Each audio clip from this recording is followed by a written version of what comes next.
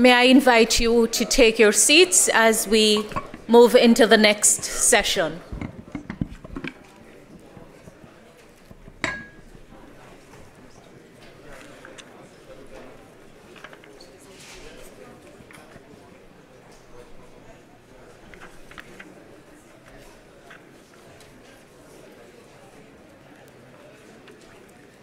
I hope everyone has been properly refreshed and that your palates have been delighted.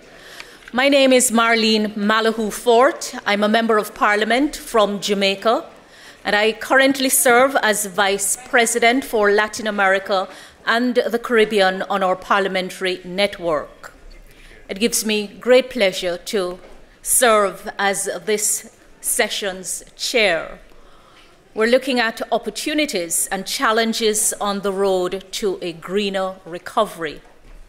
We are going to be joined by two main speakers from the bank and the fund, and two of our MP speakers. Colleague representatives of the people, future growth must be greener, but the transition to a greener economy must be just, as a global community needs to transform the scale of finance available to make the leap.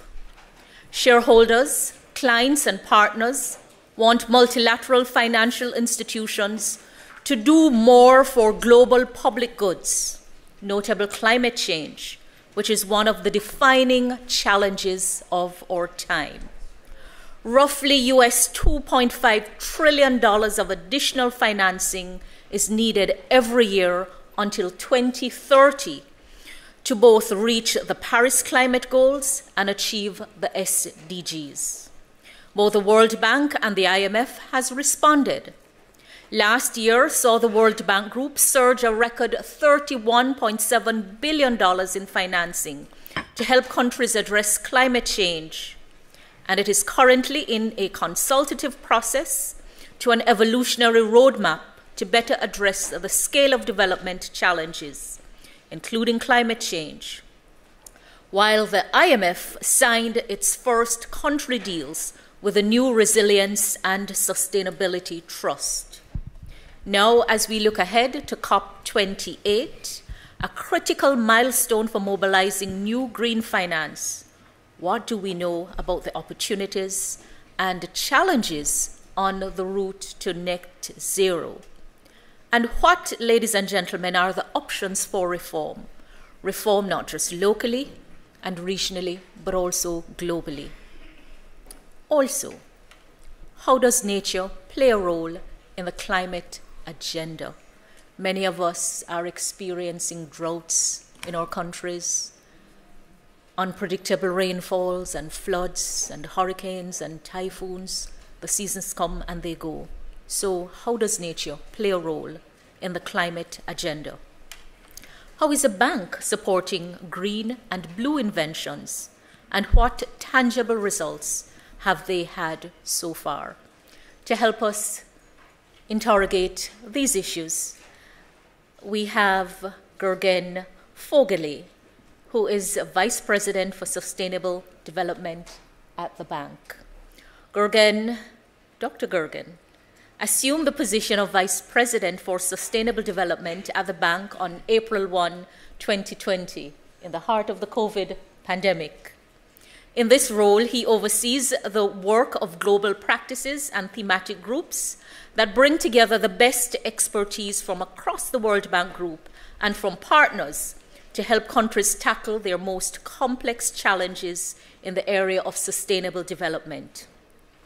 The practices and groups under his responsibility include agriculture and food, climate change, environment, natural resources, and blue economy, environmental and sustainable framework development unit, social development, urban disaster risk management, resilience, and land and water. I think he has all the areas that we are especially concerned with. Prior to his appointment, Dr. Fogelé was Global Director of the World Bank Climate Change Group and Senior Director of the bank's Agriculture and Food Global Practice. Dr. Fogelé is Chair of the CGIAR System Council Board, which oversees agricultural research programs tackling poverty, food and nutrition security, and improved natural resource management around the world. Since 2016, Dr. Fogelé has served as co-chair of the Global Future Councils of the World Economic Forum. He's also a member of the EAT Foundation Advisory Board since May 2017. And since joining the World Bank in 1991, though he started his current role in 2020, he has been with the bank since 1991, would have seen a lot.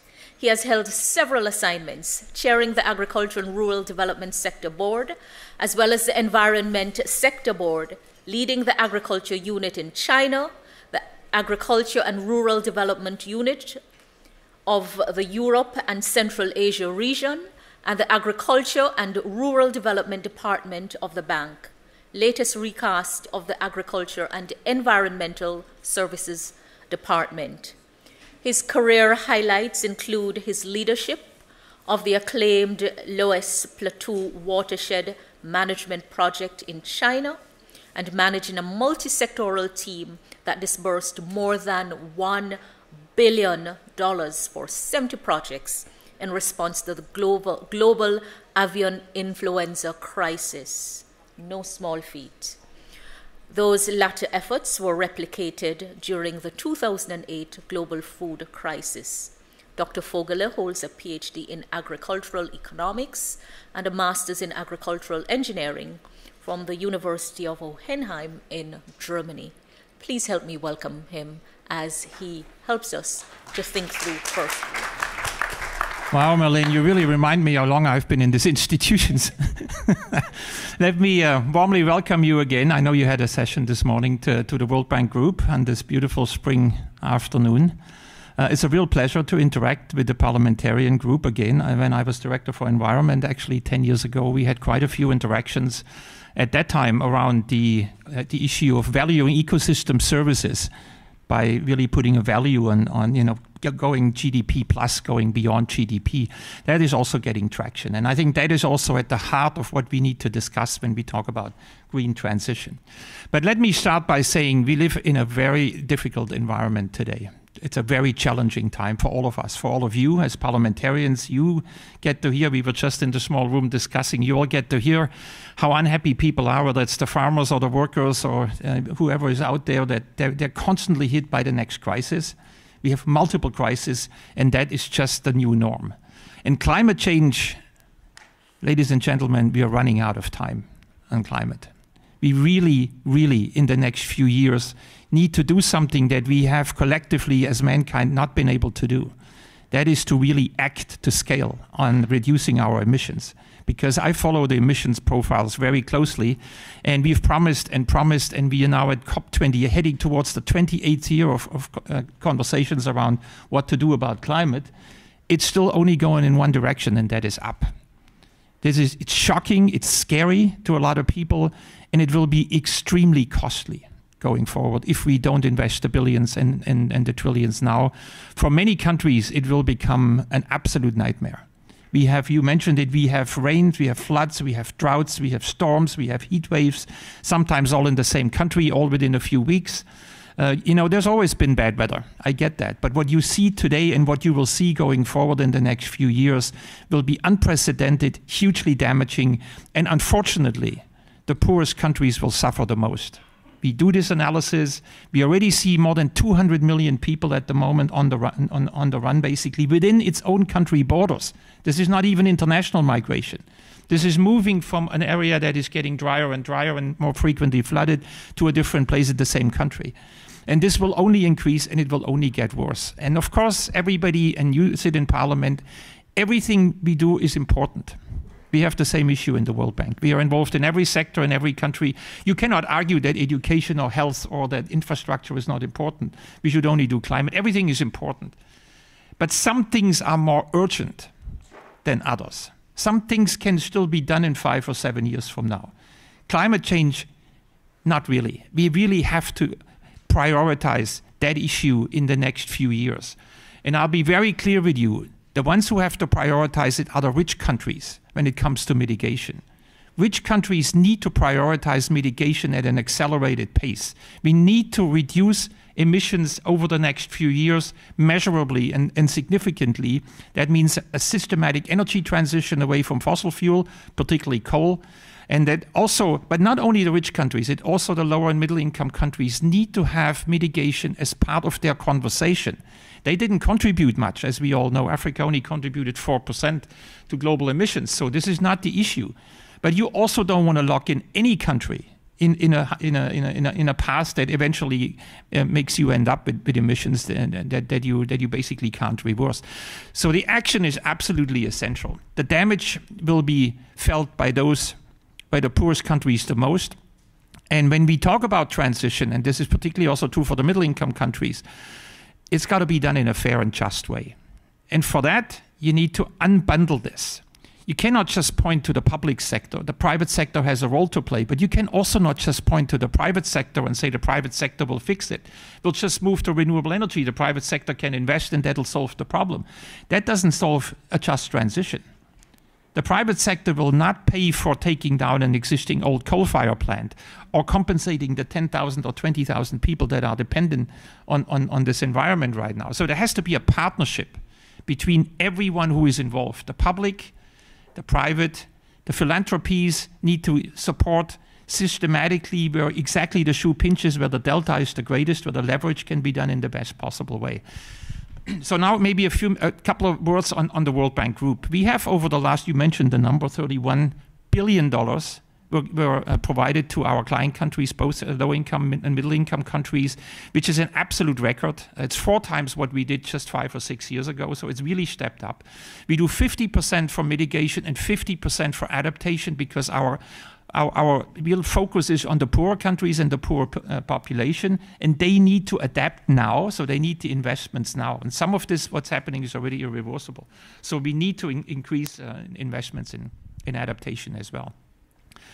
Then we work on the analytics together with you. We've launched, some of you may be familiar, we've launched what we call the CCDRs, the Country Climate and Development Reports, where for the first time we together look at the macro picture, the fiscal situation, all the sectors, all the way down to what is the most important thing any country, name the country, whether it's Pakistan or Rwanda or the Philippines, doesn't matter. The question is, what does the country need to do to react to climate change? Because everyone is affected, is impacted. So what do you do to build resilience and adaptation?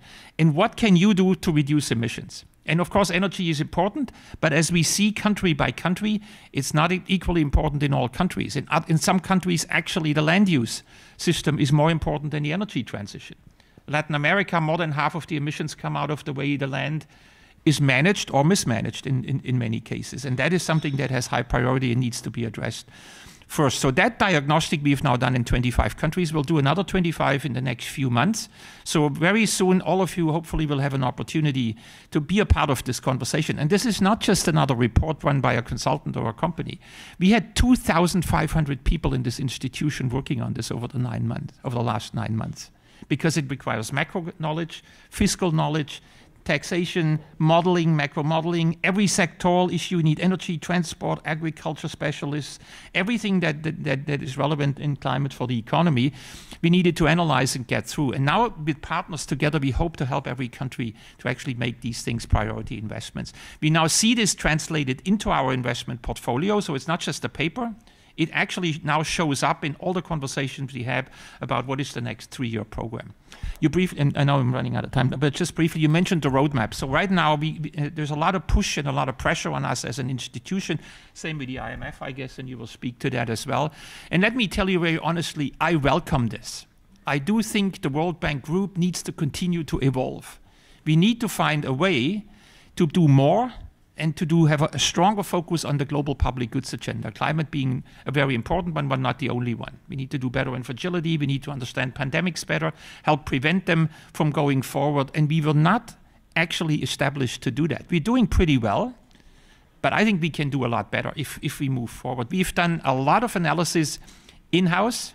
We will be able to come up with a bit more money, by squeezing our balance sheet, it'll be maybe $4 or $5 billion, but that's not enough. That is by far not enough. We do need additional injection of capital, and if we do have that, we can do significantly more with all of you. Sorry, took a little longer. Thank you. A lot to unpack. Indeed, very, very challenging times. Multiple crises before our eyes. And we are the repository not only of the people's hopes, but also of their frustrations. Moving over to Tobias Adrian, who serves as Financial Controller and Director of the Monetary and Capital Markets Department at the Fund. Tobias is the Financial Counselor and Director of the Monetary and Capital Markets Department of the International Monetary Fund. In this capacity, he leads the IMF's work on financial sector surveillance, monetary and macroprudential policies, digital money, financial regulation, bank resolution, debt management, capital markets, and climate finance. He also oversees capacity building activities in IMF member countries with regard to the supervision and regulation of financial systems, bank resolutions, central banking, monetary and exchange rate regime, central bank digital currency, and debt management. You know, I'm taking the time to tell us with whom we're interacting from the bank and the fund, because the purpose of the forum is to enable us to have better conversations with the bank and the fund through the representatives, and also at the end of the day to ensure that whatever money is sent our way, its impact is the best. So prior to joining the IMF, Adrian was a senior vice president of the Federal Reserve's Bank of New York and the Associate Director of the Research and Statistic Group. At the Federal Reserve, he contributed to monetary policy, financial stability policies, and to crisis management. He knows what he's talking about. He has published extensively in economics and finance journals. His research spans macrofinance, monetary policy, financial stability, climate finance, with a focus on aggregate consequences and capital market developments. Mr. Adrian holds a PhD from MIT, the Massachusetts Institute of Technology. He holds it in economics, an MSc from the London School of Economics in econometrics and mathematical economics, a diploma from Goethe University, Frankfurt, and many other qualifications. Over to you, Adrian. Thank you so much, and we should have kept it a little bit shorter perhaps, but it's really my pleasure to be here, and I think Dr. Vögele already laid out the challenge that we are facing. The IMF and the World Bank are sister organizations, and we complement each other. And so I'm going to explain a little bit how we are sort of complementing in a small way at the moment what the World Bank is really leading in terms of climate work. So the IMF is a macro shop, right? It has a mandate that is about macroeconomic stability as well as a growth objective at the macro level. So we are doing more and more work on climate because it is becoming macro critical, right? It is no longer something about, you know, a hurricane hitting this region or that region. It is threatening global growth on a massive scale.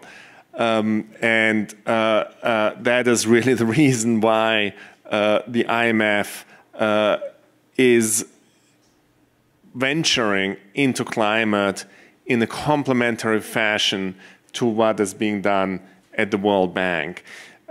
So at the IMF, we will not do you know, project finance, right? So we don't have expertise on projects. That is really where the World Bank is leading. Our expertise is about macro stability and how to make sure that countries can continue to grow and make the right choices from a macro perspective, and thus complementing all the tremendous efforts that are done on this side of 19th Street. So let me start with a little bit of a conceptual overview. So there are costs and benefits to the climate transition, right? So the costs are the numbers that we are all familiar with. We need, literally trillions of dollars per year to transition successfully. It is staggering, right? It is beyond any magnitude that the Bretton Woods institutions, the World Bank, and the IMF are equipped with. Even if you add up the entire financing capacity of all MDBs together, right, that is only about $2.5 trillion in total. And we need per year, roughly, something of the magnitude of what all development banks taken together have at the moment. So it is a staggering financing need.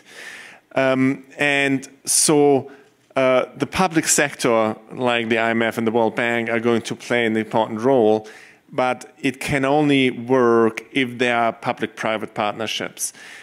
So one of the things that we are thinking about more and more is how to team up with the private sector to sort of leverage the public sector money that is there. And of course, some of the world at the World Bank, the IFC in particular, which is one of the 5 World Bank institutions, is particularly focused on that, on the public-private partnerships. But of course, there are public-private partnerships in other parts of the bank as well. And I'm going to talk in just a moment about what we are doing in this respect. Now, there are costs and benefits. The benefit is that if you come up with all these massive amounts of dollars, you can save the planet. And that is tremendously beneficial, right? So basically, when you think about the future of the world, when you think about the future of your constituencies, the future of your children and your children's children, destroying the planet due to a lack of climate transition is tremendously costly in terms of growth opportunities. Many countries will be difficult to live in, difficult to do agriculture in, and poverty is threatening to go up in big parts of the world. So global warming is tremendously destructive, and so the opportunity, so the benefit of using all those trillions of dollars for the climate transition is the benefit of not going into this horrible scenario. So the cost is you have to come up with the trillions. The benefit is that you're preserving our planet, the productive capacity of our planet. So what are we doing at the IMF? Again, we are not doing project finance. We do macro stability. And we are really just starting in this area. So we have a new program that is called the Resilience and Sustainability Trust. That is, at the moment, our lending capacity is only about $25 billion. So, very small compared to what the World Bank is doing in this respect. But the interest in this new program is tremendous. So we have now rolled out 5 countries, among them Jamaica. So Barbados, Costa Rica, Jamaica were some of the first, and Rwanda and Bangladesh were other countries.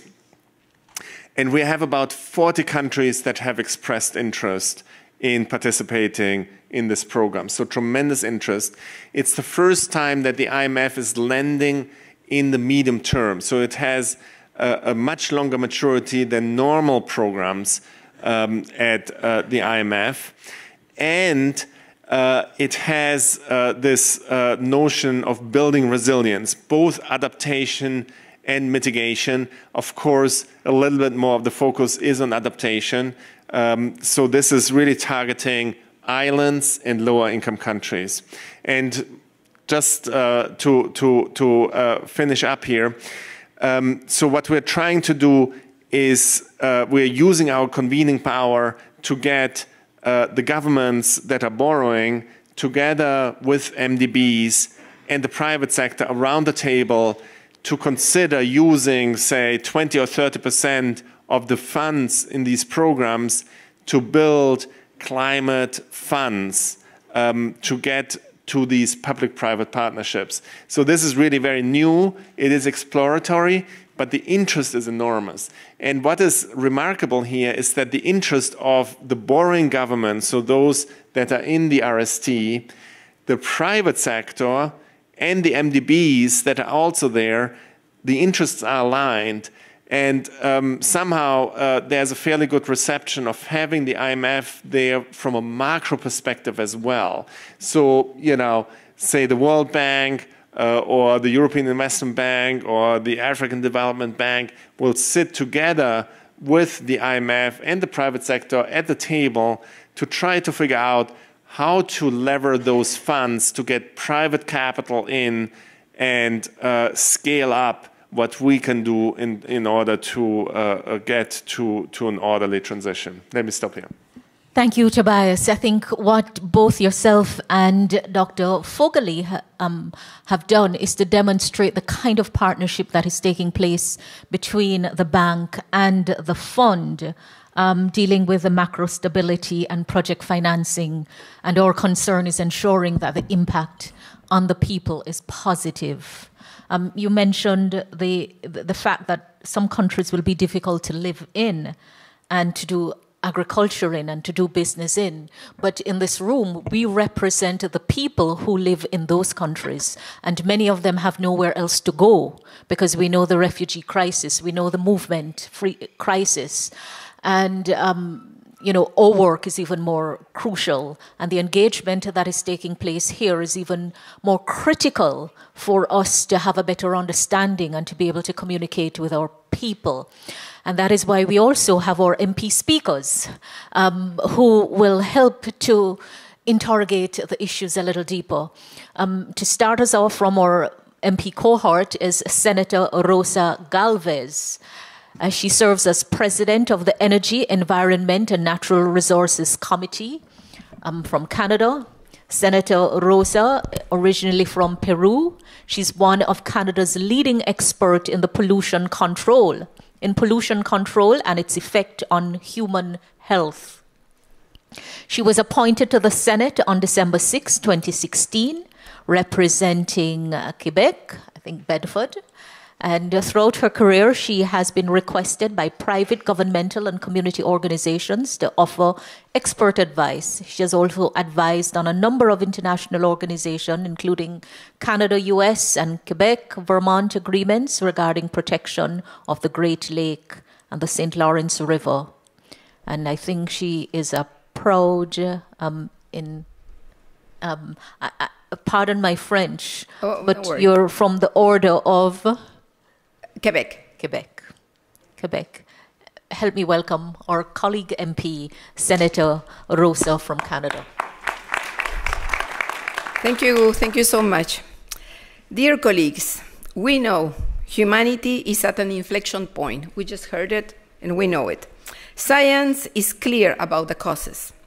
Unfortunately, wildlife and environment are degrading at planetary scale. Yet, clean technology exists, is becoming cheaper and safer, capable of rendering nations energy independent. We are interconnected. We are a globalized world. Thus, it's becoming very evident for most of our concitizens back in each one of our countries that pollution, hunger, inequality is the result of political choices. The transition to a low-carbon economy must accelerate by 5 times to be just and peaceful. Apart from a stronger political will, we need to bring the finance sector on board to scale up the required cash flows. We need to see this as what it is, as an investment on humanity, and not as an expense. If you recognize the ongoing earlier infrastructure destruction resulting from increasing extreme weather events, social dismay, loss of habitats and biodiversity, you will agree that it is the cost of inaction that is unaffordable. Climate change is a pressing issue in Canada. The whole country has experienced the impacts of climate change. Meridional Canada warms 2 times faster, and the Arctic warms 3 to 5, and recently we discovered in some areas 7 times faster. Parliamentarians have an important role to play in addressing climate change at the national and international levels. We can adopt laws and policies that incentivize green development, uses climate change lenses, promote renewable energy, and support innovation and healthy competition in a race to net zero. The Canadian government asked me to sponsor the Net Zero 2050 Accountability Act, which I delivered in the Canadian Senate and has become law.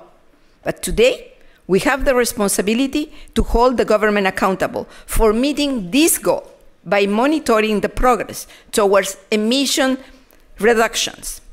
Canada is the only country of the G7 that has not reduced its emission.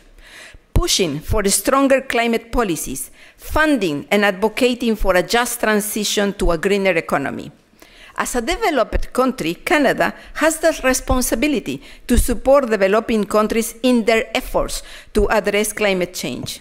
This can be done through financial support for climate mitigation and adaptation projects, by sharing knowledge and expertise, and supporting international agreements like the Paris Agreement and the Sustainable Development Goal, which is running out of time. Canada funds and hosts Parliamentarians that promotes and acts following 3 important axes: gender equality, climate change, and open parliament. I have the honor to chair the Climate Change Network. In Canada, parliamentarians can draw on the country's experience with carbon pricing and updates in its environmental protection laws to inform policy decisions and share best practices with other countries. However, it is so critical to recognize that every country and region faces unique challenges and will need to tailor their climate policies to their specific context. I introduced the Climate Aligned Finance Act, based on consultations with international and national sustainable finance experts around the world. Proudly, I can say that we have started the conversation about how the finance sector is needed as catalyzer, without whom we can't make the transition, but also to assist the sector in the introspection about how their lending, how their investment, and how their advice finance and facilitate emissions. Bill 243, which is available to the public on my website, is a comprehensive legislative framework that aligns the financial sector with the Net Zero 2050 goals. Of course, there are challenges to achieve a greener economy and walk the path to a low-carbon economy. We need a stronger and decisive political will to make the necessary changes. But the medium long-term goals of greening the economy are not always compatible with the short-term election process. In Canada, long-term regional particularities and minority issues fall in the realm of a senator. Europe and US have attained policies and legislative progress in this direction. The Green New Deal, the European taxonomy, the US Security Exchange Commission new proposed rules, the US Infrastructure and Inflation Reduction Act are incentive, clear signals to the financial sector in promoting green growth, but unfortunately, Canada is not there yet, and the risk is growing. And this risk, our industry is going to face it. Canada's politics are influenced disproportionately by a sector which contributes 5% to the GDP, but produces 26% of our emissions. This is the fossil fuel sector, which requires significant investment in renewable energy and green infrastructure. The sector, despite of record profits and highest subsidies in the world, doesn't or are not investing enough in this. Moreover, there are difficulties supporting workers on the just transition and very heavy conflicts with indigenous communities. While climate-related finance risk disclosures are becoming increasingly important for investors as the risk of climate change materialize, in Canada, regulators have begun to require companies to disclose climate-related risk. But disclosing is not mandatory. Thank you, Rosa. Oh, thank you. Wrap. Thank you. In the interest of time. Thank you.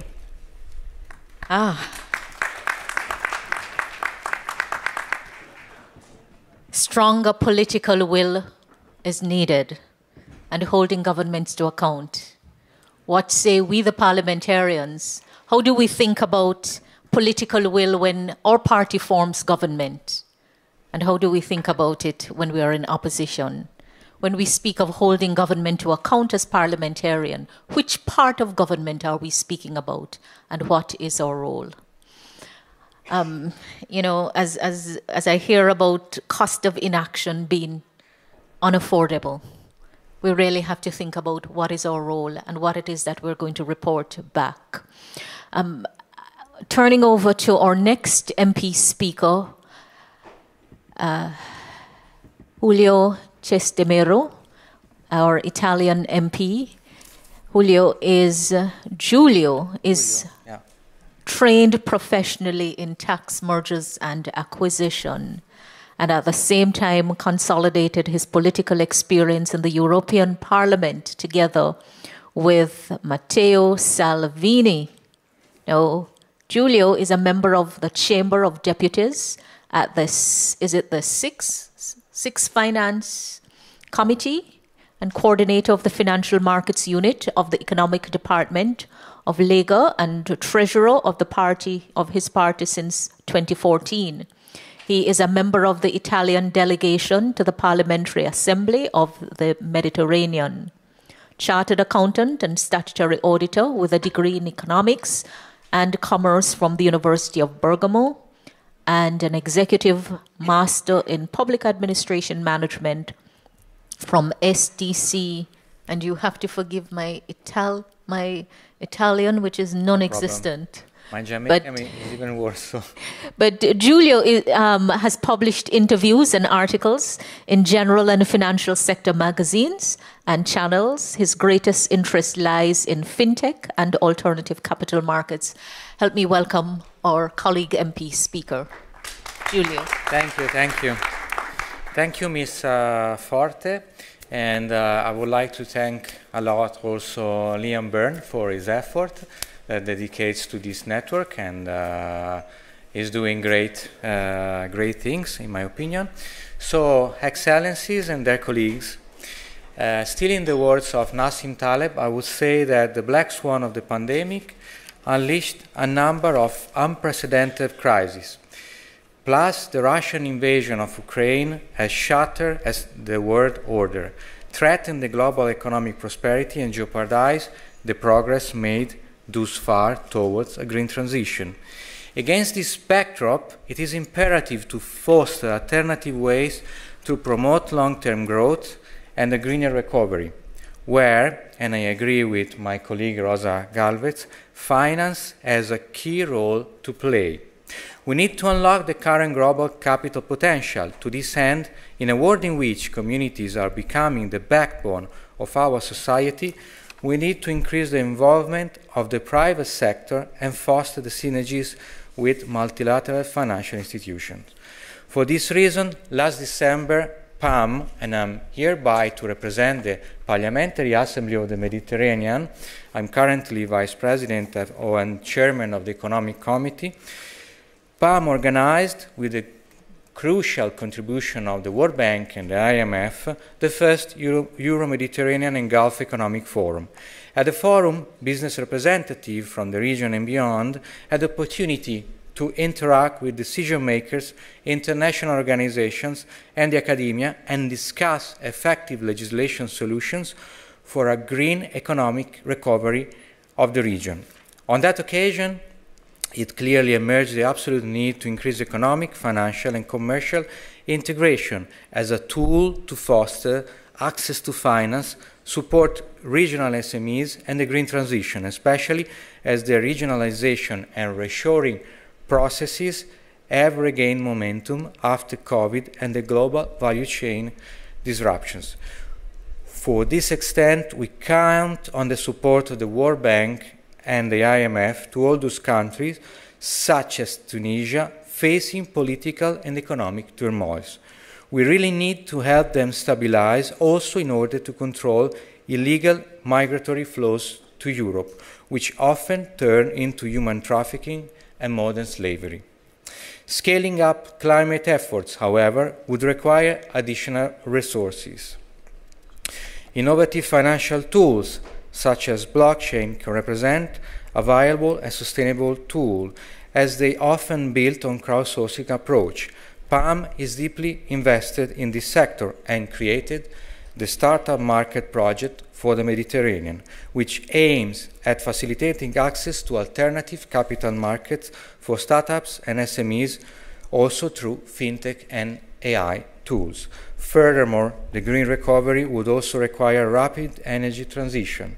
For this reason, the 2022 Forum delivered a clear mandate for PAM to foster the establishment of a parliamentary energy community in the Euro-Mediterranean and Gulf area to increase regions' energy autonomy and resilience to external actors and shocks. When talking about the parliamentary energy community, Greek philosopher Heraclitus comes to my mind. He taught us that everything flows, pantarei, or it should. It is clear that consuming finite and limited resources is not the best idea. And as economic historian Carlo Cipolla taught us, it also causes geopolitical consequences. I suggest the war of the black pepper, that so we understand that some resources that seem so nice and friendly right now, they were so important that they caused wars in the past. Okay, going back to finance, green IPOs and scoring systems for listed companies are being created in the Mediterranean area. But the impact of such measures is quite limited because, as highlighted by a report, a research that PAM did, not all countries have access to equity and capital markets. We have to make available all those instruments. This evidence emerges also from a seminar for debt managers held on February from the words of Mr. Adrian, here on stage with us. Okay. And I also watched a session of the Canadian Senate in which my colleague, Senator Calves, sustains that the cost and benefit of the transition from a linear to a circular economy should be distributed equally. I do agree, but sometimes this is not happening. This is not the case, due to asymmetries in the legislation or information, or to the fact that often ideological approaches prevail over scientific ones. This is why a well-planned green recovery would also require a reinforced commitment to international climate negotiations and probably the definition of a common ESG taxonomy. Doing it just in Europe, it's not enough, and it's also quite limiting, I would say. For this reason, PAM has been participating in all COP meetings since Copenhagen. Nonetheless, and I'm going to conclude, we need to look at innovative solutions to fund ex-ante mitigation strategies that are fundamental to the green recovery. In this context, the next COP will represent a crucial appointment in the implementation of a new infrastructure, and PAM is closely working with the UAE presidency in order to do that. Thank you for your attention, and we all wait for you in December in Marrakesh for the next Euro, Mediterranean and Gulf Economic Forum organized by PAM. Thank you. Thank you, Giulio. Thank you. Multiple crises. Finance has a role to play, and we're counting on the support of the World Bank and the IMF.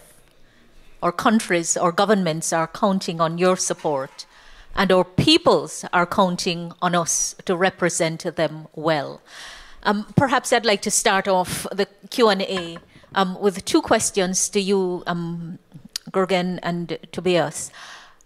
This morning we were told that we must question the programs, we must look at the programs in our countries and provide feedback to the bank, where you do the project financing, if they're not working, if they're not having the impact on the people, it makes no sense to continue them.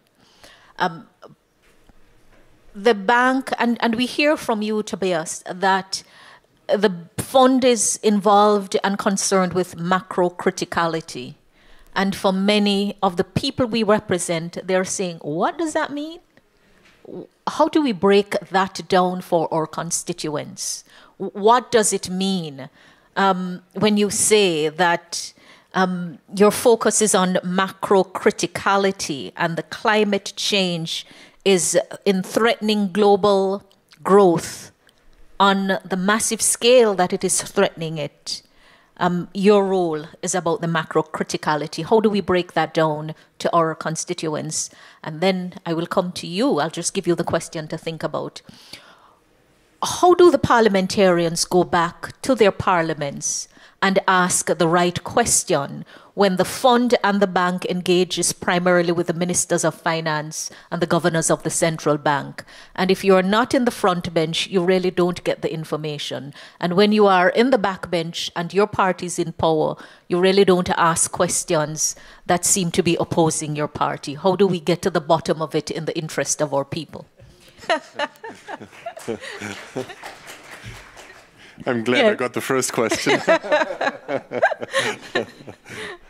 Yeah, but macro criticality, I mean, it is really about everybody having jobs, right? I mean, you know, an economy that functions well creates employment, and employment creates opportunities, creates income that allows you to put food on the table, to you know, buy consumption goods, to buy education and health services. So, you know, really those things that make a difference to your constituencies in everyday life.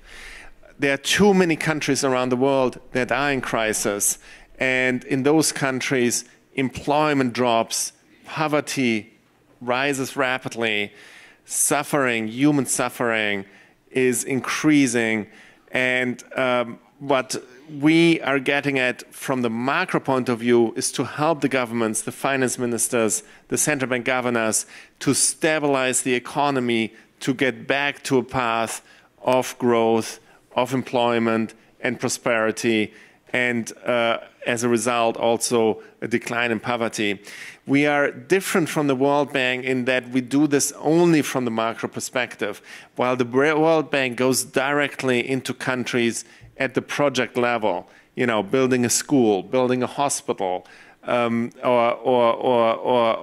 working towards the climate transition. We are working at the macro level, at the level of government finances and monetary policy. So in that sense, we're very complementary, and we benefit from each other's complementary approaches. The last thing I would say is that you're from Jamaica, and Jamaica is always named as the country that is a very good example of an IMF program that really helped the country get back to the path to prosperity that then benefit its people. It's never easy, right? And oftentimes institutions such as the fund are blamed because, you know, you do have to take drastic steps to get back on the path of stability, but the payoffs are tremendous, and Jamaica is such a good example for that. So, colleague MPs, macro criticality is about ensuring that everyone is functioning well. Ensuring that everyone is functioning well.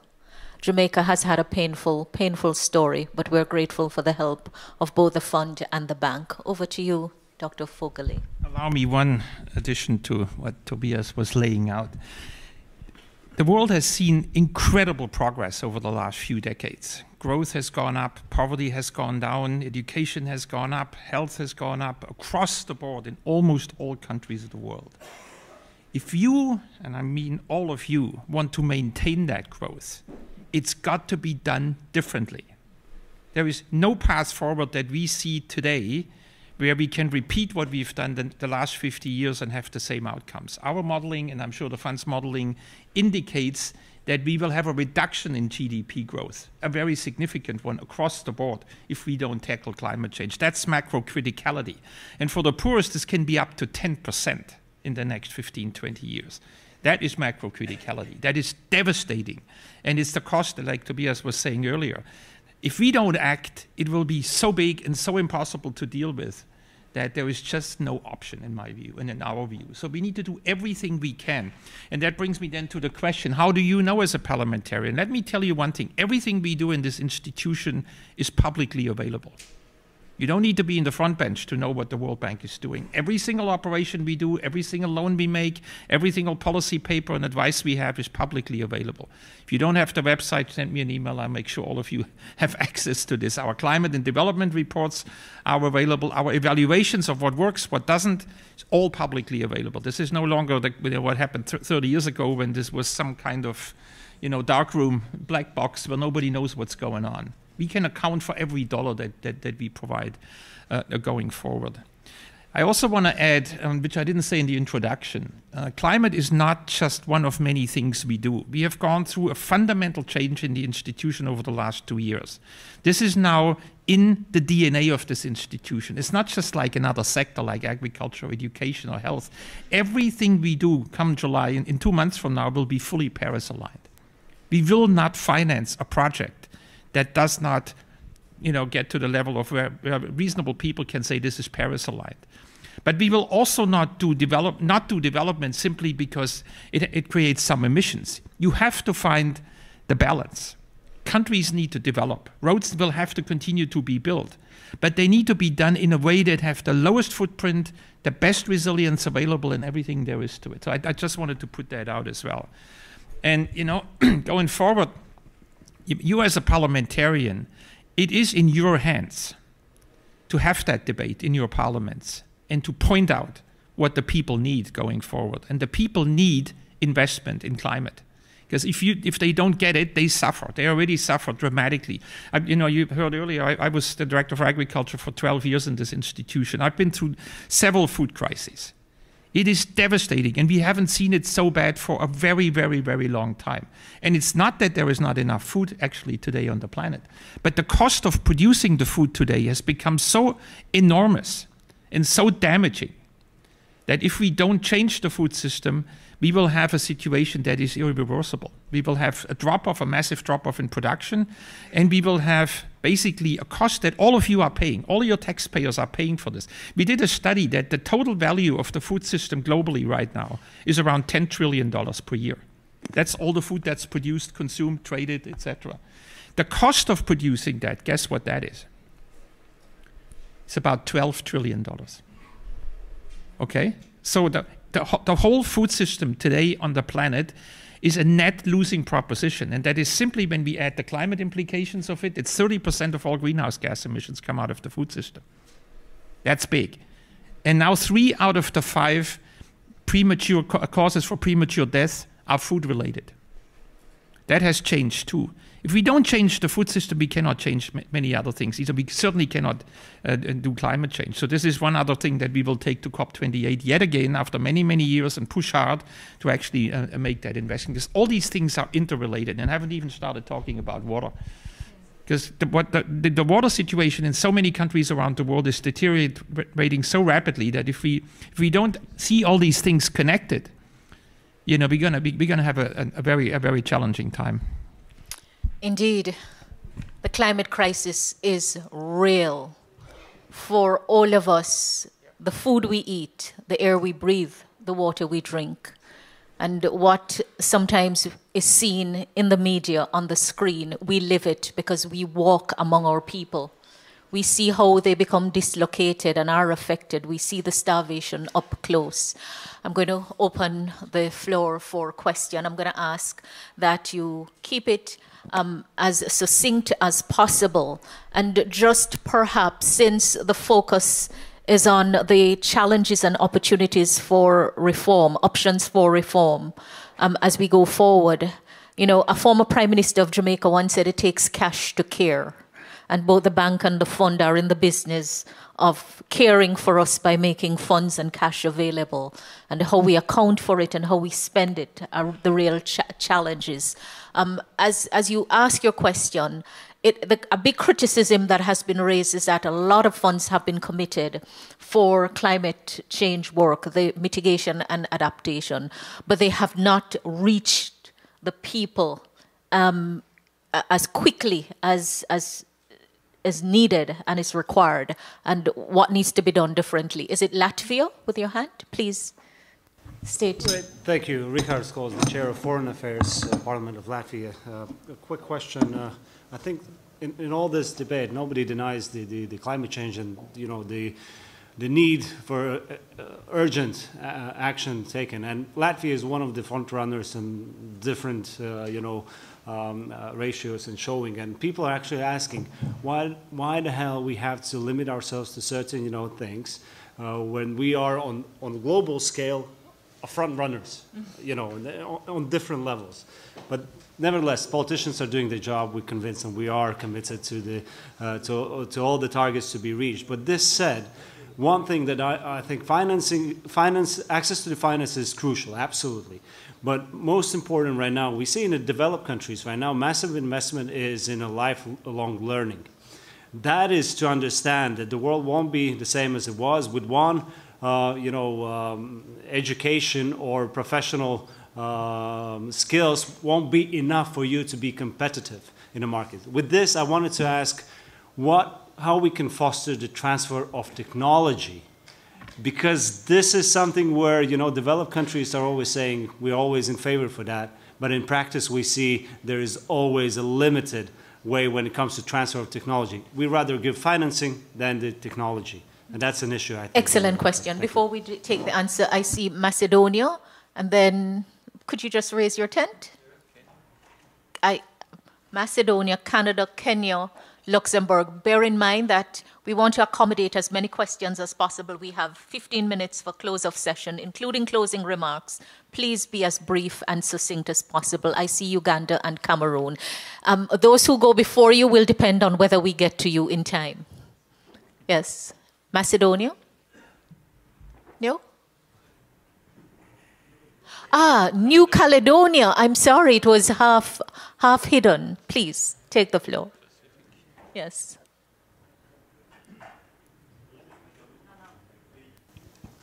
Je voudrais juste intervenir en tant que petit. As a small island country, New Caledonia, as Vanuatu or Tuvalu, are greatly impacted by climate change, water acidification, and we note, as in our country as in other countries, that the situation is becoming more and more complicated. So my question is on the financing mechanisms that we could have access to. Are there specific grants for small island countries? We're not industrialized at all, but all of these climate effects are disastrous for us. Thank you. Financing mechanism for the SIDs. All right. Do we have Canada? Yes, thank you. I've heard some stuff here about macro criticality and participation of the finance industry and the solutions we need going forward here. But I worked in the finance industry for 23 years, and now I'm an elected representative from the Canadian Parliament. Would you mind turning around so we can see? Well, I'm actually speaking to the microphone here, so I'm not sure I can. Sorry about that.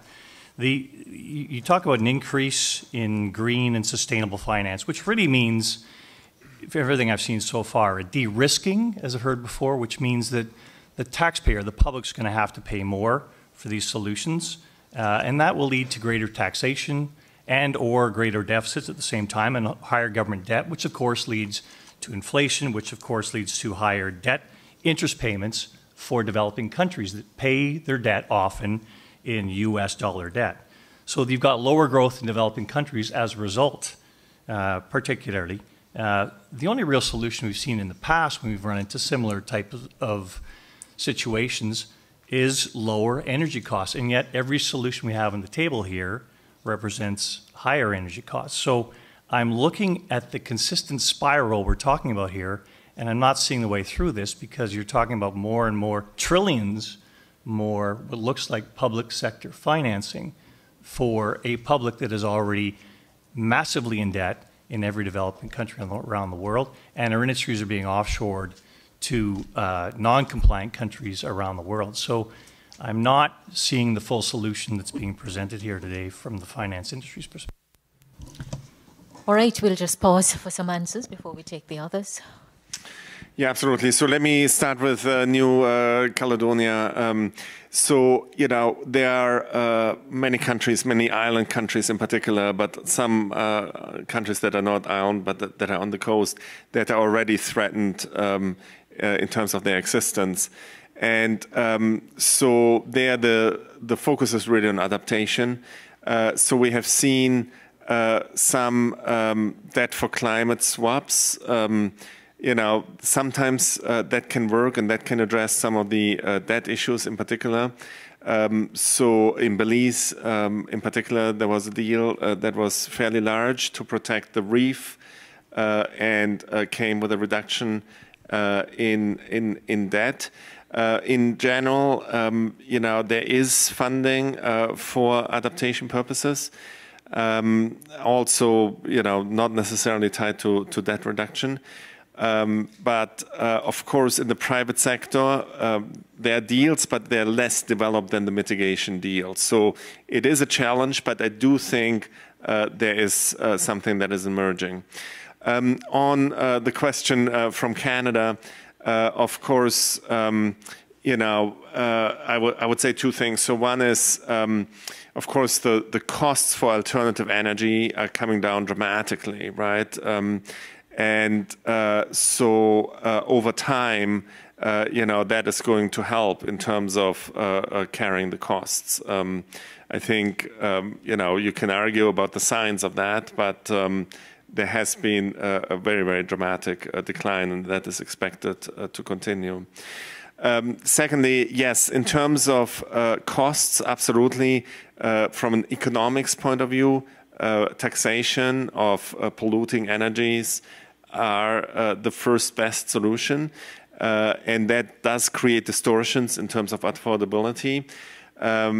But of course, the politics of, you know, carbon taxation are extremely difficult. So, you know, very few countries are going down that road, and this is where climate finance can really be complementary.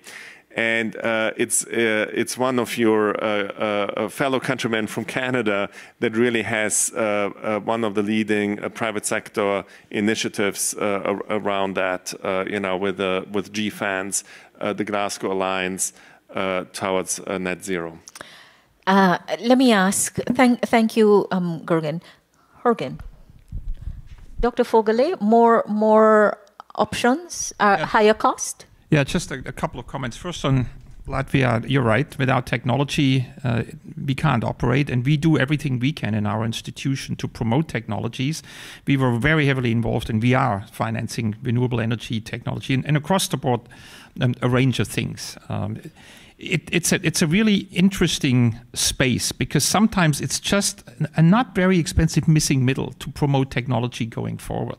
Ideas are out there. You don't need hundreds of millions, but you need a few million to move them forward. So that's a space that we're consistently exploring to see how we can help there. In Nouvelle Calédonie from Nouméa, my colleague, I lived in Samoa for 3 years, okay, of my life. So I feel for the Pacific Islanders. I really do, because what they're facing, that had nothing what they did to do with what they did before. And Vanuatu, we mentioned Vanuatu and a couple of really low-lying islands, they are going to really suffer because sea level rise is inevitable, as we know today. There will be a rise in sea level. The only question is how much it can be managed. But we do also increase our programs quite significantly to help exactly with adaptation, resilience building against stronger hurricanes. You know, level. For most islands, there are actually solutions. But there are some exceptions. Now to Canada, look, I feel the same pain. You know, the financial sector isn't where it needs to be for us to do what we are discussing over the last hour. They're sitting there and waiting, and you know, well, you know, unless you mitigate my risk, I'm not going to go there. However, there are a growing number of companies that do certain things and are willing to take a certain amount of risk. Very interesting. These results-based programs. We issued what was called a rhino bond. I don't know whether you've actually read about this rhinoceros bond, where a private company is willing to take a certain risk if the if the population of the rhinos in 2 national parks in South Africa does not increase as is promised, they will not lose their premium, their principal, but they will lose a certain percentage of their coupon, and they're willing to take that risk. And I also talked to HSBC just recently. They are already providing differentiated interest rates to their client depending on how green they are. I'm being very brief and very simplified. So, you know, there are things at the margin that are happening. If everybody would go down that path, things would already really move faster. Let me finally say, you may not know this, but we are the largest issuer of sustainability bonds at the World Bank. We did about $200 billion of bond issuance around sustainability, and increasingly about $18 billion of green bonds. And we're going to push this further and further and further. It's still a small part. And as I said, there is only a handful of real private sector companies that are pushing the envelope and taking a risk. But that's the direction of travel. And if you as parliamentarians can create the environment for those to move forward, that is a hugely important part. Even pension funds that normally, or sovereign wealth funds, you know, we used to talk to them for years. And they all say the right things, but there's no traction. That's now beginning to change. They're willing to set a certain part of their investments aside and do what is the right direction to go. And then they get a sense for the risk appetite, and they, you know, they get a feel for it. And this is the only way forward. Are we there yet? No, we're not. Are we too slow? We are too slow. We need to get faster. And finally, on the energy price, we just recently did a deal in Uzbekistan for a solar plant installed at 1.5 cents per kilowatt hour. Wow. So talking about cost coming down, right? That doesn't solve all the problems, but it's come a very long way from where we were just a few years ago. All right. May I invite Rosa and Yes. Julia, if you want to just come in, and then we will have a minute and a half for questions, and we will close out, giving each panelist a minute with closing comments. So just very quickly on the issue with the transfer of technology, but also on energy. So as an engineer, I've been teaching graduates from all over the world because developing countries send students to Canada, to United States, and we have received students from, well, I was talking with many of you. And so it's been 20 years, engineers, we've been teaching about renewable energy and, you know, solar, biomass, and nuclear, and this, but the transition was not there. And these students went back to their countries. And so the technology transfer is being done not through the channels that we would like, through intellectual property and these things. But I think it's happening, and it will happen more because developed countries are receiving more and more and more international students. So that's the way to go. Thank you. Thank you, Rosa. Giulio? Yes, I would like just to take this issue from a parliamentary point of view. So, before even doing technology transfer, we need to create intellectual property, we need to create patents. And one way we parliamentarians can do that is by creating facilitation, to cutting the red tape in order to operate in certain sectors. And I make an example. Okay, so in Italy, but it already exists in many countries of the world, we created a regulatory sandbox for fintech and insurtech. In Spain, they are creating one about artificial intelligence. Before, startups, so with a small need of money, companies with a small need of money, they didn't start their activities because they didn't know what laws were applicable, what surveillance bodies were surveilling their activities.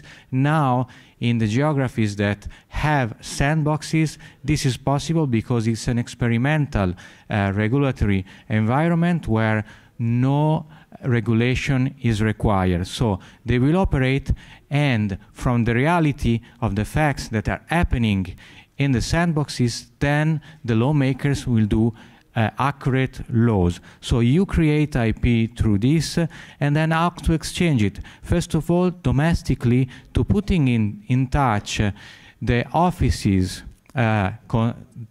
concerned by the registration of the IP, and, for example, the company's registrar. And then let's use the parliamentary diplomacy like we're doing, for example, in Parliamentary Assembly of the Mediterranean within the committees, in order to exchange ideas and to put in touch Chamber of Commerce's, IP registration offices, companies register, and so forth. Thank you, Julia. I think I will have to accept those comments as your closing comments, but it's a poignant reminder that we're lawmakers and we have to make sure the right laws are passed and better regulatory environment. Uganda, Kenya, Ecuador, and Jordan. I see the time. We're under pressure for the time. Yeah, thank you very much. This is half a minute. John Baptist, Nambeshe, Uganda. I salute the submissions by all the panelists, and they do agree that the levels of greenhouse emissions in the record history are the highest and still skyrocketing. But the question is, after the COP21 resolution to drastically reduce consumption of fossil fuels, there is a serious rush by Europe in Africa to exploit more of the fossil fuels, and that is particularly gas, by multinational, these are foreign multinationals. May I get the question? Now the question is coming. Africa's resources, for instance, in wind power, sun power, okay, solar energy, and also wave. You know, it has a huge coastline, and would exploit wave energy, wind energy, solar energy. All these clean energy resources are abundant and underutilized in Africa. But it would reek of hypocrisy. The question now is, why is Europe concentrating its funding on consumption of fossil fuels? Because, for instance, Uganda is a victim where we have been denied resources to construct a refinery, but all the petroleum is for export. On funding for fossil fuel? Fossil fuel, yeah. Okay. Funding is more for is longer for fossil fuels and Uganda. Very short for cleaner energy. Remember, I say to allow others to speak, it will depend on those who come before. So you're going to be cutting. We can take a vote. You cut a little into the coffee break if you want to extend a little. So we go to Uganda. Thank you very much. Kenya. No, it was the neighbor here. Yes. Yes. I was asking you to raise your tent. Yes, I raised. Yes. No, Uganda. Two questions from Uganda. Okay, thank you very much. Mine is without repeating what has been said. You're putting me under pressure. Without repeating what has been asked by my colleagues, the opening remarks were very clear. We are running out of time. Yeah. And we need to invest resources. I just want to find out from IMF. The last time we were here, we were told about the Resilience Fund. And only 5 countries, the same countries that you've mentioned today, were the only ones that have been able to access this funding. What is the problem? Why are the rest of the countries slow in accessing this funding, and yet time is running out? Thank you, my Ugandan brother. And then what are the short, in terms of investment of these resources, if you can break down for us, especially the emerging economies, what are the short, medium, and long-term areas we should focus on specifically, since time is running out? Thank you. Ecuador. No. Ecuador. No, it's just for Kenya now. Oh, Kenya, and then...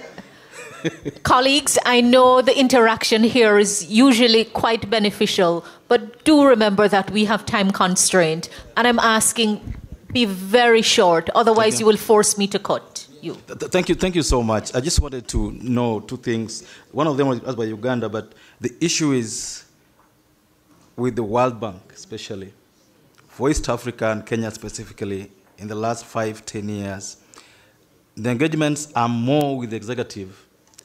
And we see things happening with governments. The things come to Parliament very late in time. The only way you cannot intervene, even if you wanted to intervene. How are we ensuring that in future, we are involved, because Parliament represents the people. We have the pulse of the country. How do you ensure that the interventions that you're making involve parliamentarians early enough so that we are able to be part of these interventions? Thank you, Kenya. Ecuador?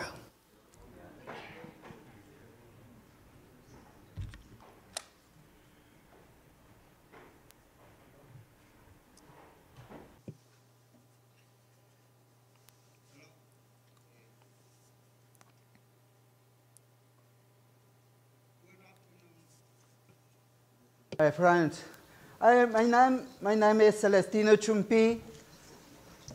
I am indigenous of the culture Shuam. I am from Ecuador.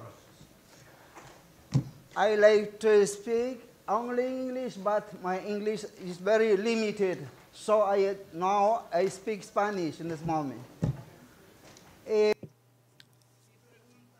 My question to all the panelists, in particular Mr. Adrian, is the following. In the Ecuadorian Amazonia, we have an abundant wealth, but we want to avoid pollution of the environment.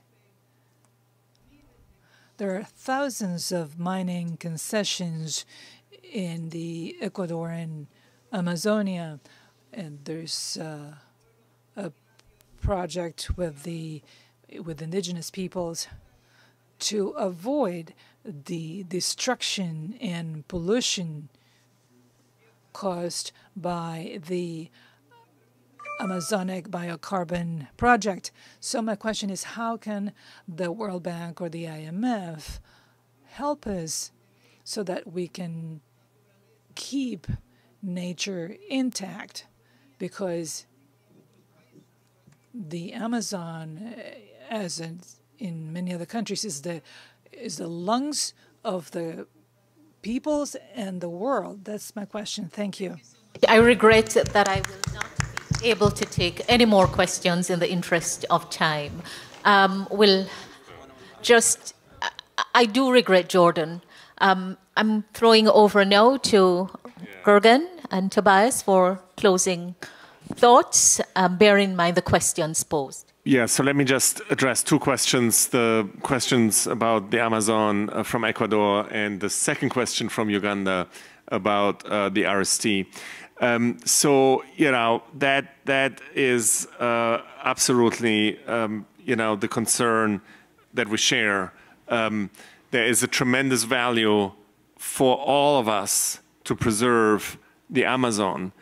But that value, and including the indigenous population in the Amazon, but for everybody else as well, because it is the lung of the world.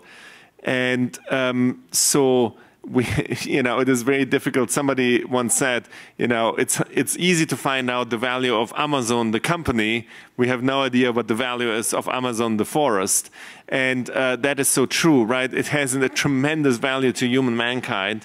And the short-term gain in terms of you know, destroying the forest and using it for agricultural purposes versus the long-term cost of destroying the forest, you know, is totally unbalanced. So I think that only legislation can get us in the right direction here. It is an economics problem, but only legislation. So what you're doing in Parliament can really get us to a point where forests are protected and the value to humanity is recognized. Thank you.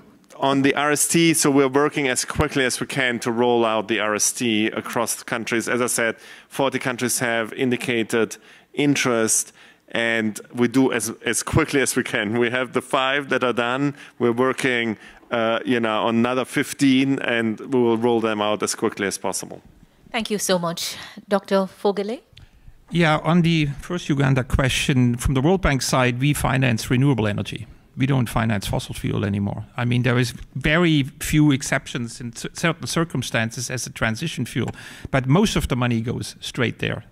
In Kenya, look, if the parliamentarians feel disconnected from the dialogue between the World Bank and the executive, my suggestion is approach our World Bank office in Nairobi, We have a large team there. We have a great country director who would be more than happy to sit with the parliamentarians at any point in time, provide briefings, have a conversation, listening, receiving messages. I think that should be absolutely no issue. I've been personally involved in some of these conversations. A couple of closing remarks. We were talking about the exorbitant amount of money that's needed, $2 trillion or something like that. It sounds a lot per year, but actually it's not completely unachievable if we all work together. Do you know in the room how much money our shareholders have paid in capital into the World Bank Group since we were founded in 1944, 75 years ago? The total amount of money that this institution received that paid in capital as a shareholding bank is $20 billion. That's peanuts by any reasonable standard. That's one shipment to Ukraine, so to speak, right? That's the entire paid in capital that we have received. We turned this into $800 billion of support for countries. We generate money from the money we receive from those who are our shareholders in a leverage ratio next to no one else. If you put grant money just into a trust fund and hand it out dollar by dollar, you're not leveraging the money. And the money needs to be leveraged because there's too little of it. If this institution would just be twice as big, which would be another $20 billion over a few years, which is really trivial, frankly, in the bigger scheme of things. But between the US and UK and Canada and the big shareholders, we could be doing more than $1 trillion, plus private sector, plus the IMF, plus a number of others. We can lift this. And we can also transact it. And I didn't answer it. I didn't want to dodge the question about does the money come quick enough? It never comes quick enough in a crisis. I've been on both sides of the aisle for a long, long, long time. There's always somebody who says, my God, why is it not here? We have responded to the Turkey earthquake in 1 week. They had an agreement from the World Bank that they would get X amounts of dollars. During the food price crisis, we had it for within 3 weeks. I don't want to name the country. But I also want to put it back to you. It's not always on our side. Look at your own parliaments. I can give you a handful of examples where things were not approved in parliament after they've been approved for months on end. Because many of these in many countries need parliamentary approval. What a note on which Sorry, but this is something. Yes. I think we need to work together. Yes. This is not criticism. I understand the dynamics and the politics of these things. But if something is ultra urgent, if all of you can also work with your own parliaments to make sure that things move. If we can do faster, we take the criticism. We can move. But it's really both sides. Thank you. It's a good point when we're left wanting more. And I can tell that we would want more of the engagement, more of the discussion. Colleagues, future growth must be greener growth, and the transition to a new economy must be just. And I think that the call is for us to do it differently, for the bank to do it differently, for the fund to do it differently, and for we as parliamentarians to practice the politics differently, pass the laws better. Please join me in thanking our panelists and also to you for being an extremely engaging audience. Thank you so much, Gergen, Tobias, Rosa, and Julio. Thank you. You're now left with only 5 minutes for coffee break for the next session. Thank you so much.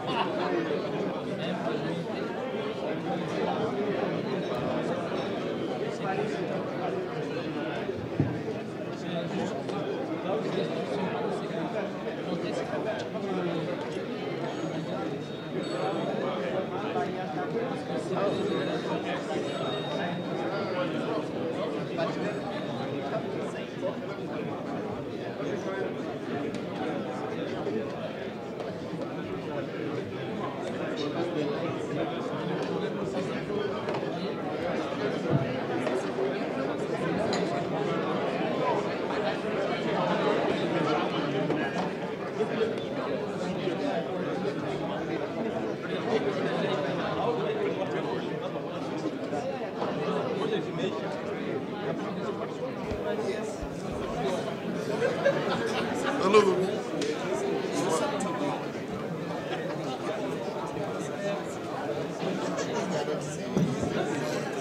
Yeah.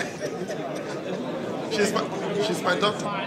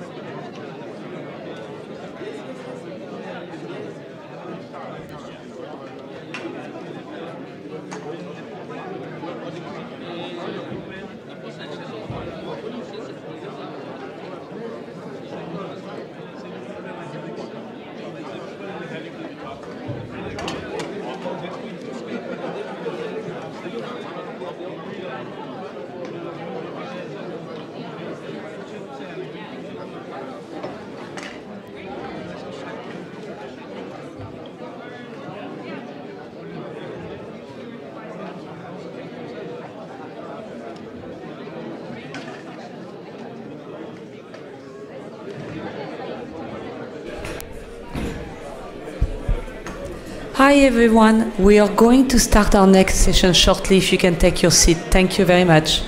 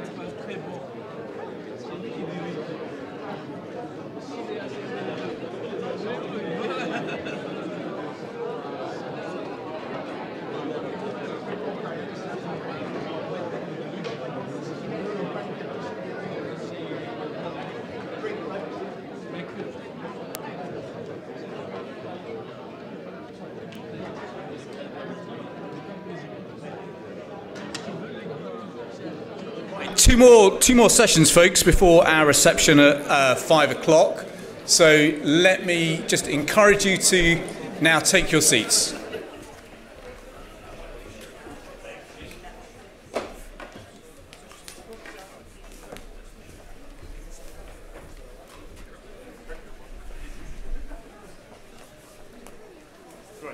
Come on through and grab a chair. Where would you like to speak?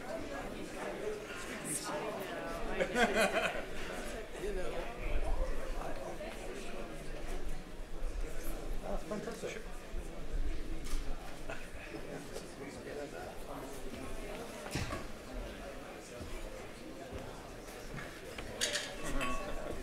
So you just tell me where you want me to sit. I think our name's here.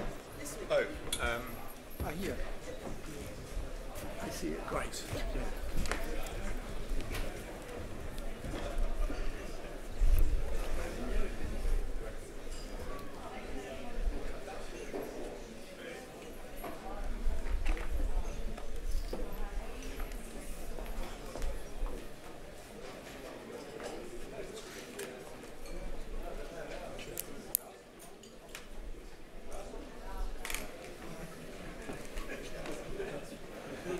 Great, well, welcome back, everybody.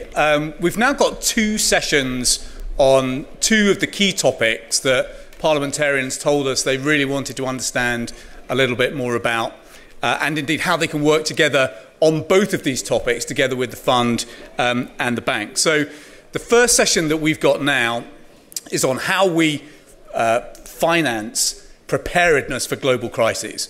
If there is one conclusion that I think we can draw from all of our time in politics over the last decade, it is that we now truly live in the age of the shockwave. And of course, there have been no bigger shocks over the last 4 years than the shock of COVID. COVID killed 17 million of the people that we come into politics to serve, and it has left shockwaves throughout communities that not only took lives away, but destroyed livelihoods too. We know, however, that given the tempo of what has happened over the last decade, that this is the way of things now.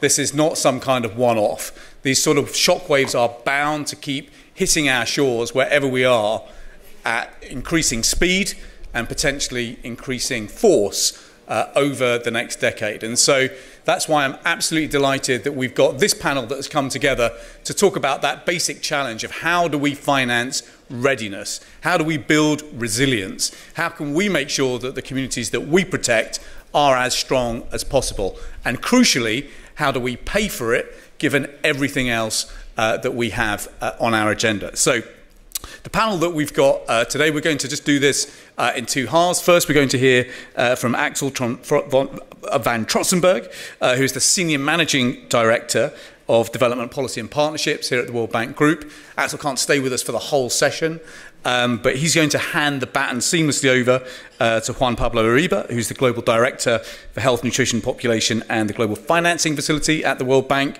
And then we have got three superb members of the network with tremendous experience in this field. We've got Akua Sena Dansua, who is the chair of the Unite Parliamentary Network for Western Africa and Central Africa. We have Valérie Rabault from France, who's Vice President of the National Assembly. And then we have the Vice Chair of the Parliamentary Network, Ricardo Baptista Leite, who is, of course, the founder and President of the Unite Parliamentary Network. So brilliant perspectives that I hope will provoke a few questions and thoughts in your mind, which I'll ask you to share once we have heard from Axel, from Juan and from our MPs. But with that introduction, Axel, let me hand the floor to you. Thanks so much for joining us. Yeah. Well, thank you, Liam. And A very warm welcome to all of you to the World Bank. This is the first time in 4 years that we are organizing this meeting in person. And I learned just that you have gone through an experience this morning to get into the World Bank building. And it seems to be quite unique. I don't want to ask you to fill out, you know, the listing or your frustration index, but I hear that it could have been high. So let me just, I'm not responsible for that, but I would like to apologize for this because we need you. And I just want to make that point. We need actually parliamentarians more than ever. And the reason is that the problems are mounting. If you are looking how the SDGs are off track, you see climate change is off track. We see increasing fragility and multiple crises around the world. And we need more engagement in developing countries rather than less engagement. And the problem is that we are confronted by a world that is sometimes appearing to be disengaging from developing countries. And this is of mega concern to the World Bank, because what we need is actually more, and more will need to become not only that we are in an advocacy role that we want to engage, but we need your support as parliamentarians to make it clear that investment in developing countries are good investment, are necessary investment, and are vital investments. And I think the last couple of years has shown how important it is. The World Bank has reacted, unfortunately, to the crisis of COVID, but also multiple crises, to step up. And what that meant was that we have, over the last 3 years, committed about $210 billion. If you compare that to the 3 years prior to the crisis, it was about 130 billion. So it's an $80 billion lift. But it was a necessary lift. And particularly in the area of health, we actually tripled our engagement from an average of 3 billion to 9 billion. And you will say, well, that is wonderful. I don't need to have the congratulations. What I would like to make the point is that these investments are necessary from the bank, but we need far more investments. And that's the harsh reality, that we will need to step up. And this is part of an ongoing discussion within the bank about the reform process, that the bank has been successful, that we can lift billions, we can lift mountains, but we need to continue to do that, whether that is climate change, whether it is the core SDGs, whether it is to stay focused on poverty. And so therefore, I think that debate with you will be important when you are talking about one of the great challenges, and it's the health area. And in the health area, it is not about Band-Aid, it is about systematic strengthening of health systems. And that is what is needed, where we need long-term investments and long-term engagement. It cannot be a short-term engagement. And for that, we need a coalition. We need the political coalition from you, but we need the coalitions with the health ministries, with the other sector ministries, and then with health organizations, be it the WHO, be it the regional organizations, whether it's in Latin America, PAO, or it is in Africa, Africa CDC. That's what we need. And what we have been learning, of course, with COVID is that we have to be much, much better prepared for it. And I think there have been now good initiatives about and the awareness that we need to do better is to have better preparedness and prevention. So the G20 came up with the initiative to have a pandemic fund that has been established at the World Bank, but it is not a World Bank fund, it is an international fund, and it has been created with the strong support of the G20, but also with our colleagues at the WHO and other organizations. the hope is that we get better prepared and we can partner with all sorts of countries to have better preparedness and prevention plans in place, not for a moment, but that they have a permanent meaning and permanent relevance of this. And for that, we need investments, but we also need, again, your support. Because as budgets are being presented in the future to your parliaments, it should include also preparedness and prevention plans that need to be financed. Because the pandemic fund, if you wish, is launch aid. It is at this stage $1.5 billion, a respectable amount, but for what is necessary over the years, this is only a fraction what is needed in terms of the investments. And therefore, your role as parliamentarian becomes that important that when you are reviewing the budget of your country in a particular year, and particularly of the health ministry, it should include a line item about preparedness and prevention.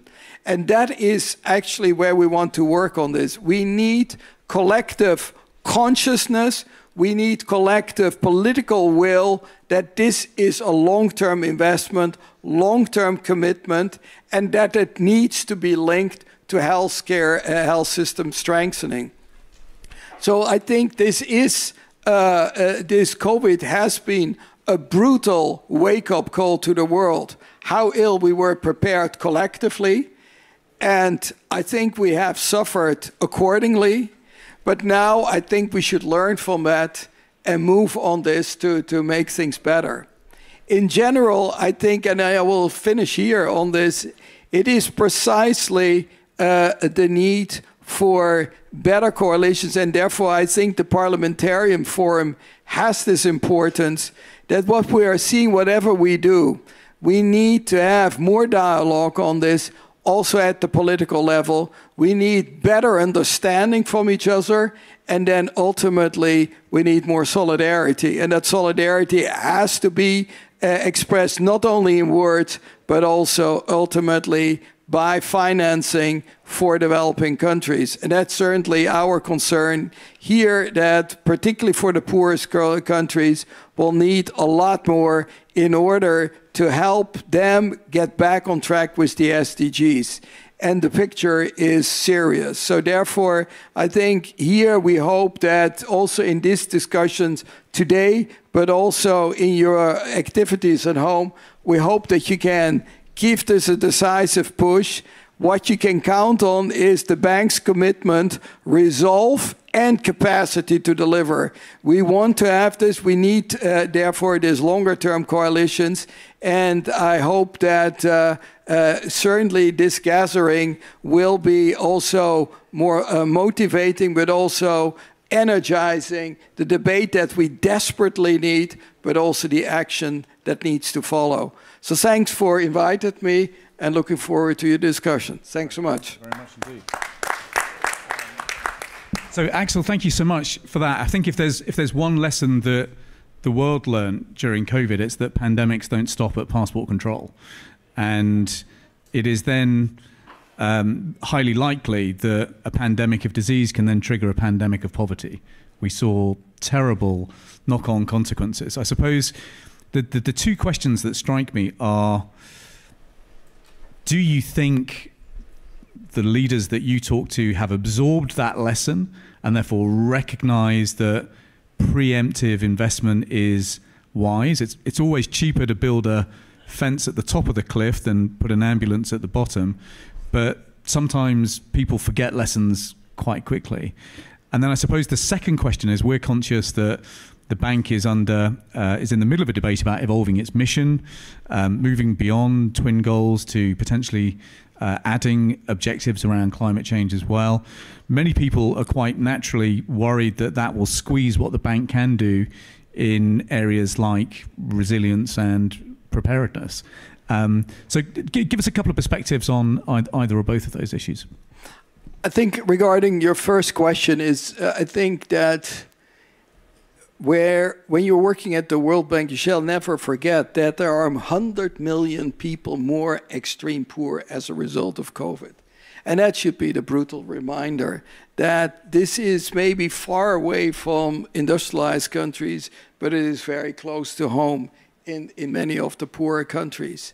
I think clearly that people want to move on. We have multiple crises, but it is precisely the need for political leadership to push back that basically there is a problem and it is not only at home, and problems can be even worse. And I find that sometimes, difficult, particularly in OECD countries, we are richer than ever, but sometimes more self-centered.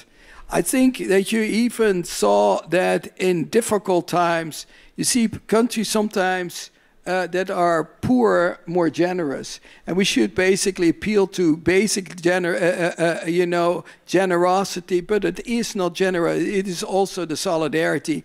And these problems like COVID and particularly climate change, they were not caused by the Global South.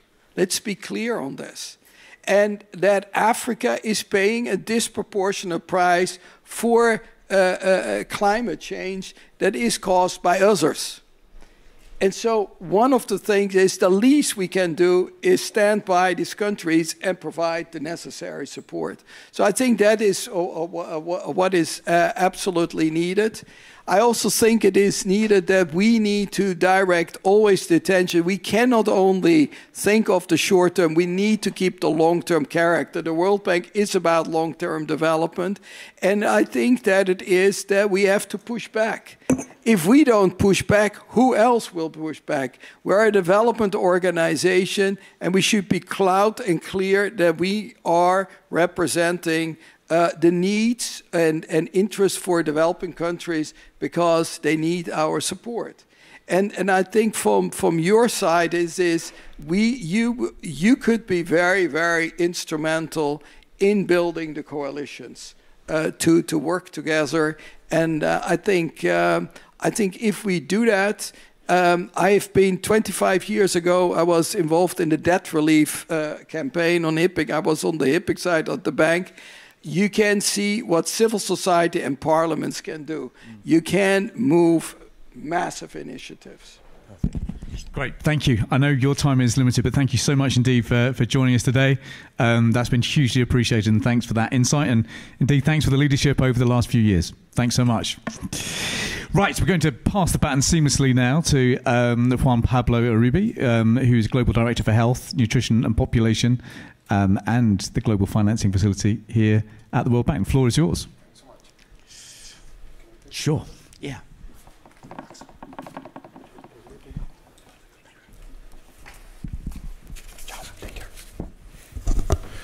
So Liam, thanks so much, and good afternoon to everybody. I'm the Global Director for Health and also the Director of the Global Financing Facility that works with low-income countries in the women's, adolescents, and children's agenda. And I want to, Liam, have a brief introduction so that Ricardo, Valerie, and Aqua and other panel members can also follow with your comments. And I'll try to take 4 or 5 minutes on this, and then we can go into that discussion. But as you heard from Axel, the crisis and pandemic preparedness agenda is core to the World Bank, and it's core in terms of pandemics to the work that we do in health, a long time before COVID struck, by the way. Moving ahead, by the way, there's a great recognition of the global public good element of pandemics and of crisis preparedness. So we all benefit when somebody does it right. We all lose when somebody doesn't do it. And this global public aspect, or regional public aspect, or multi-country public aspect is extremely important to what we're going to be discussing here. And it's also a very important part, as Axel said, in the evolution roadmap that the World Bank is engaged in. But before that, I just want to express how important it is for this Global Parliamentary Forum to dedicate 45 minutes, 1 hour and a half to the discussion on preparedness for future crises. And it's extremely important because it's you in the parliaments who play a crucial role in advancing this agenda in our countries. I've been there, I've seen you working and doing it, and it's there with you where the reforms are going to be discussed. It's there in the parliaments when policies and their equity lens are going to be developed. It's there where the allocation of resources takes place at the national and subnational levels many times, and it's also there in the parliaments where a lot of the progress and the results will need to be overseen and followed and monitored. So again, extremely happy. Lessons from the COVID-19 pandemic and preparedness, looking across all the regions in the globe and all the countries. I think we've learned many things, but I want here to share three aspects, Liam. The first one, it's you cannot stockpile health system strengthening. You need to develop it.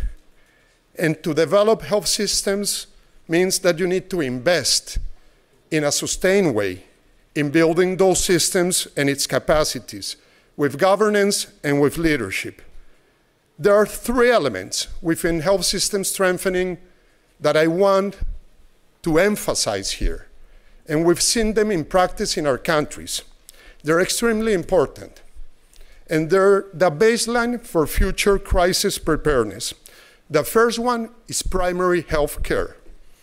Essential services are delivered there, especially for the most vulnerable. And a solid primary health care network is core to preparedness. Embedded with the primary health care, but not completely overlapped on its side, and many times in the middle of it, are essential public health functions, most of them community-based. And it's there, by the way, where pandemics are identified. It's there in those essential public health services with the community-based anchor where most of those risks can be contained. And the third element, in addition to PHC and to public health functions, is advancing via financing towards universal health coverage. Nothing different than financial protection for households or individuals when they reach out for the needed health services. Of course, within public health functions, and this, the Pandemic Fund is underscoring in its first call for proposals, we're looking into the health workforce. We're looking into the public lab capacity, and we're looking into disease surveillance. So these are the main elements that I want to highlight on the first element of pandemic preparedness, and it has to be, again, strengthening health systems. The World Bank has a portfolio of $35 billion in more than 220 projects in more than 120 countries, advancing precisely this long-term agenda of health system strengthening. The second element is cross-sectorial work. We all know here that determinants of health and the determinants of the risk to health are almost all of them, if not all, outside of health systems. If health systems need to be nurtured and strengthened to response, the preparedness and the prevention mostly happens outside of health systems. And here I'm talking about the intersection with zoonosis in the One Health approach. Here I'm talking of antimicrobial resistance, MAR. Here I'm talking about climate change and water and sanitation and deforestation and urbanization and migration. All of these elements, by the way, have a direct link with our risks to confront future crises, and all of them can be intervened if we do cross-sectorial work. Because of that, again, both the evolution roadmap inside of the bank as well as the IDA financing in the IDA 20 prefer a lot of these cross-sectorial works, bringing together agriculture and health just as an example. And third and last, to health system strengthening and to cross-sectorial work are the regional efforts that Axel also alluded to. Throughout the COVID-19 pandemic, we learned from regions, and in particular from Africa, the importance of regional mechanisms and of regional projects, like the REDICE, strengthening disease surveillance, or like the Africa CDC, strengthening harmonization of policies and regulations across multiple countries. Those regional mechanisms are much closer to the response to pandemics than other mechanisms and should be nurtured. Let me conclude. This is not a short-term agenda. There are no shortcuts that we are aware of for future crisis preparedness than doing the sustained, long-term, consistent health system strengthening, cross-sectorial work, and regional strengthening that we've highlighted here. And for that, countries will be able to succeed if they have your leadership, the leadership of the parliamentarians working in these consistent policy sets, again, with no shortcuts, with a long-term agenda, and it's doable. And the good thing, by the way, the same recipe to be better prepared tomorrow for future crises and pandemics is exactly the same recipe today to better serve our citizens, our countries, with the needed essential health services. Thank you. Brilliant. Thank you so much. Great. Excellent call to arms. Right, I'm going to hand straight over to Valerie now. Valerie, thank you so much for joining us. Valerie is the Vice President of the French Assemblée Nationale. Over to you.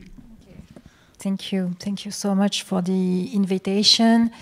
Dear colleagues and dear friends, maybe I will switch into French, if I may. Alors,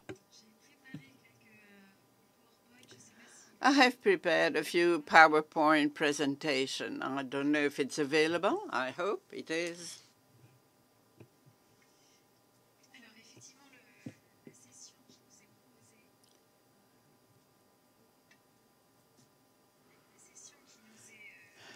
This session is crucial for us because we have to get prepared for the future crises. Many things were said regarding health, with an initiative which has been launched by the World Bank. And I'm going to talk about 5 points which are crucial to prepare for the future. Maybe next one, please. Yeah. These are graphs coming from the World Bank and the IMF, which were very well prepared. And we can see that the level of debt is unprecedented, even though it went slightly down in 21 and 22. But we need, with increase of interest rate, we need to foresee which countries are going to have debt problems. We can anticipate because we know at what time the debt come to maturity. We know the interest rates. So it's a risk that the various parliaments should be capable of controlling it. This is another diagram from the IMF, is the countries which are at risk. It's very well documented, so we can get prepared. Second risk, food price inflation. It's shocking to me to see countries where inflation, or food price inflation, is above 30%, and the risk is increasing. It's negative for democracy. It's a risk for a huge share of population. But it's also a risk that we can anticipate. Our parliament should work to get prepared. When you see this map where food price inflation is above 30%, where you see those countries, you can prevent it, you can anticipate. Now, what is our world capacity to go and creating value? There are alerts which were announced by the IMF and the World Bank, the potential growth. When you get to it, there is no risk of inflation. We all know it, but we see that this potential growth is going down in practically all the economies. So our means to create value are decreasing. This is another alert which can be anticipated because it was announced. Fourthly, and I'll focus on Europe, you see that the blue band is decreasing. We are now in a phase of economy where work is creating less value. It's important, in particular, in Europe. And fifth item, there is a fragmentation of global governance. And I'd like to thank Liam to organize this roundtable, because this fragmentation, of course, when we're here all together, or at the World Bank and the IMF, everybody is around the table, but the budget decisions are voted by us. They're voted separately in Denmark, in France, in Portugal, in Spain. And I'd like to welcome the French senator. From the point of view of France, those risks, those international risks, are hardly ever talked about, hardly ever taken into account in the national budget, because we depend on the national conditions and we meet the national needs, basically. This suggestion was presented to Liam to try and solve or talk about this fragmentation in order to be better able to meet the problem. Now, I have mentioned 5 problems, and now we're going to see 4 responses, and maybe later on we'll find other responses.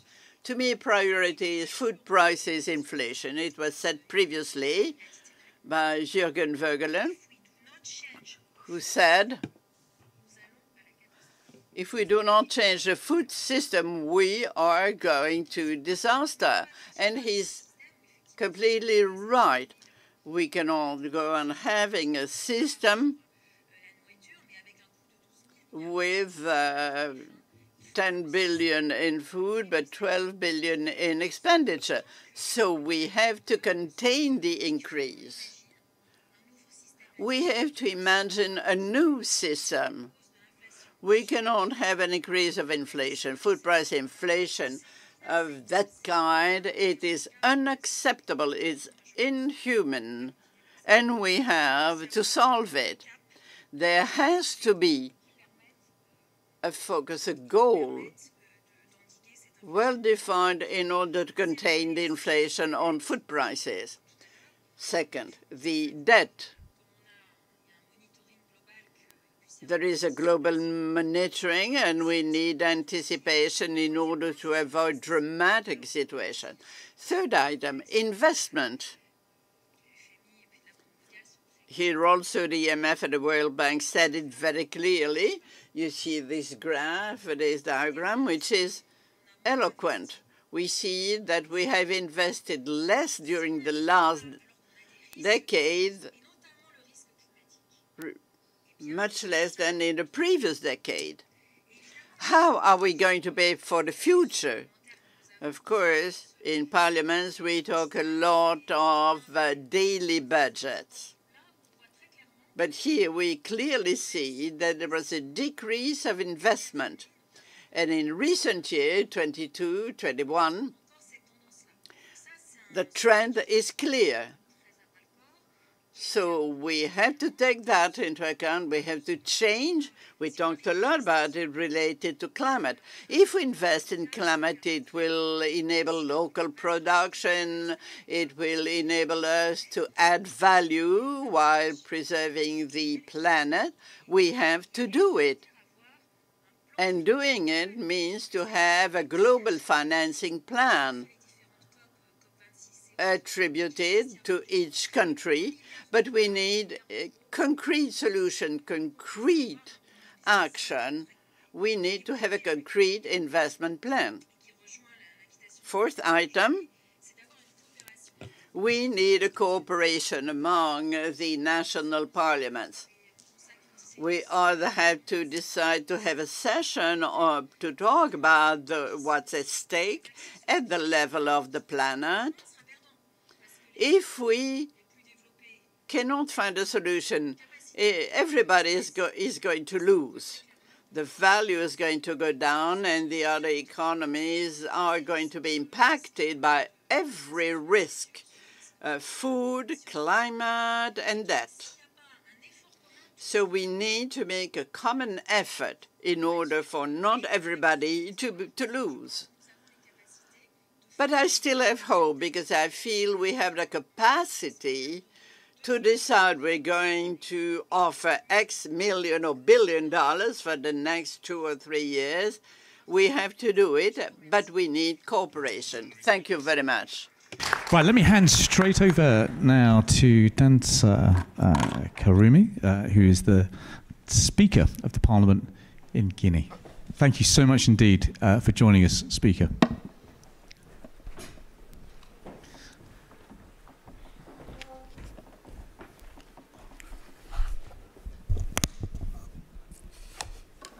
Merci, Monsieur le Président.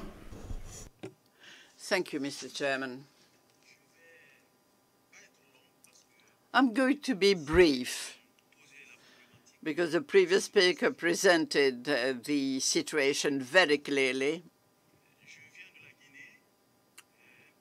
I'm from Guinea, a country in transition, but we have our own specificity.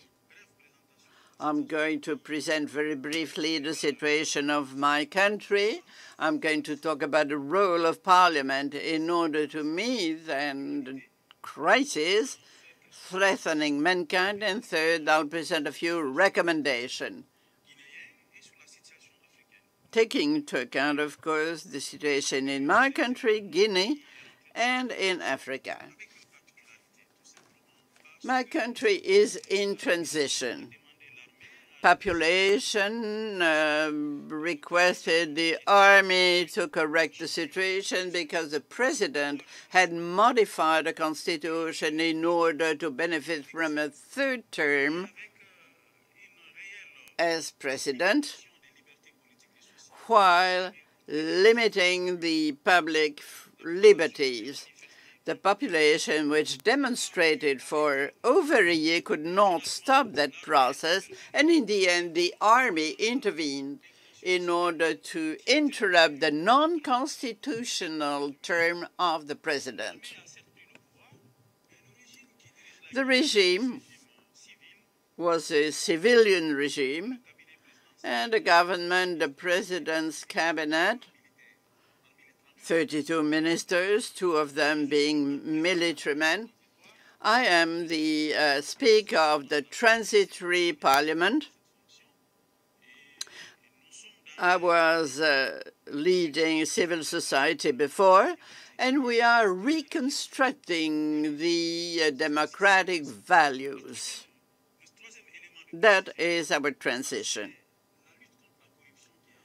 We also fight corruption. $1 billion cannot be tracked down.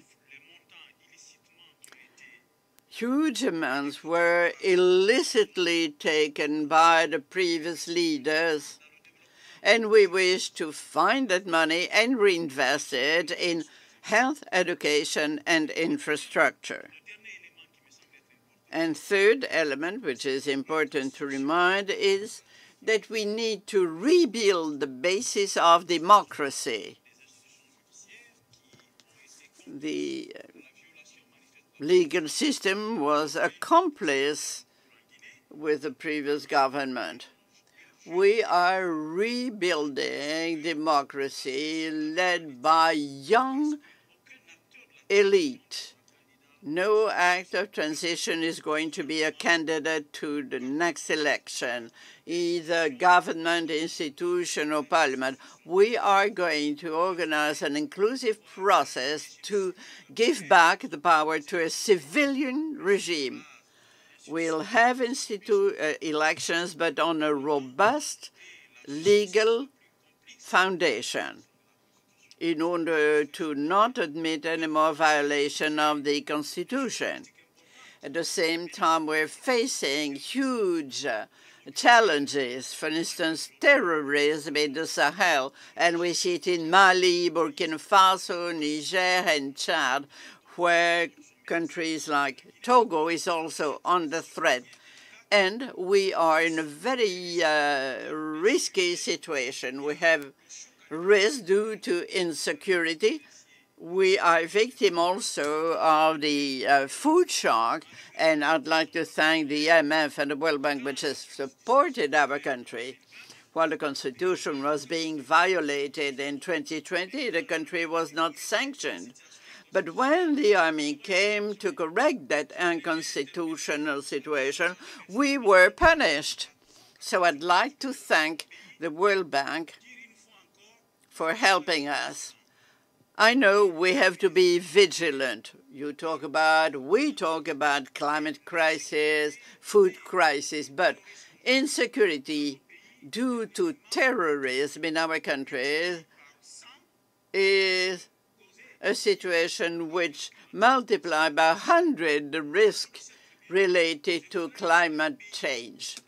So I'd like that all countries and parliaments have a look at the situation in my country in order to avoid to make mistakes regarding the opinion you have. We need to face the risk which is threatening the continent. Guinea has a strategic position. You talk about the Gulf of Guinea due to our specific situation, location. Most of the large rivers in the sub-region have their source in Guinea, so we'd like to have more investment in energy sector. Guinea can become a good platform in order to help to solve the energy crisis in the Gulf of Guinea. Guinea is a mining country. We have signed the framework agreement regarding the operation of the biggest iron ore mine in the continent. But we have an obligation to demand solidarity from all the financial partners so that the corridor which is going to be established in order to start the operation of that huge mining complex be supported by the technical and financial institutions. The World Bank should not wait to come and help us because we are dealing also with China and other countries. So I'd like to request a support to our country in order to benefit from this huge mining operation. And finally, how can we solve the food shock?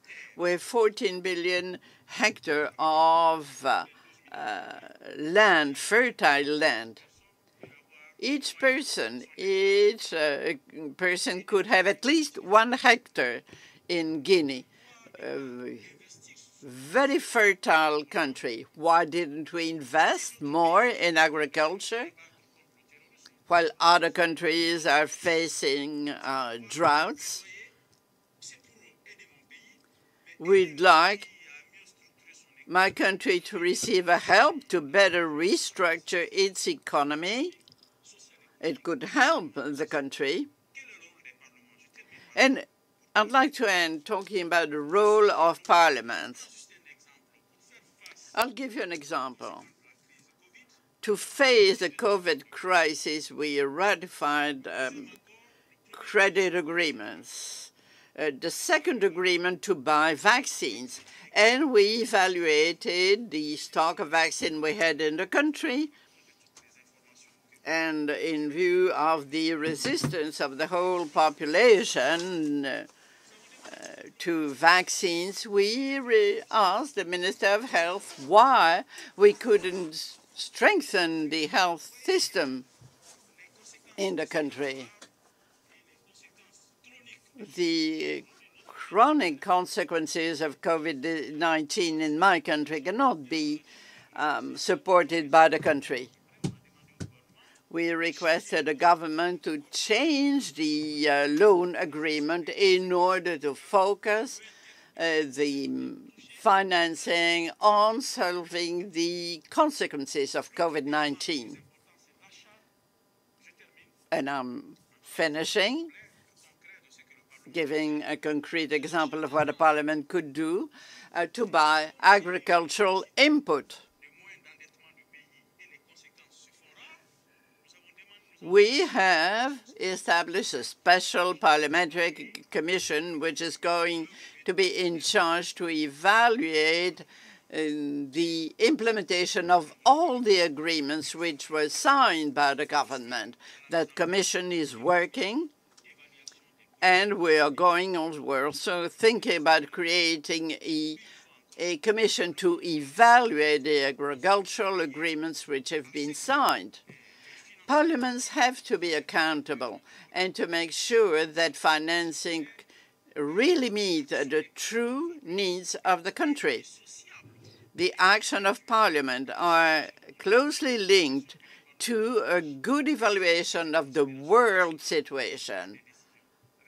We need to see what is going on at the level of the whole world and see which are the true threats at the world level in order to avoid making investment which won't have a positive impact for the population. And finally, our country is also suffering the impact of the energy crisis.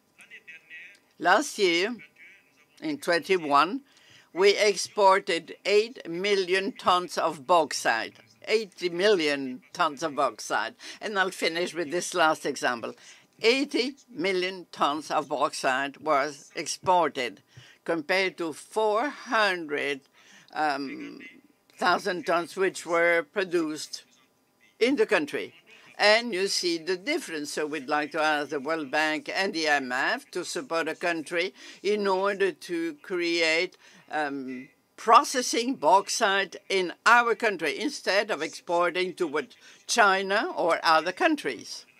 As a Speaker of the Guinean Parliament, I'd like the World Bank to help us to have a robust plan for the development of energy in our country in order to help Africa to face the risks taking to the conflicts everywhere in the world, the drought and terrorism in the region. Thank you very much. So much. Brilliant. Right, Ricardo and Akua, if you could maybe just give us a few minutes each, and that would then just allow us to have some time to share with colleagues and to hear their contributions as well. But Ricardo, let me come to you first for your thoughts and remarks. And I think one of the things that you must share with everybody as well is just a little bit about the Unite network as well, because that may well be something that members here might be interested in joining, and it's certainly something that the Parliamentary Network is very proud to be a partner of.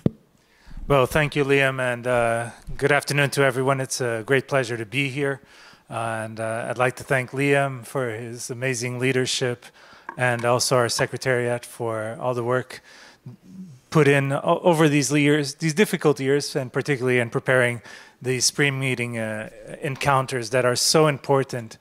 And as I was saying, they put us in queues, but it's part of the networking experience outside. I have to say that, as Liam was mentioning, I am also the founder and president of the Unite Parliamentarians Network for Global Health. Many of you, including my dear friend Akua, are members. We are a network of current and former members of parliaments, congresses, and senates focusing on global health in partnership with the World Health Organization, currently present in 97 countries. And together with the Parliamentary Network on the World Bank and IMF, we have created the International Forum for Global Health, which is a federation of 12 parliamentary networks, hopefully more will join, precisely creating a common narrative on the need for us to do more when it comes to health, to invest more in health, as Juan Pablo was saying, sustainably, over time. Because what we need to address very seriously, and I believe that every speech in this panel has, in one way or another, mentioned this, is that poverty is the main causer of disease. This has been proven time and time again, and poverty is currently on the rise. We represent the people of our country. If this is the current situation around the world, this is our responsibility. And COVID-19, the pandemic, has really shown us that the world was not prepared for a cross-border health emergency. And I want to tell you something that you've probably heard before, but we need to repeat this as many times as we can. The next pandemic will come. It's not a question of if, it's a question of when. And it might not actually be from natural causes. It might be caused by artificial causes. It might be caused by a biological terrorist attack. We have no idea. But we better be prepared. Because there are no more excuses that we can use to our people, to the people that have elected us and to whom we represent. It is on our watch to make sure that we are better prepared. What we saw was the components that allowed us to overcome the current pandemic were due to advances in technology and the pharmaceutical industry with the advancements of diagnostic testing and of vaccines. But when we look at public health measures, when we look at the way health systems were prepared, when we look at the way our cross-border regulations were in place, to be honest, it wasn't that different from 1918 with the Spanish flu. We were trying to learn to fly after we jumped the cliff. And now we need to understand that we have a unique opportunity in our hands to learn from this lesson in real time and to make a difference. Let me see a show of hands. And be honest, how many of you are working actively with your governments in the negotiations of the pandemic accord that started 2 years ago at the World Health Assembly by the World Health Organization in Geneva? Nobody. And this is something that is currently being negotiated. This is something that is going to be voted at the World Health Assembly in May 2024. And each of us will be called by our governments to ratify, potentially based on your constitution, but to potentially have to ratify this accord or treaty or whatever comes out of the negotiations in our own countries. This may imply you having to pass new laws. This may imply having to change your constitution. This may imply having you to put more money in international organizations. And I'm telling you, we have to do all of it. And I'm really getting fed up of all of these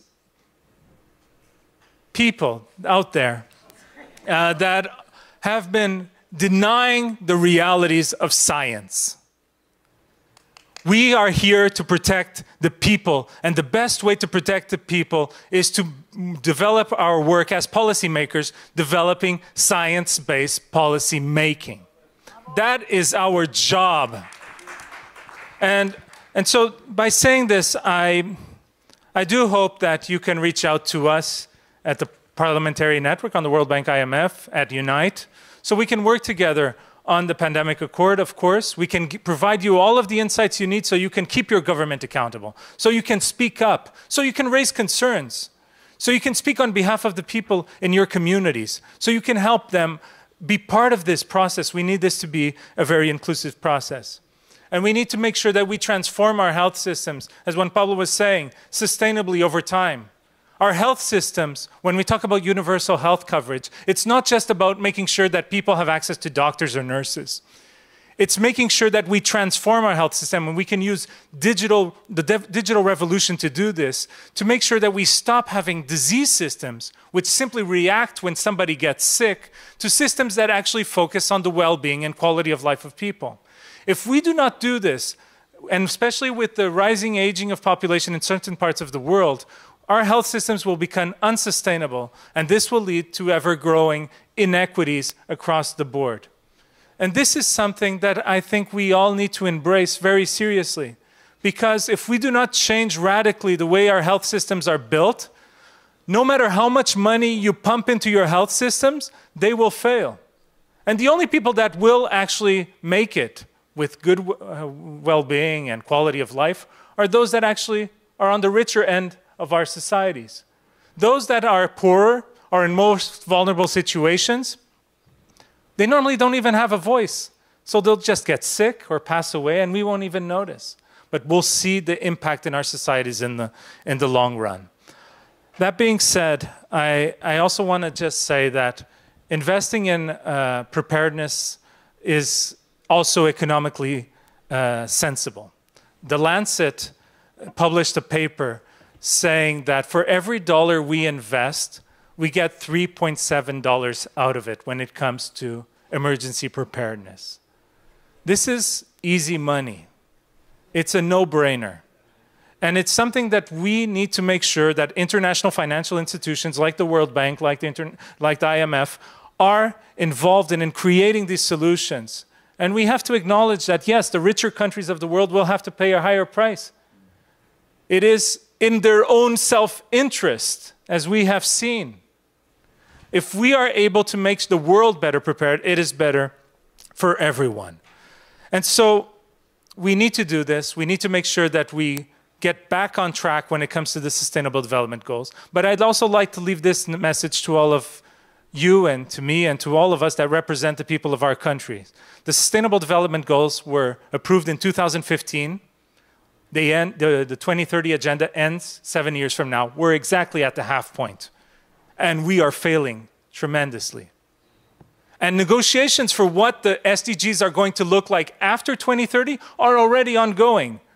And I'm not going to ask you to put your hands up if you're involved in those negotiations, because I know you're not. Because some people, I don't know where, are doing it in a room. But those negotiations are already are happening on our clock. We need to step up and say what we want to change today and what kind of world we want to leave for tomorrow. And that's why I believe that the International Forum for Global Health that we have co-created is such a powerful tool. And I'll end just with a single note. Since Kristalina Georgieva mentioned Easter and the rising of Christ, I have to talk about the devil, if you don't mind. And the devil is called corruption. We need to deal with corruption seriously. As members of parliament, we have to have zero tolerance in our country, in any negotiation we are involved in. And if we do this, and there are mechanisms in the global health space that can teach us how to deal with this. The Global Fund has created financing mechanisms that have been extremely powerful in keeping governments accountable, in attracting private funding, where public funding is given only if private funding is put in at the same time, and making sure that transparency is clear throughout the whole process so that nobody's taking money away from the people that we want to serve. If we do this, if we work together, if we are committed, we will be fulfilling our mandates as representatives of the people, and we will be preparing a better future for tomorrow. Thank you. Brilliant. Thank you so much. So let us know if you'd like more about the Unite Network. Now, finally, Akua, over to you. Good evening, and thank you for the opportunity to also add my voice to the subject matter. It's always difficult to be the last speaker at these panels, so bear with me. I may not repeat most of the points made by earlier speakers. I will just go straight to tell you what my personal thoughts are. I'm very happy that MPs have been identified as one of the major stakeholders in ensuring that we make the necessary and desired change in the world in the future. Now, having said that, one will ask what the roles of the MP or the MPs are in doing this. We know it already: lawmaking, policy making, pushing for budgets in our parliaments, empowering our people, fighting corruption, making sure that our political leaders and other stakeholders are accountable to the people and all of that. But it needs a lot of empowerment for ourselves to be able to do this. And this is why, for instance, my boss, Ricardo, has spoken to you about our network, Unite. Unite is one of the major partners of the Global Parliamentary Forum, and we have several others like the IPU, the AU, and other parliamentary networks that we can enroll in and give our support to make the world a better place for all of us. We know, and we have heard this morning, how multilateral institutions like the World Bank and IMF have played a critical role in responding to global crises. They have provided funding, they have provided technical support, and they are doing everything possible to ensure that we deliver efficient and healthy health services to the vulnerable people. Unfortunately, I don't think that we have what it takes to actually push our leaders and make them accountable. So at this point, I would like to call on the Global Parliamentary Forum, the World Bank, IMF, Unite, and other such partners to continue to empower MPs through training. A lot of programs have been introduced by the World Bank, for instance. We heard about some of them this morning. But I won't be surprised if MPs are hearing of these for the first time here. So we will need more and better education, more empowerment, more training to be able to carry through our mandate. The point has also been made that we require greater collaboration with governments, funding institutions, and all to ensure transparency and accountability in funds allocated to our countries. And I'm happy that the MD of the IMF has actually encouraged all MPs here to feel free to report to them instances of misapplication or mismanagement of resources so that they can take it up and ensure that funds advanced to our countries are put to very good use. Ricardo has also spoken about corruption. In fact, it is one of the major points I made in my notes. And I want to say that any political leader or private sector institution or individual who steals a country's money is as guilty as a war crime, what do you call it? Criminal. Yeah, a criminal, let me put it bluntly. Is as guilty as a criminal. And it equates to crimes against humanity. If you are stealing the country's resources that should go to strengthen health systems so that women don't die in childbirth, so that health sector workers are better paid, so that we can equip our hospitals and make people healthy, then you are a criminal.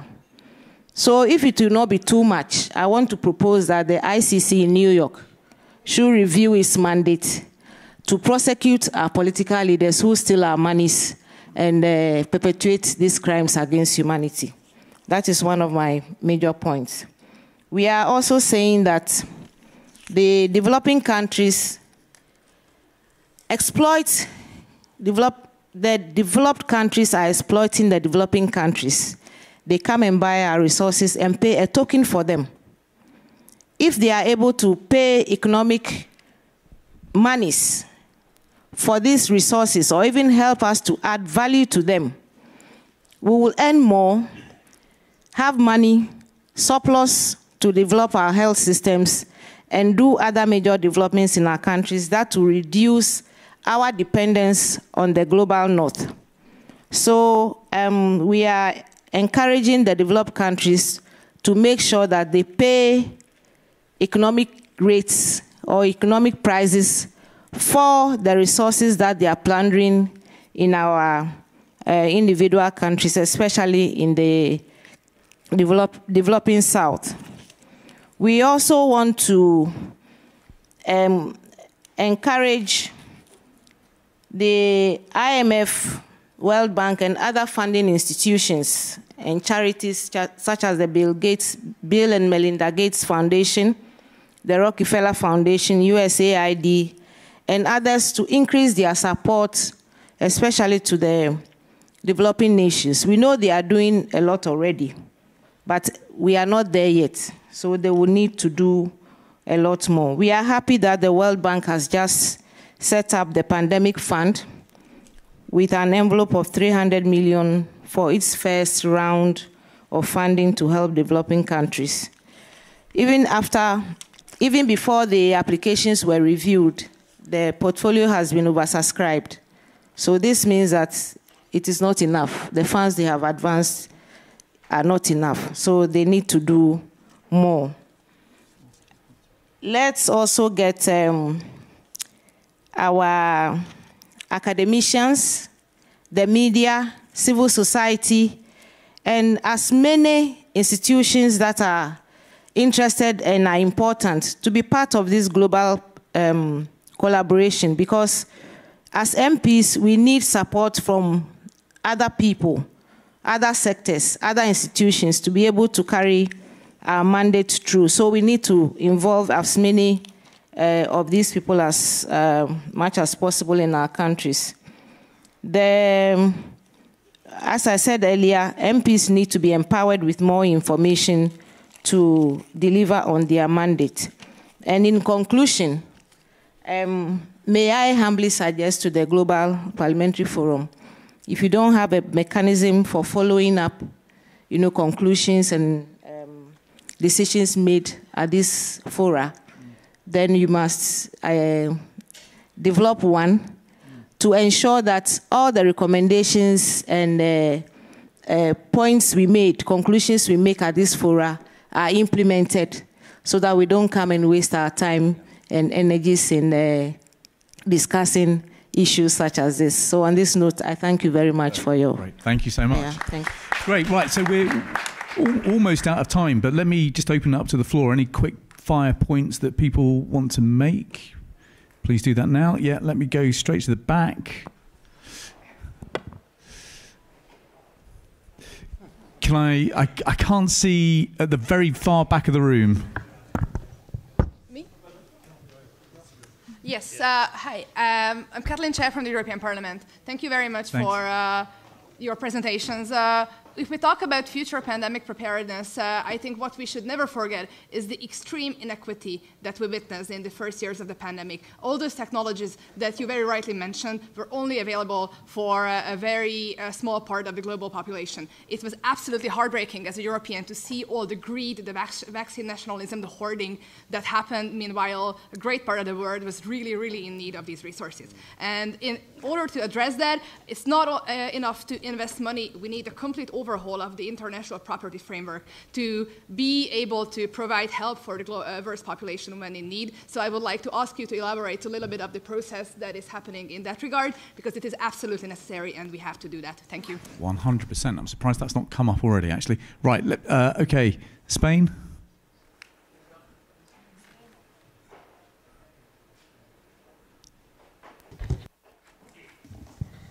Sí, se me escucha. Sí.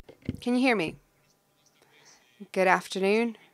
It's been very interesting to listen to all of you, but especially what was mentioned by Don Juan Pablo Uribe when he talked about the importance of preparing and strengthening health systems. The World Bank is, as we are well aware, has very interesting projects. Recently, the government of Spain has supported a program with a guarantee of more than 20 million in a project that will strengthen the health system in Ukraine, their hospitals to treat their population. And we understand that government should give a more reassured support to the World Bank and their project through governments, through the private sector as well. Poor countries have greater needs after the pandemic to strengthen their health system. There's a high mortality rate of children, and there's a greater need. And in this sense, Mr. Uribe, we would need a greater economic support especially those developed countries, need more support in this aspect. And right at the back, yes, right at the back, that's it.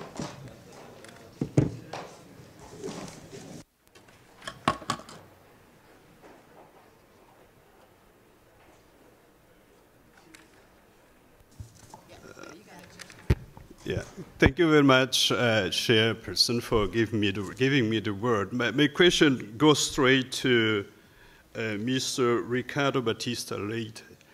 I mean, the point he has raised about the need for the state and us as MP to have an upfront position with regards to the fight against corruption, applying directly the zero tolerance against corruption. I think it's very close to heart.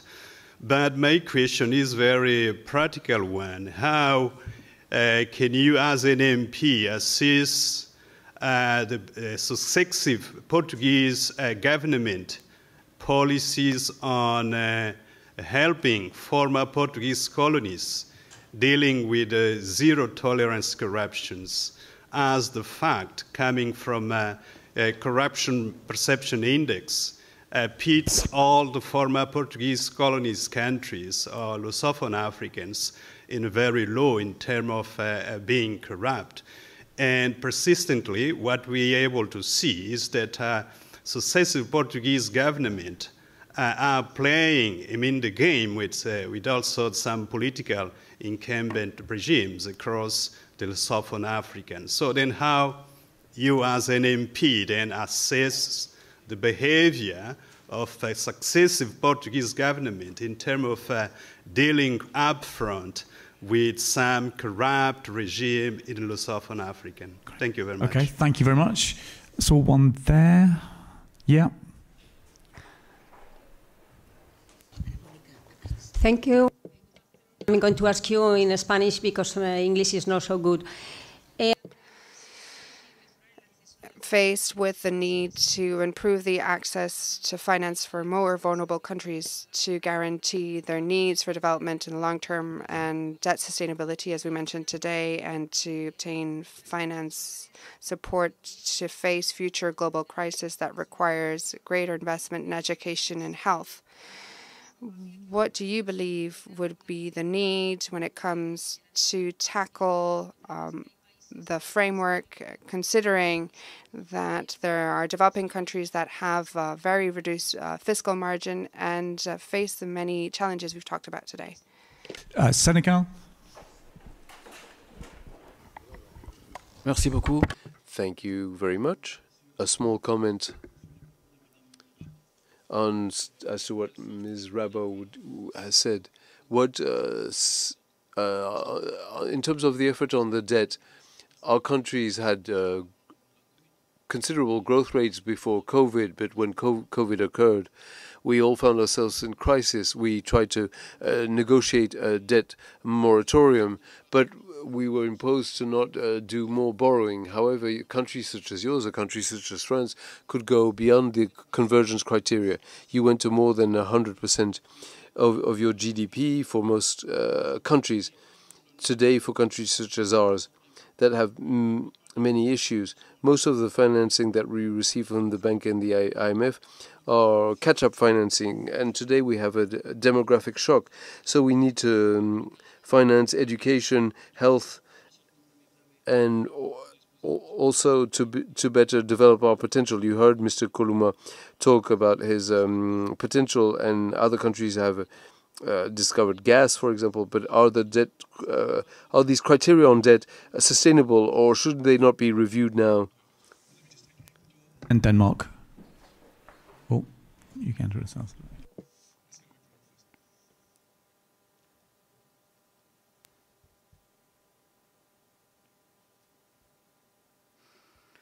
Unfortunately, there is no audio. Hello. Now you can hear me. All day today we've heard how the World Bank and the IMF has supported our countries. My country that produces the best chocolate, the best bananas. and a country that has tourism that you've probably visited. It's a poor country, a country that has been ridden by violence and crime in recent years, that has been affected by flooding, in which corruption has created great pain, damage, death, and poverty. I would like to ask the IMF why the last letter of intent that was signed by my country with the IMF had the imposition of different requests, such as that public institutions try to lead to the greatest number of civil servants to unemployment, that gas and fuel prices be incremented gradually in order maybe to cover the expensive aspirations of the IMF. I've heard that we're not here to brag or to share compliments, but to seek ways in which we can rectify and improve the support we have granted to our countries, the poorest countries. If somebody could answer that question, thank you. And then let me go to Denmark, and then I'm going to give our panelists a minute each to pick up what they will. Denmark. Well, thank you so much, and thank you so much to the panel for excellent presentations. We are discussing in many levels at the same time, and I have just a few questions here. Because we are all agreeing what we shall do. We have to invest, for example, massively in healthcare. We have to invest in our climate to prevent climate disaster. We have to invest in fighting poverty. We have to invest in education. That will be the next session. But how do we get there? I think that's the main question. And Kristalina alluded to this morning, for example, that there is there's plenty of capital out there if you also include private capital. So how do we ensure, how do the World Bank and others ensure that the capital actually are invested in the right places? Did the Bretton Woods system fail here, or what happened? Yeah. Secondly, just briefly, because we talk about corruption, I agree, we should have non-tolerance over corruption. But we do not talk enough about illicit financial flows, tax evasion, profit shifting, which is a very important income. If you're going to invest in health in the global south, you need revenues. So how do developed countries ensure that we will implement standards that will allow countries to have decent revenues so they can actually invest in what we see is needed, for example, healthcare system? That is my question. Also to the World Bank. Great. We're 10 minutes over, so I'm going to come to Juan first. Please just pick up any of that, Juan Pablo, what you will. And then if any one of our panelists wants to come in on anything that they've heard, super briefly, remember, you've got a whole reception at 5:30 to answer the questions, so you don't need to give us it all now. But Juan Pablo, please, anything you want to pick up there? I'm not invited to the reception, so I can take long.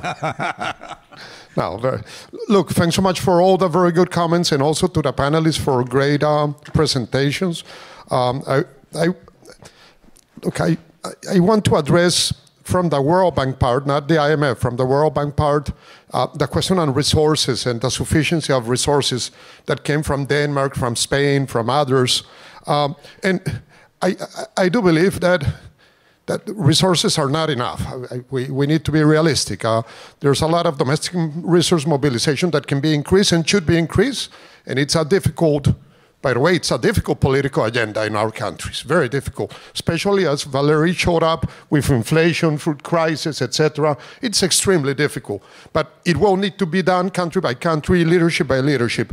But very quickly, we raised $1.6 billion in the pandemic fund, and we cannot turn the back on it. We still know that we need much more resources there for the global public good agenda, for that concessionality that countries really need. And we all will need to do more effort there. We've been following countries, and Liam, almost 50 countries are going to be working during the next 5 years with much less per capita public spending on health that what they had in 2019. So we are increasing the agenda, reducing the resources. That's not realistic. We will need to prioritize. We will need to do much more there. But my last comment, and again, I know everybody wants to react quickly here. We need to mobilize as much resources as we can. We need to prioritize in that mobilization. This is sustained. It's not for the short term. I'm very sorry. There's no shortcuts here. It's going to take long, but we need to do it.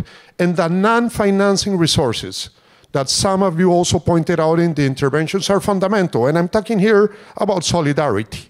I'm talking here about collaboration. I'm talking about partnership. I'm talking about leadership and institutional capacity. These are musts. We need to work on those as well, and we need to be accountable, Liam, as well, for those elements, again, of leadership, collaboration, partnership, which are going to be paramount. Without those, we wouldn't make it. Yeah, perfect. Ricardo Akua, anything you wanted to pick up there? Yeah, very quickly, right? There was so much that was said. You could do longer later. Yeah, I'll do longer later. But there's so much. Well, I'll be quick. Denmark, I think, brought a very important topic. I think we're talking about tax evasion in the Global South, looking at what India has done with a 1.3 billion population, investing in digital public infrastructure, in simplifying its tax system, and ensuring that everyone has access to a bank account. And having done that in the last 20 years, has transformed radically the country. Now, most people are paying digitally and therefore are paying taxes. So I believe digital is the way forward for these countries to actually leapfrog from many of the mistakes the richer countries have made. You also mentioned on investing in health and other issues. You were saying, but how? I think that's the question. It's not just pumping money in, it's actually reforming. We're seeing a lot of countries putting millions into digital transformation of health systems, but they're basically translating what we're doing in the analogical world into digital. No, we need to change procedures. We need to change our health system so that it focuses on prevention. At the back, Catalin was mentioning from the honorable colleague from the European Parliament, the important issue of how globalism has changed, and how we saw the hoarding of vaccines and other health essential equipments. And this is a very important topic that is currently being discussed in the pandemic accord. We don't have time to get into details. I'm happy to share information through Unite on this. But it is important for us to acknowledge that the idea that the world will be divided into a whole bunch of one-stop shops where we send things to be done in China and they will serve the world, that world is over. We will move towards a world of regional globalism, of regional interdependence, but each region will want to be self-sufficient, which will lead to a rise of costs, but it may lead to a greater amount of resilience. And finally, I was addressed because of Portugal and corruption and its connection to African countries. I don't want to miss out on responding to the colleague. I didn't understand which country you were from. 3 generations before me were all born in Angola. My parents were kicked out of the countries as refugees, and they didn't go to Portugal because they didn't know Portugal. So they ended up in Canada, where I was born. And I can tell you, all of the leaders that were corrupt in all of the former colonies, they are criminals. And that is what Akua said. And zero tolerance is exactly that. If some governments in my country in the past have turned a blind eye to corruption, shame on them. As it is the same when we see corruption at local government in my country, which is probably the main source of corruption in Portugal.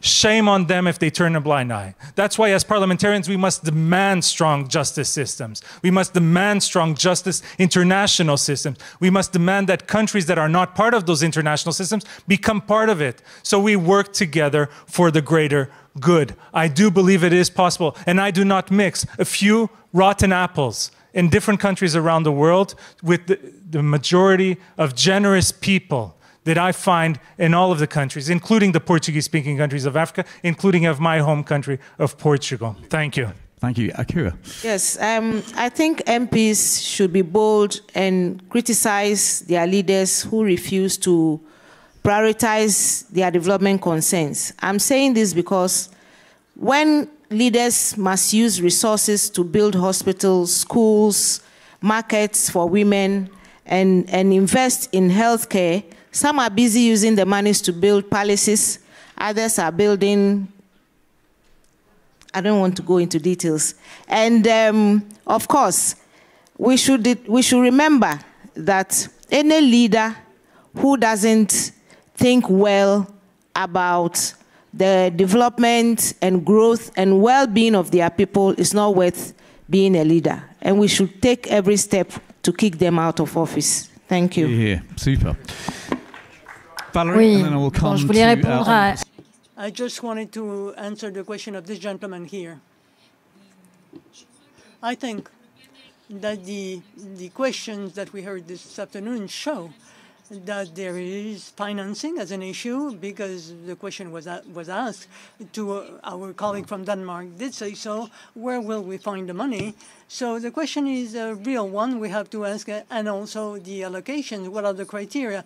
I think that we got, after the crisis, the COVID crisis, and we succeeded, and that's what you said for health, we succeeded in thinking of new objectives. We are in agreement with this. The needs are enormous. We did see that.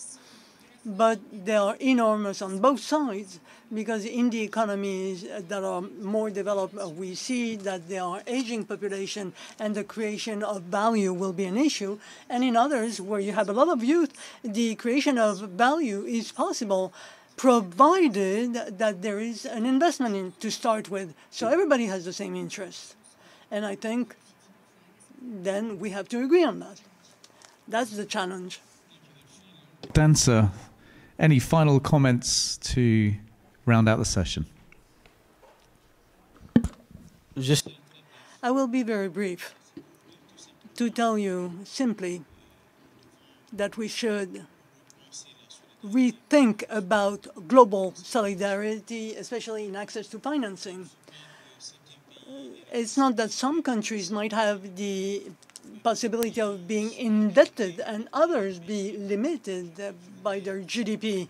So I simply wanted to go back to what was told by my colleague from Senegal. It's a reality. Even countries that have possibilities in economy, they are limited in order to access to funding, especially in indebtedness.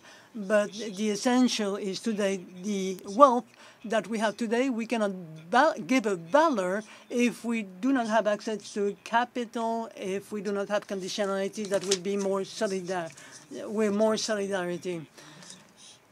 At this stage, that's a good thing. That gives us a lot to talk about over the balance of our conference. I'm going to suggest now that we bounce straight into our final session of the day, because that gives us the maximum possible chance of finishing fairly close on time. So we're going to go over now to our session on human capital that is chaired by our fantastic Parliamentary Network member, Honourable Steve. But please, before Steve joins us to chair the next session, join me in saying a huge thank you to our brilliant panellists for what was a superb discussion. Thank you so much, everyone.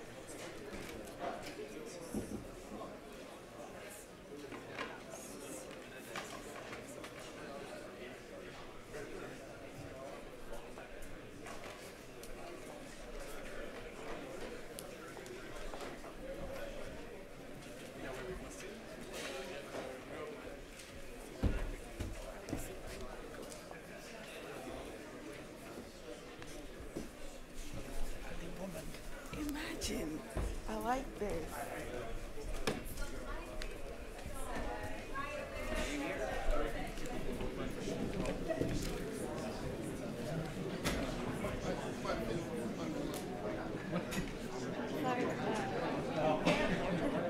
You were right.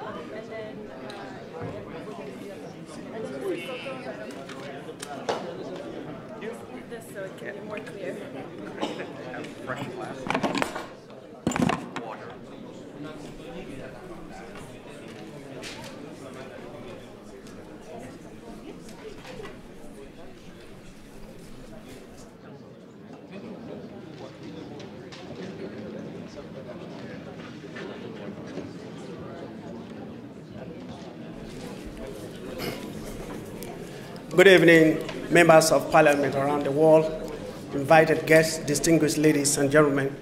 We've spent a lot of time here, so we agreed in the green room that we will move as fast as possible. I am Professor Steve Azaiki, Member of Parliament from Nigeria. We are holding this session. The theme is on bridging human capital gap for the next generation. Education, jobs and skills crisis. World leaders promise to deliver quality education for all in 2030. And we know that investment in education and training is mission critical if the global South is to reap the potential of the demographic dividend. Most poorer countries have growing working age population, with people under age 25 projected to make up 90% of the prime age working in 2050. However, 40% of low and lower middle income nations were forced to slash spending on education needed to unlock that potential in young people. As many as 78 million are now out of school altogether, and 73 million young people are out of work, 6 million more than before the pandemic. In fact, learning interruption owing to school closures risks today's generation of students losing the equivalent of 14% of today's global GDP in lifetime earnings if left unaddressed. Globally, this generation of students risks losing $21 trillion in potential lifetime earnings, which could mean lower productivity, greater inequality, and risks of social unrest for decades to come. So how do leaders make the trade-off needed to invest in the next generation on whom we will soon rely? I think we must understand that as parliamentarians, we hold this planet in trust for the next generation. And it is our role as parliamentarians to urge our countries to push for laws and regulations that can make sure that education is urgent and important, to make sure that these young ones get the needed skills to move the future forward. Luckily, we have speakers here who will do justice to some of these issues that are agitating our mind. Let me introduce our speaker, Norbert Shadi, Chief Economist, Human Development, World Bank.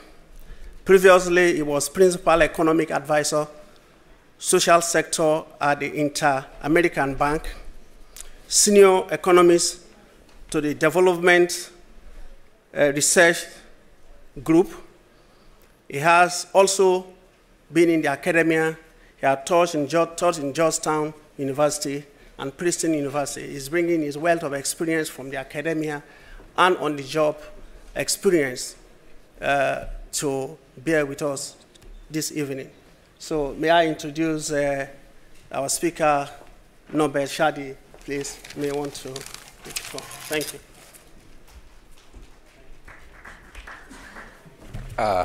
Thank you. You must all be tired after I'm not sure how many sessions, so I'll try to be brief and I'll try to be I don't know if entertaining, but I'll try to give you a few facts that hopefully you'll remember.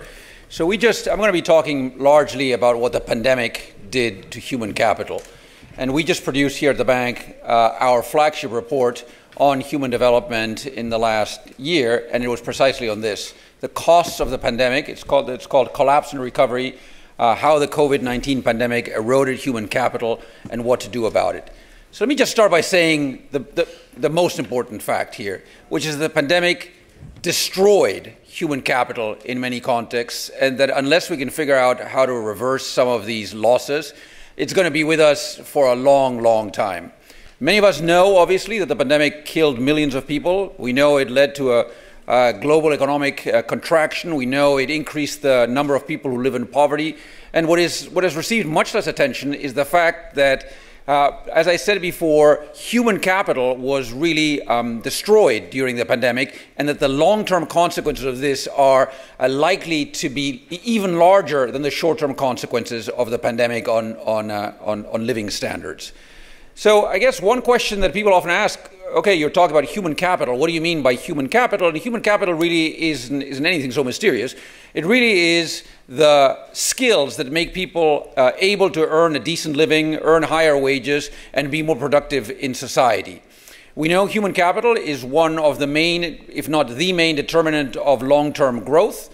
And we know that if you look at incomes across people, human capital, their years of schooling, but not only their years of schooling, is the most important determinant of their wages and their ability to escape poverty in the future. We also know that human capital is built in a cumulative fashion. So you can't just take one little slice and say, okay, let's figure out what to do about this.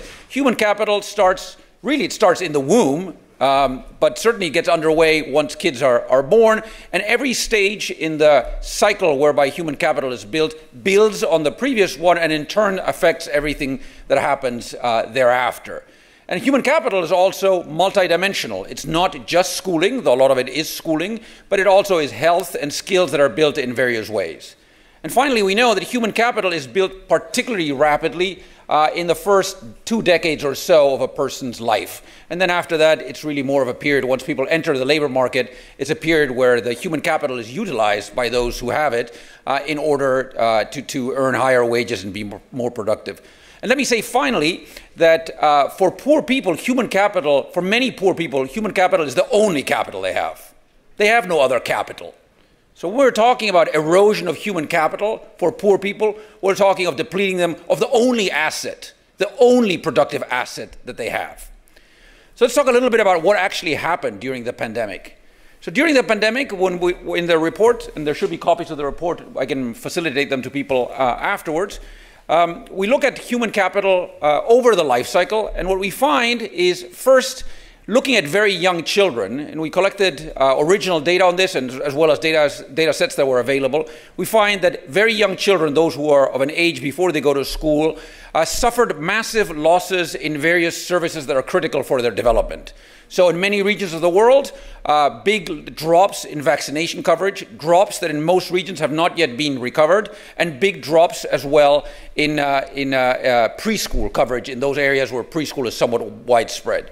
And we find, perhaps not surprisingly given that, we find that in fact child development, in particular child cognitive development is highly predictive of what happens to a person in their lifetime thereafter, their wages, even their criminal behavior. The extent to which they are likely to engage in criminal behavior can to a large extent be predicted by what happens in their earliest years. We find that child cognitive development dropped precipitously during the pandemic. We have data on this on a number of Latin American countries, also on Rwanda, also on Bangladesh, and everywhere we see the same pattern. Large drops in child cognitive development as early as 2 years of age, comparing children during the pandemic with those before the pandemic. Then we look at school-age children, those who are between 6 and 14 years of age, and we find, and this is again, if you're just going to remember one or a few facts, 1 billion children in developing countries lost a year or more of in-person schooling. That's 1 billion. Rarely can we talk about policies that do something or events that affect millions or tens of millions. This is 1 billion school-age children who did not go to school during the pandemic for a year or more. And second, This is not a presumption. This is actually what the data show. On average, the average child learned nothing while schools were closed. There was no learning for the average child while schools were closed. We have data now for about 25 countries, and this is the average for all of these countries. And of course, when we say that the average child learned nothing, what we actually mean is that some kids learned something, especially kids from more advantaged backgrounds. But if the average is 0 and some kids learned something, then that means that some kids unlearned. What do we mean by this? So think of a child who was in 2nd grade when the pandemic struck. That child maybe knew how to add and subtract and was meant to actually then learn how to divide and multiply in the next grade. Not only did she not learn to multiply and divide as she was supposed to, she forgot how to add and subtract. So this child, this imaginary child, which actually corresponds to reality, this imaginary child who missed a year of schooling is more than a year behind now. And in many countries, schools were closed for 2 years, 2 full years. And we have evidence that these children are now back 3 or 4 years. So you can imagine a 10 or 11-year-old who now has the learning ability, the skills of somebody who's 7 years old. And this is the reality. And this is the reality that if we don't reverse, is going to follow us for a long time. Finally, we also find, if you look at young people, how well a young person is inserted into the labor market determines to a large extent how well she does or he does afterwards in the labor market. When people graduate, for example, even in developed countries like the US, when people graduate during a recession, they have lower wages for at least 10 to 15 years. Again, there's data to show this.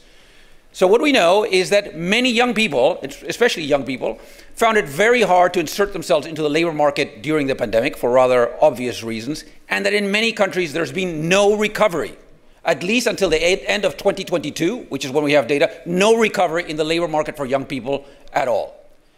So the global picture, the sum of all of this, is a really devastating picture for human capital. Let me also say that if you look at primates, the prime age workforce in 2050, 90% of that prime age workforce globally will be these cohorts that I just described. So if we think that 90% of the workforce will have less human capital as I just described, then we really should be very worried. The second part of the report basically says what can we do about it, and I don't have the time to go into great detail, but I want to say 2 things. One is there are specific programs and policies which have a lot of evidence behind them, which show, the evidence which shows that you really can reverse some of these losses, but the time is very, very short. In fact, for a lot of things, we're barely where we might still be able to recover some of these losses. So that's the first thing. There is time to recover some of these losses, but it needs concerted action by governments to really do this. And it's particularly a worry because it really has to do with future growth prospects and future productivity, and it has to do with future inequality.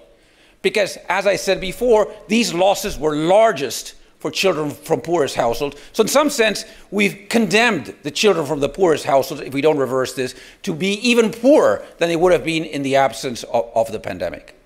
The second thing we can do, and with this I'll conclude, the second thing we can do is prepare ourselves better for future events like this. Of course, we all hope that there won't be another pandemic, but there'll certainly be some aggregate shock in the foreseeable future. We know this will be the case. Hopefully it won't be as devastating as the COVID-19 pandemic, but who knows? What we do know is that these things will occur. And what we do know is that countries that prepared themselves for this before the pandemic did much better than those that did not. And I will give you a couple of examples, and that'll be it. One example is, as I indicated a second ago, largely remote instruction was an abject failure in just about all countries. So let me give you an example from Latin America. I grew up in Latin America, so it's an area that I'm quite familiar with. So the country that was best prepared in terms of remote learning before the pandemic was Uruguay. That actually already delivered some classes, distance classes, before the pandemic. And yet, Uruguay was the first country in Latin America to reopen schools, because they realized how ineffective, especially for younger children, was remote learning, even when you're prepared for it. So imagine the countries that are not prepared for it. Then let's go to another continent. Let's go to Africa. We know that the countries that have been affected by the Ebola epidemic in 2014 responded more effectively than other countries with similar income levels to the pandemic. And it's not, in some sense, not a surprise.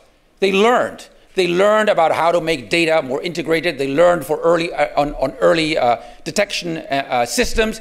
And in a variety of ways, they learned. And the same thing with richer countries. We have exactly the same examples. So the second, the final two lessons, or the final 2 points I want to make is, one, we have to recover these losses. We know how to recover at least partly these losses, because it really will be a terrible thing for the growth, wage and poverty and inequality agendas if we don't. That's the first point. And the second point is, as I said, we have to, as countries, prepare better for the next aggregate shock. We know how to do this.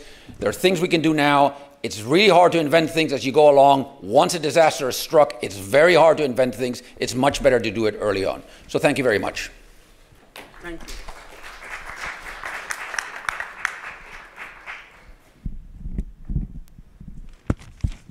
Thank you, Nobel Shadi. I think Nobel Shadi has outlined some of the issues that are very critical in today's world, especially when he talked about that the fact that the pandemic has destroyed human capital and the long-term consequences.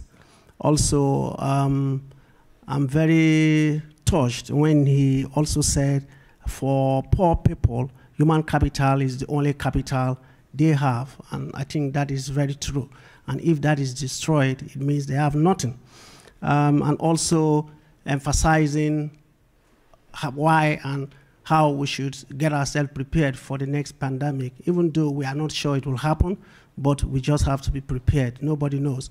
So I thank you very much for that thought-provoking remarks you've made this evening. Let me also quickly introduce Mauricio Soto of the IMF. He is the Deputy Division Chief, Expenditure Policy Division, Physical Affairs Department at the International Monetary Fund, the IMF. He's technical assistant, mission chief to several, he has been technical assistant and mission chief to several countries, including Nigeria in 2020. I'm very happy to hear that. He was previously at the Urban Institute and Center for Retirement. He's done a lot of research and published widely. Please, you may make your remarks.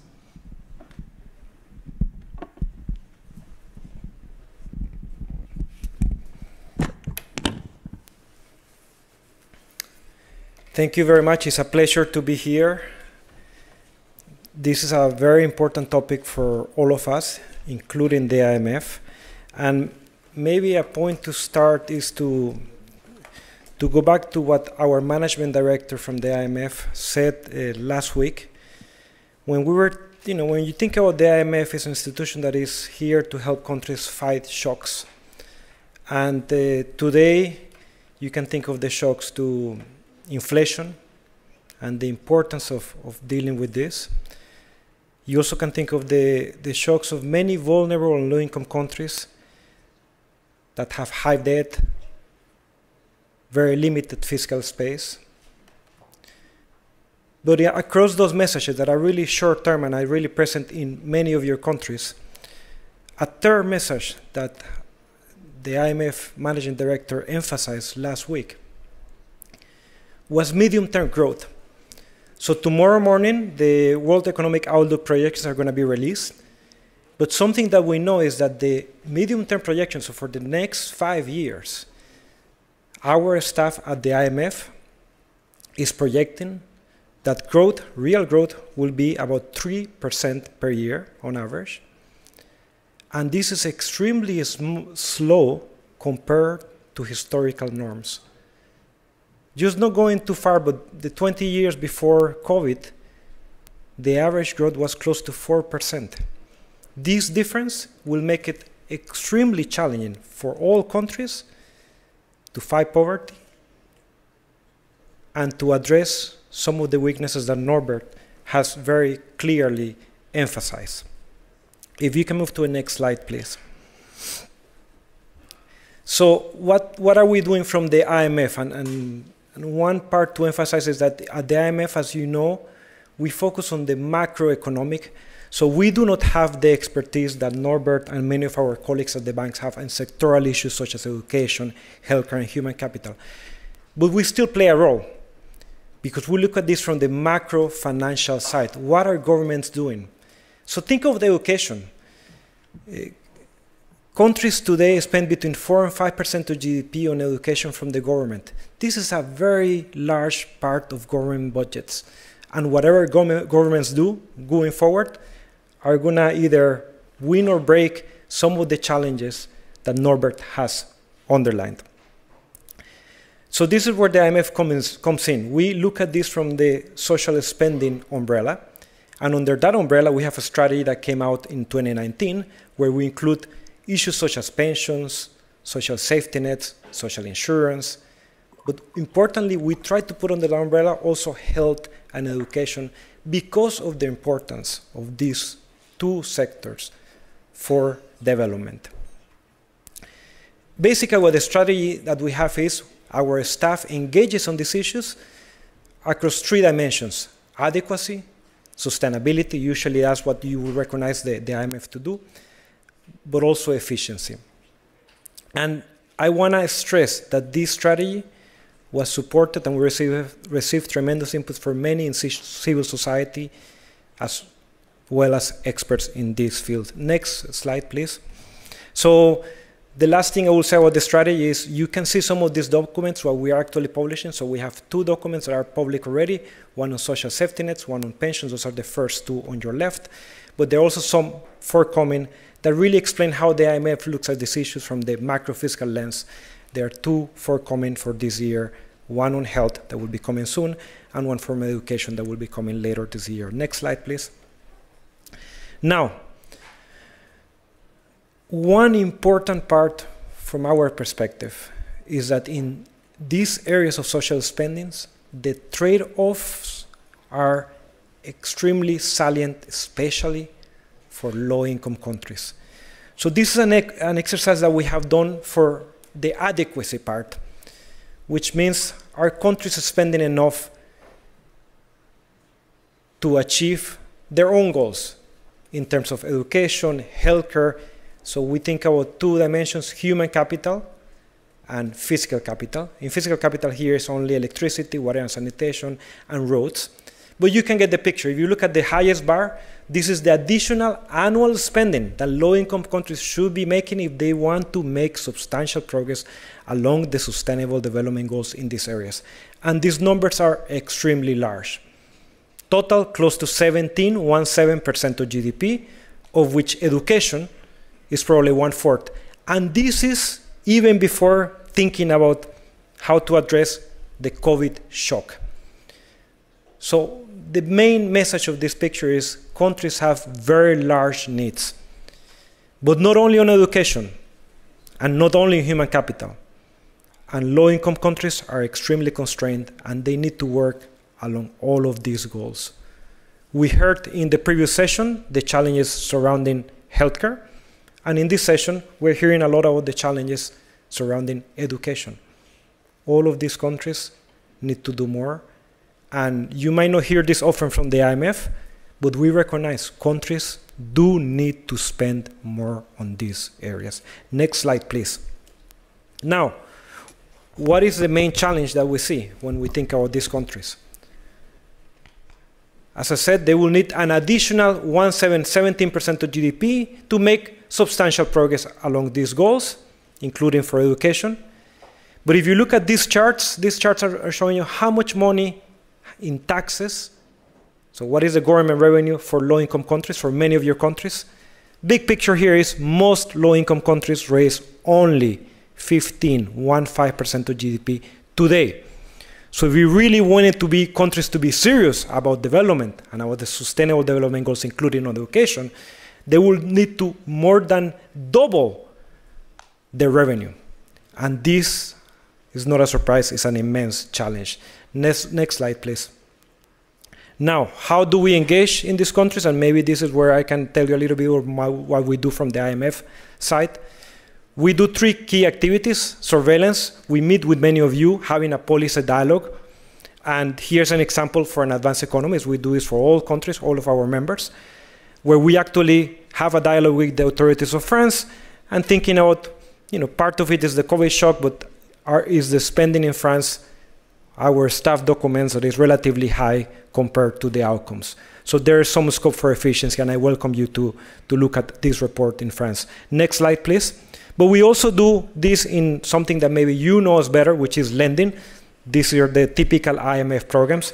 I have here 3 examples of countries: Ecuador, Benin, and Malawi. And again, you can look at the documents. We are not experts on education, so you will not see very specific education advice. But we still think education is critical for human development, but also for inclusive growth. So you see in Ecuador, we asked the authorities as part of the lending operation to prepare an action plan based on the priorities. In both Benin and Malawi, you see similar language, kind of what are your plans, what are you thinking about doing, and just recognizing the importance of this in program context. Next slide, please. And we also have this as part of our capacity development activities, and here's a very recent example of Sierra Leone, where our staff has been engaged with the Ministry of Finance staff and the Ministry of Education on thinking of the distributional issues that are related to education. And as you see in some of these charts, when the lines increase, that means a lot of the spending is going to the better off in society. So this is part of the dialogue that we hold with countries regularly, and we do it in our 3 main ways of working with countries: surveillance, the annual dialogue that we have for many countries; lending, this is under our programs, although this is typically either social spending floors or very high-level measures such as design an action plan; and in capacity development, where we really work with countries in raising the capacity, especially for Ministry of Finance, to have this dialogue with the Ministry of Education. Next slide, please. So maybe to summarize how we see this moving forward and how can countries respond to this COVID shock, maybe leave you with 3 ideas from our side. 1, let's not forget about the complementarities. As you saw, if countries were to be serious about this, they will need to raise an immense amount of resources in a short period of time, probably not feasible in most circumstances. Therefore, thinking about the linkages between health and education, between education and social spending is critical. So think about social safety nets, think about, as in Benin, school lunches to prevent poverty, hunger, but also incentivize education. The second point is that from our staff in the capacity development activities, we really think a lot of implementation capacity. That is important to keep increasing it, especially in low-income and fragile environments.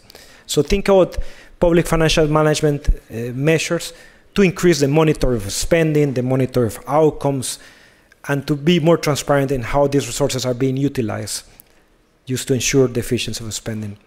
And the last point, and this is where our staff plays an important role, is really, as I said, countries do need to raise more revenue, not only for education, but for human development, for healthcare, for human capital, and also for physical infrastructure.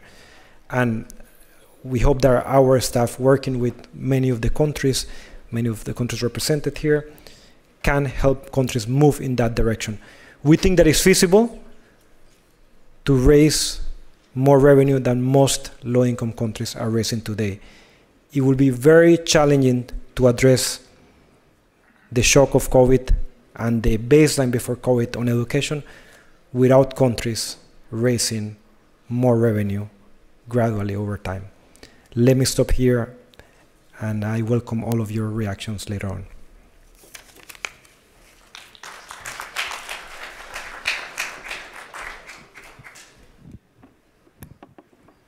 Thank you. On behalf of the Parliamentary Network, let me thank you for that presentation. Very, very good. We can see that the IMF have done a lot of work in several countries, and you have statistics. Also, you talked about we must raise our GDP, and countries must raise more, provide more money for social and physical infrastructure. I think this is true, especially when you look at most of the developing countries, what they have, it cannot even take care of the basics, not to talk about investing in education. So the points you raised is well taken, and we thank you for that well thought out presentation. Thank you very much. Let me go to our colleagues, the MP. I will start with the MP. Just a minute.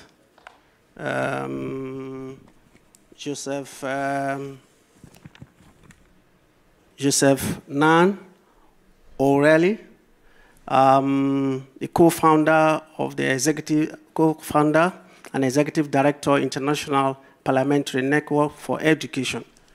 Joseph is head of education policy and advocacy at Save the Children, where he works alongside a global team committed to increasing children access to quality education around the globe.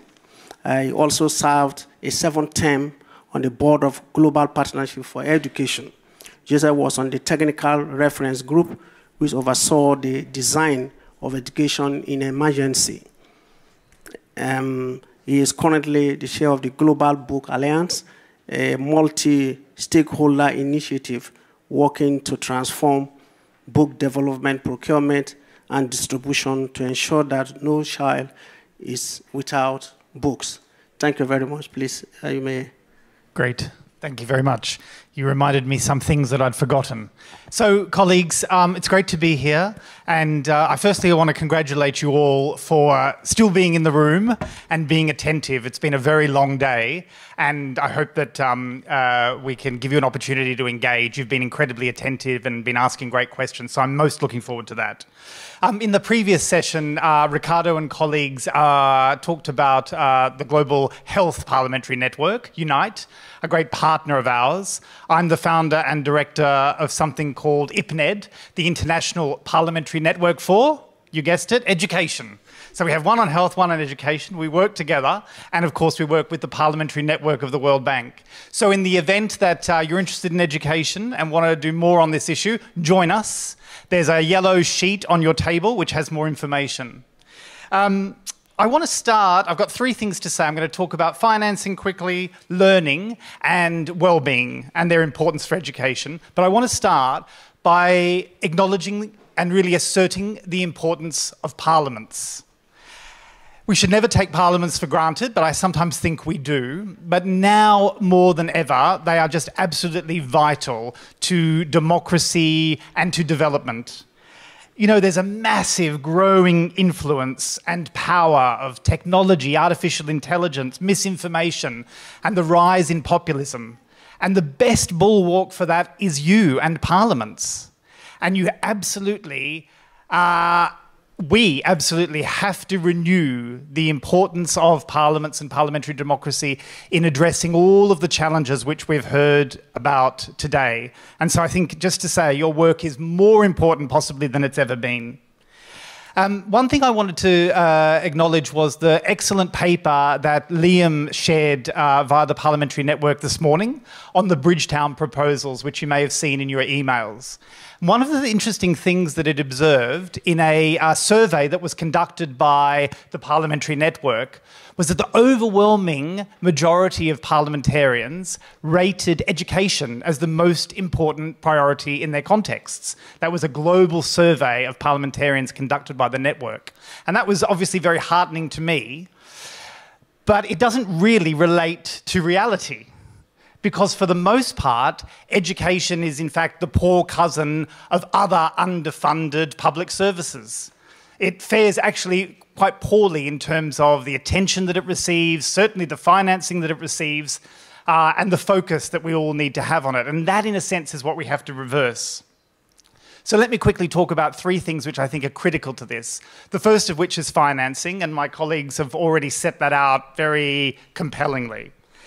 Domestic resources, the resources that you generate, are absolutely the bulwark of the financing agenda. But sadly, 1 in 3 countries don't meet the international financing benchmarks. So on the issue of volume, whether or not you're spending enough, you're largely not. In low-income countries, we're spending about $53 per capita on education, whereas in high-income countries, we're spending $7,800. This is from the World Bank's financing overview that was presented last year. So you can see the massive inequities in that, and it doesn't take Einstein to work out that the outcomes are going to be very different. So volume needs to be addressed in many of the ways in which colleagues have already spoken. But of course, volume's not the only thing, and I'm going to talk about the importance of equity, making sure that that financing supports those who are furthest behind, and efficiency a bit later. When President Malpass spoke to us this morning, he said, don't count on aid, right? Don't think that aid's going to grow. And I think that might largely be true by virtue of the fiscal environment in which we're in, but we shouldn't give up on the importance of development assistance. And those of you from donor countries, I think, do need to defend overseas development assistance and the important role that it can play in being a catalyst for development and supporting those countries who are furthest behind. And education aid needs to be defended and to be prioritized and to grow. Bilateral education aid is important, but equally so is multilateral development assistance. And you know, it's interesting because we had 2 replenishments in the last few years of the 2 international aid financing mechanisms, the Global Partnership for Education on the one hand, and Education Cannot Wait on the other. And both of them didn't meet their financing targets. There's a real threat to some of the pledges which are made particularly to the Global Partnership for Education. So I would urge you, if you're from a donor government, to be thinking hard about how you can support and encourage your government to continue to do its bit to support development assistance in general and education aid in particular. And of course, as we approach the World Bank's IDA replenishment, that's going to be critical too. So big issues, and lots of them to do on financing. The second issue I just wanted to touch on was learning. And we've obviously heard from World Bank colleagues today about that. And the one thing I wanted to say, though, is that the World Bank came up with a new metric called learning poverty. And learning poverty includes both children who are out of school, and there's plenty of them in the world, that for which there is unfinished business of getting them into school. But there's also a huge number of children who are in school but not learning. And taken together, right around the world, that means that 7 in 10 children of age 10 can't read. So the vast majority of children, 70% of children at the age of 10, aren't able to understand a simple sentence, which is this issue that we were hearing about before. And of course, COVID's made that worse, but the problem existed before COVID. It's just exacerbated something. And that's largely because our schools and our education systems and our teachers actually don't know how to teach reading properly. They don't have effective methods of instruction, they're not supported sufficiently, and they don't have the materials to do so. And this is, of course, desperately wrong for children and their parents who send them to school expecting them to be able to read and do basic math. But it's also deeply inefficient. These children repeat, so we spend more on them than we need to. And sadly, they also drop out because parents make very reasonable decisions, which are that if my children aren't going to learn how to do basic things like reading a simple sentence, they're better off going to work. And so dropout and repetition is often highest in these early grades in the first 4 years of education. When we think about human capital as parliamentarians and politicians, we often think about higher order skills. And that's right and proper. We want skills so that people can work and be productive. But they won't be able to do that if they can't read and do math, because reading is the foundational skill that opens the possibility for learning higher order skills. And at the moment, even if they have access to education, even if they're going to school, the vast majority of children in low and middle income countries aren't learning how to read, which is a huge failure, which of course, as we've heard, was made worse by COVID. And so we need to focus on learning. We need to ask our governments, what's our learning data? Who's learning? Who's not learning? And what are we doing to accelerate the learning of those children who currently aren't acquiring these basic skills? The last point I want to make is about well-being. So being in school is good for children. It's protective. Children in school that go to school are healthier. It improves gender equality. But also, schools provide a fantastic platform for other services. And one that I just wanted to touch on today is that of school feeding. The ability to go to school and receive a nutritious and healthy meal. And I've been a bit surprised today that we haven't heard more about the global hunger crisis. The fact that there are 830 million people in the world today who are unsure where the next meal is coming from, and almost 1 million who are living under famine conditions. And of course, inflation is a huge challenge for households, which means they're making decisions about what they buy, which often results in their children eating less and eating poorly. But one of the ways in which we can ease that pressure and tackle malnutrition, but also improve enrolment, attendance and learning, at the same time as supporting local agricultural production and small businesses, is through school meals programming. And I'm delighted to say that we're a member of something called the School Meals Coalition, which emerged out of the World Food Programme. And many of your governments are members, but if you're not, you should encourage them to join. Because through it, you'll receive support to think about and design, implement, and then fund school feeding programs. Because they're a really important contribution to both child well-being and health, but also to education, and I think at this particular time can play a vital role in addressing some of those issues. So there's another sheet on your tables, which is some information about the School Meals Coalition. So if you're interested in that issue, do pick it up and contact the School Meals Coalition Secretariat, who are doing great work to support your countries drive progress in tackling malnutrition and hunger amongst children. But on education, we absolutely have to turn the financing challenge around. We have to focus to ensure that children who do have access to school, and that should be all of them, are learning. And we need to harness the power of education and schools to deliver well-being for children, including, of course, that they're better nourished. Thanks.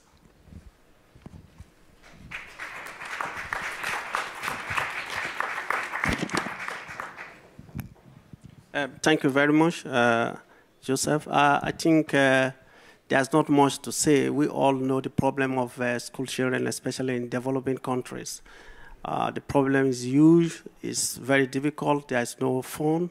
And I think particularly in most countries, let me just add this. This is my personal opinion. In developing countries, especially, let me say, in Africa, one of the problems we have when you talk about learning is that we emphasize so much on the English language for the English-speaking countries and French for the French-speaking countries. I've had the opportunity of learning languages, so I know how difficult to process, you know, if that is not your mother tongue and somebody asks you a question and you begin to think about it first in your mother tongue, then in English. So I think we also need to look at the curricula and how to deliver this learning to our children. The topic is well researched and well presented. I thank you for emphasizing on international financing, spending benchmarks, and development assistance to countries, education support, learning, well-being is very important. If children are hungry, they will not concentrate in class. They may not want to go to school, and you have to look at the parents. Do the parents have the finances? Are the parents doing well to send? So there is a lot of work to do, and I think the World Bank and the IMF are doing their bit, and they can look into some of these education financing. And we as parliamentarians, we have to make sure that our government spend a lot of money in education. For example, in Nigeria, the 2022, we even dropped from 7.8% of the total budget to 5.5. That is, for education, that is nothing. So I think we need to really face education. Thank you very much. Let me call our colleague from Tanzania, Niman Lungangira is MP from Tanzania. She serves on several committees, social and community development, HIV, tuberculosis, and drug abuse committees, among others. Her continued passion and commitment for sustainable and economic development, not only in our country, Tanzania, but also the African continent, led her to be the founding chair of the African Parliamentary Network on Internet Governance, APNIG, and the founding of the Parliamentary Network on World Bank IMF Tanzania. She's the chair. She has 2 NGOs committed to ending malnutrition in Tanzania and that of the digital inclusion in peripheral regions of Tanzania. Thank you. Please, you may have the microphone. Thank you very much. As introduced, I'm Nema Lugangira, Member of Parliament from Tanzania.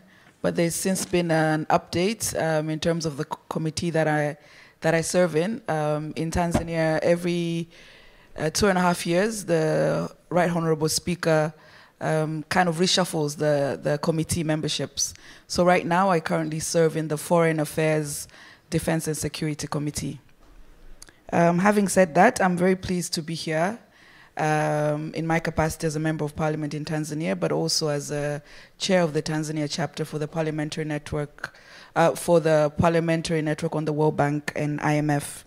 The topic of human capital is one that is very, very pertinent to myself, because in Tanzania I come from a region called Kagera, which borders 3 countries, Rwanda, Burundi, and Uganda, and it is the region that hosts the highest number of actual stunted children. So this is why human capital development is something that hits home for me. I would just like to quickly say that the issue of human capital development starts from pregnancy all the way to adulthood. And with that said, nutrition becomes a key component. And oftentimes, the issue of nutrition is somewhat forgotten or somewhat not given enough emphasis during World Bank and IMF lending, because most of these lendings are targeting the hard infrastructure issues. And something like nutrition is a soft issue, which oftentimes is not seen. But let me assure you, we can have all the infrastructure in place, but if children are not able to learn in school, but due to being hungry, then all of it is for nothing. So I think I call upon my colleagues here on this panel from the World Bank and IMF to find ways in which they can include issues of nutrition towards children, maternal nutrition, in the lending packages under the World Bank and the IMF.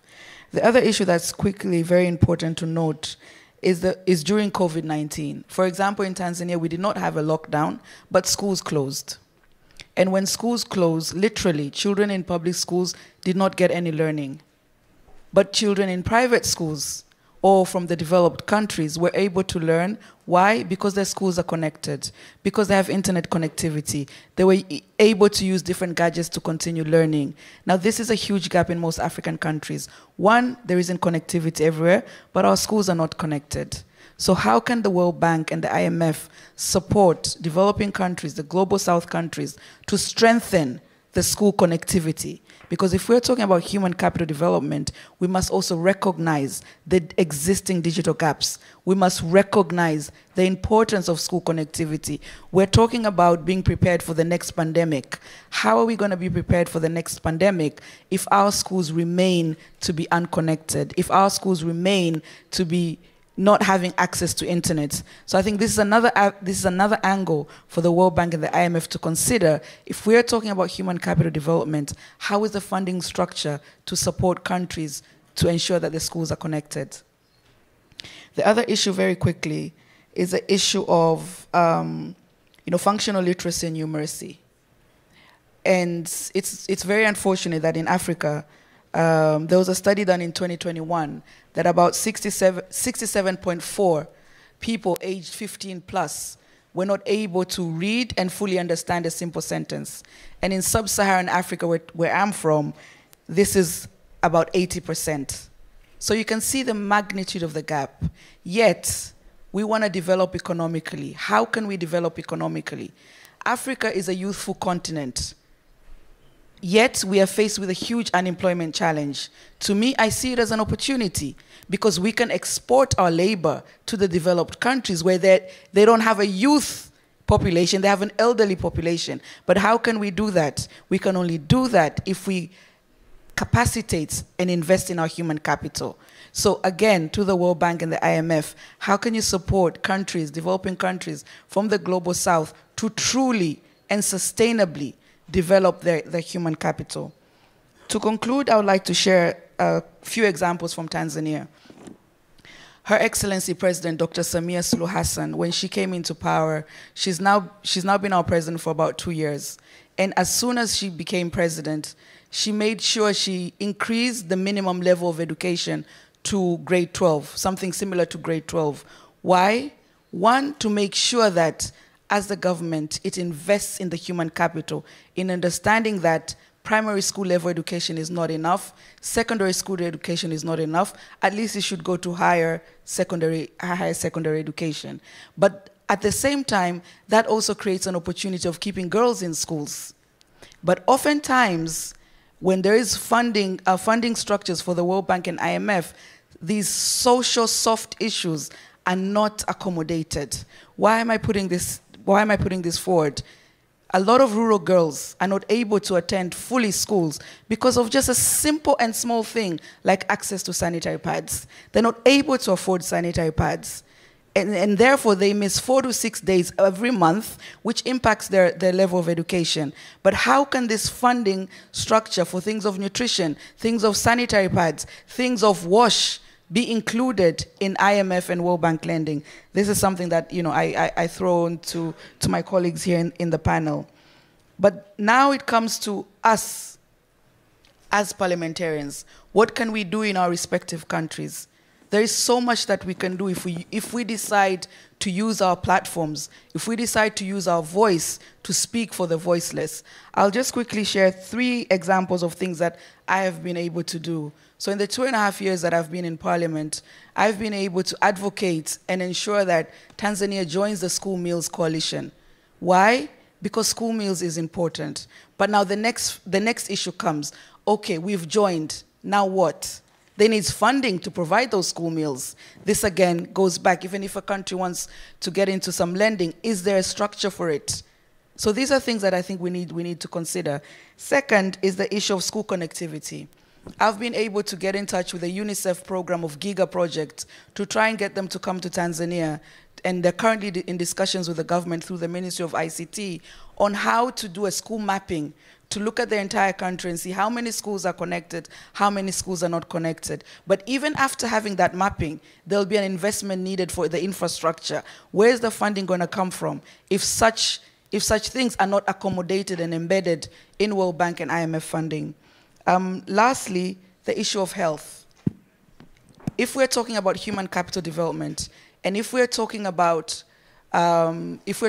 getting prepared for the next pandemic, we must invest in our health human capital. And this is important to invest in the community level. I'm a true believer that if we have strengthened community health systems, we will have strengthened global health systems. And this was true during the COVID-19. And my last point is going to be, in whatever we do, be it human capital, be it health, let us not forget border regions. Oftentimes, border regions, because they're far too rich, they're forgotten. I'm saying this because I come from a border region, and I know, even when donors come into a country, rarely would you find them picking a border region. Why? Because it's so far. Nobody wants to be so far from the city. It takes about 2 days from Kagera to Dar es Salaam, whereas the proximity from Kagera to Kampala, which is in Uganda, is so much closer. So who would want to come there? But it's important for the World Bank and IMF, sometimes when you're providing this lending, ask what's the regional coverage? Because you'll find that there are certain regions within the countries, they are overpopulated with donor funding and donor programs, whereas others are not. So to conclude, I'm also very, very grateful to be the Africa representative for the International Parliamentary Network on Education. So I highly recommend all of you to join IPNED if you're interested in education. And I'm one of the active members of UNITE, Parliamentary Network for Global Health. So if you're into global health, definitely you should join UNITE. You're not going to regret it. And lastly, if in your country you do not yet have the Parliamentary Network on the World Bank and IMF chapter, I highly recommend that you do so, because it's important for us as parliamentarians to know what is going on at our local offices, World Bank and IMF. So much funding is coming into our countries, and as parliamentarians, we need to know what is that funding, what is it doing, and how can we also add our voice into it. Thank you.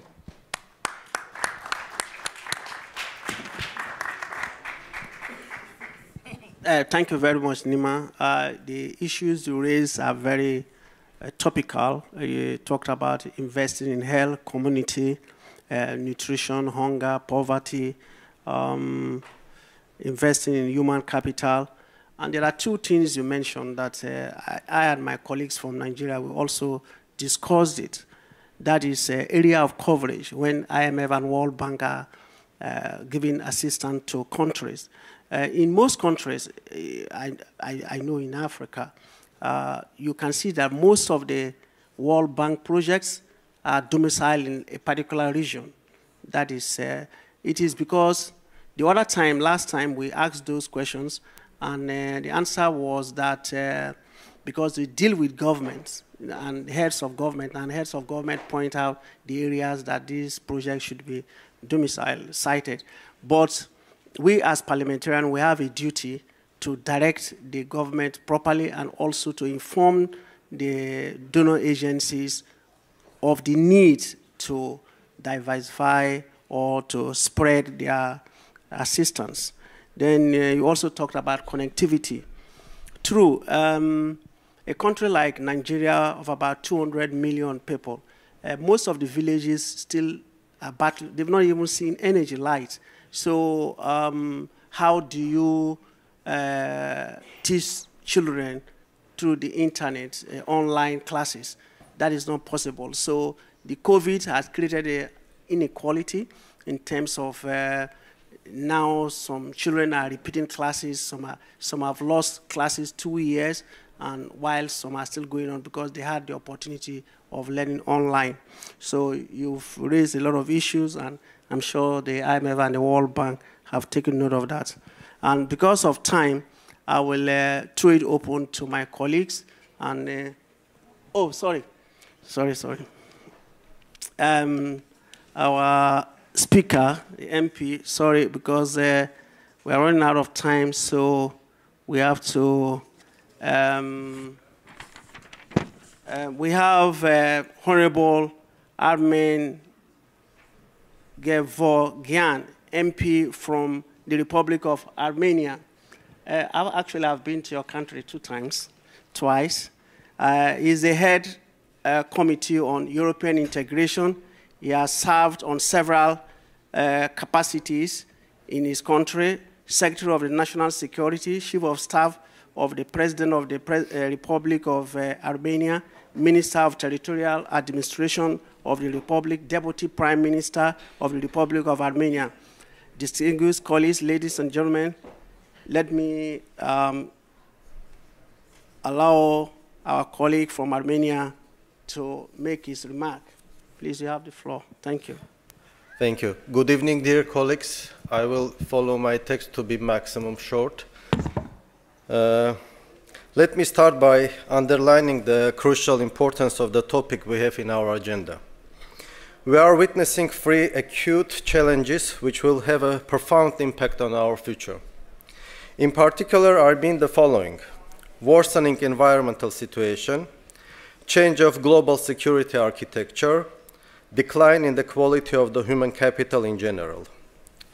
Evaluating shifts and transformations in educational megasphere must be a high priority for us. It has no less significance than the growing risk of rise of average temperature on the planet or the potential nuclear catastrophe. Let me invite your attention to two transformations on global scale which took place at the turn of the 20th and 21st centuries. First, the technological progress has remade a completely new environment for social integration of peoples, where group networks and preferences, or in other words, the social life, have gradually become less important compared to the principle of unconditional individual freedom and new forms of self-expression in the same environment. A comprehensive survey done by the Wall Street Journal and University of Chicago revealed that in the United States, for example, patriotism, religious faith, having children and other priorities that helped define the national American character for generations have sharply receded in importance. I believe this trend is rather widespread in most developed nations. Second, tectonic shifts in the world have caused the middle class, the main driving force of free liberal economic and social relations, to erode and in fact lose its historical purpose as a foundation of any sustainable democratic regime. Many developing nations, most likely, will not see through any formation of a middle class. In many places, we are witnessing the emergence of a new digital society, for which it's difficult to define any criteria for social welfare and group affiliation. At the same time, we are going to deal with another reality where more research is in so-called meta-reality and meta-conscience is being funded. With a degree of certainty, we can claim that the fundamental transformations of the global educational environment can be traced in the following aspects. 1. The apparent trends of introducing consumer approach in education, where consumer is always right. 2. The correlation between the decline of democratic regimes in the world and the level of education. 3. Potentially massive losses for the young generation due to the current defects of educational system. 4. Reincarnation of our societies into certain so-called digital colonies, where corporations and their algorithms create tools for manipulating public opinion and which, at the end of the day, worsens the quality of democratic governance, accountability, and transparency. And 5. Deepening inequality between and among nations, as well as internally inside states, reinforced factors of social injustice and decreasing levels of public mistrust. Colleagues, summarizing my general observations, let me suggest 5 broad ideas as a framework for discussion and most probably incentives to act. First, the biggest deficit in the world today is positivity. As a result of the activities of the modern political elites, the so-called negative trend has formed and does not leave a significant part of humanity. We have to break this trend and do it through education, restoring optimism and striving for the best. The global educational space must serve as the main mechanism for dialogue across generations and nations. I also believe education must serve as the main driver for eco-friendly life, promoting the green way of thinking. Second, political populism is gaining momentum in the world. Unfortunately, many modern political actors do not attach special importance to the level of their own educational achievements. We need to think about how to make the continuous learning and training programs reality for those who are involved in the political decision-making process, specifically the parliamentarians and the members of the governments. By own personal example, we can bring new drivers to the world of education. Third, the backsliding from democracy in the world is also expressed by tendencies of increased control by political forces over the work of educational institutions, especially universities. I think the time has come for international organizations, specifically IMF and World Bank, to provide significant support for the preparation and publication on an institutional basis of the Academic Freedom Index. Structural and future-oriented reforms are doomed to failure if the country's academic environment is under high political pressure. 4. I think it's high time that we shall witness the most influential head of states and governments calling for a summit to discuss issues of education and eventually give birth to a framework document on new strategy of development of education in the 21st century. Leading up to such a forum, a global dialogue on the development of education can be fostered within the framework, for example, of G20 and the UN General Assembly. And finally, but perhaps before launching any new initiatives, it will be most prudent to focus on implementing the decisions already been made. In particular, I believe international community shall more pragmatically achieve the implementation of the 17 Sustainable Development Goals by increasing the level of coordination and coherence between and among national strategies and intergovernmental communication. It is highly important to recognize that non-achievement of SDGs will unfortunately testify to the inability of the international community to define development goals and create necessary conditions for their achievement. Thank you for your kind attention.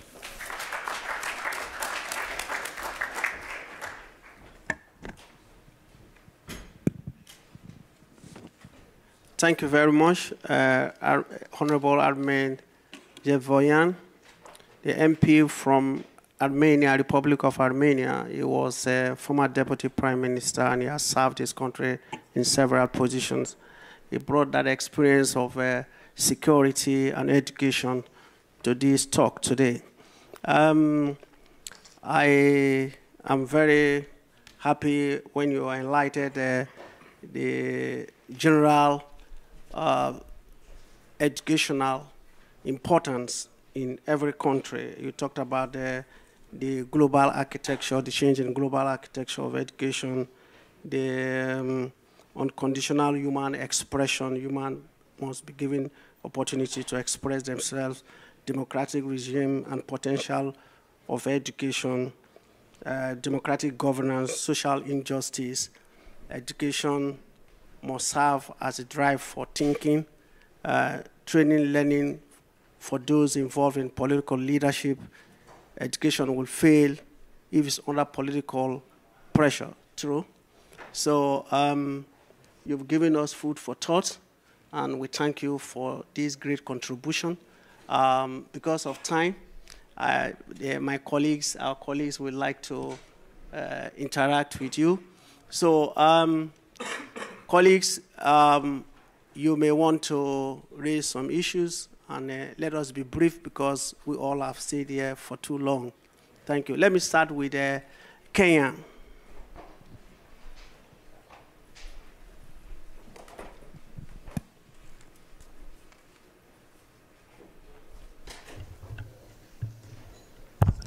Thank you. I'm Sarah from Kenya, and I want to thank the presenters, especially on education. And you know, when you talk about strengthening health systems, education is key. Because where I come from, you find that we are still struggling with issues like female genital mutilation, early marriages, and if a girl goes through female genital mutilation or get married early, that girl cannot even attain primary health care, which include very basic things like personal hygiene.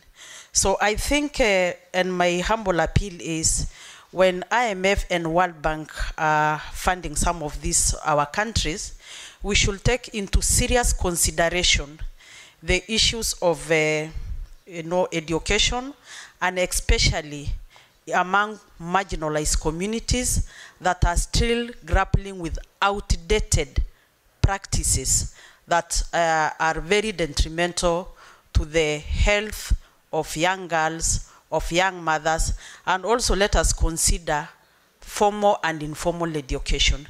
Because if a girl gets pregnant at 13 years, honestly, that cannot be a mother. She cannot be a wife.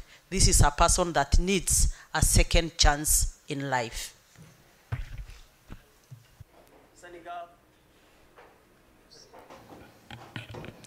Merci beaucoup et je remercie.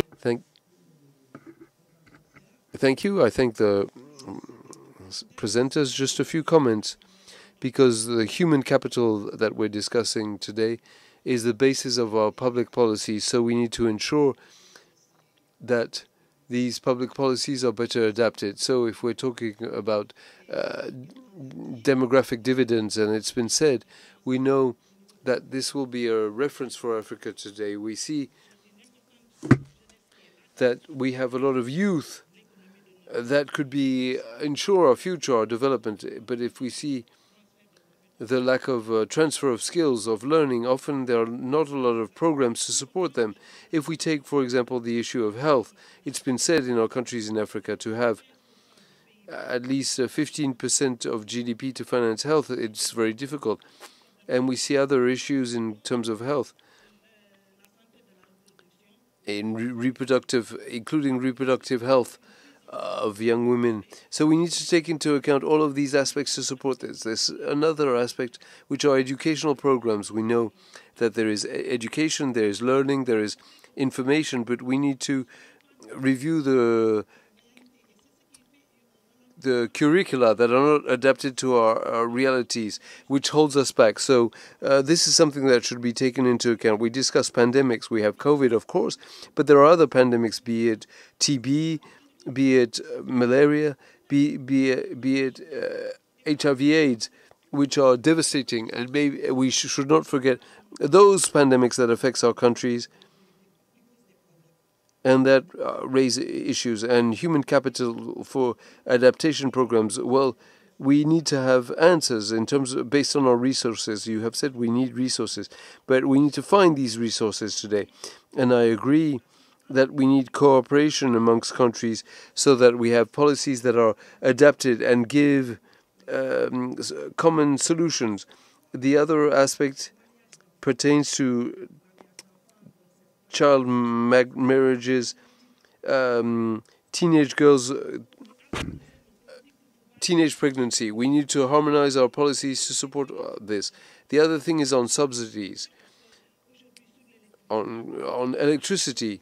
With the IMF, we say that we should stop supporting electricity, but a lot of our population that is based on the informal economy to develop. We understand the importance of this informal sector in our countries. So we need to be able to look at the technical and financial partners and see how hand in hand we can formalize and have support policies that can at least allow us on a sustainable manner to develop this and have clear answers in terms of the policies that we are looking for. Thank you. Hello. Where is the microphone? I just put it on. Hello? Yeah, thank you, my dear moderator. If I've taken the floor now, I want to sincerely thank this panel because they have been very, very educative. Especially the lady has touched most of the issues that affects Africa. I think the World Bank and the IMF representative here should take this very serious and know that you are like they are presenting the director here of the World Bank and IMF. These are MPs. They are very intelligent people. They are people who have capacity. They are people who have knowledge. And this is what I've been insisting every time I come here. We are having a lot of failures in the huge bunch of money that IMF and World Bank bring to Africa because there is no good monetary mechanism which have been put in place to link the parliamentarians into action. And we have always been insisting that parliamentarians should be involved from the negotiating level to the implementation level. you will enjoy your money which you are borrowing from you and invest in Africa. We have been saying it often. And this is the problem we are facing. We don't know where we go carry our investment. As she has just said, there are areas that are marginalized, there are areas that are really suffering, there are areas that they take the projects and put there, and very soon the project is damaged. There's no follow-up. For example, my country, let me tell you, I have more than 15 projects of the World Bank in certain areas we went and make control that the projects were abandoned. This is because the MPs are not involved to give you good information on the execution of every money that you bring into Africa. And if you, in the central level of the World Bank here, cannot do that, cannot bring out a policy mechanism that can be able to involve the MPs to follow up, do the follow-up for the execution of this project, we will keep singing the same song and we come here. That money has been sent to, we heard of chunks of milliards being taken to Africa, to other countries, but we don't see what is being realized about it. As we talk here as MPs, tomorrow there will be a closed-door meeting with the ministers. We don't know what is happening there. And tomorrow they are the stakeholders who takes the budget down to the country.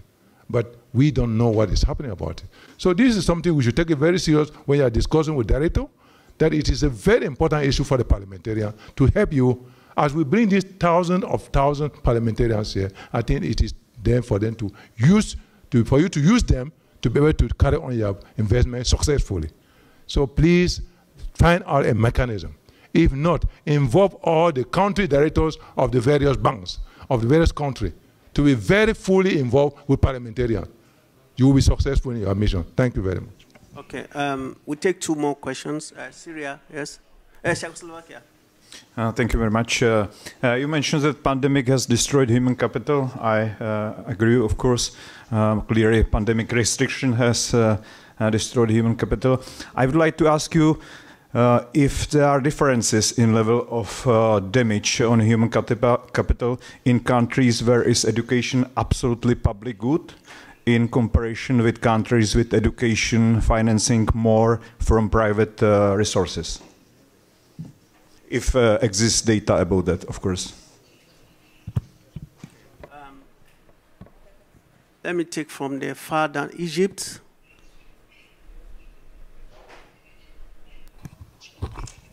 Thank you. I'm Senator Farid from Egypt, Deputy Chairperson for Committee on Human Rights and Social Solidarity. It's really interesting to see the talk about the human capital. And I totally agree that the human capital, probably for the poor people, is the only capital they get. But the real question is how to move on with that.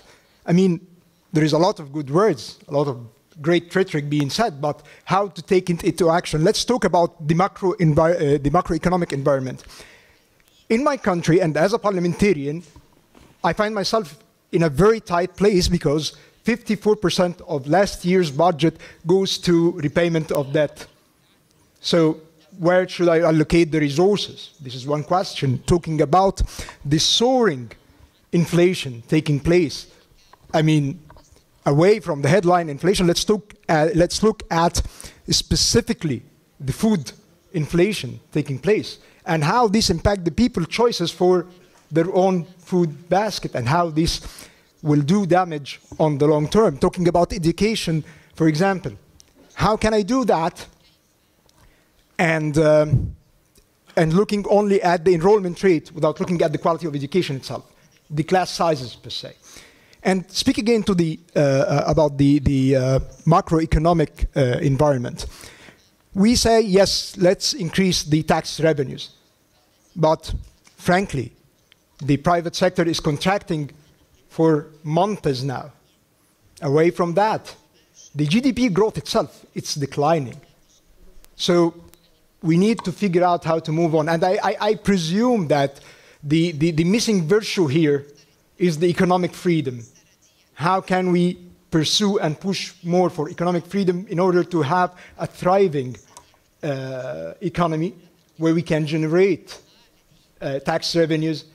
And adding to that, of course, the other side is the governance and the rule of law to be sure that this amount of resources is well spent So as a parliamentarian, this is how I see it, and I'd like to hear from you. How can we do it? Thank you. Yes, let me appeal to the representative of the World Bank and IMF that this topic is very critical and is important to especially those of us from Africa. So you have to bear with us. We are running out of time. But 3 people will speak, Uganda, South Sudan, and Madagascar, and we will close the session from the floor. Thank you very much. This is Uganda.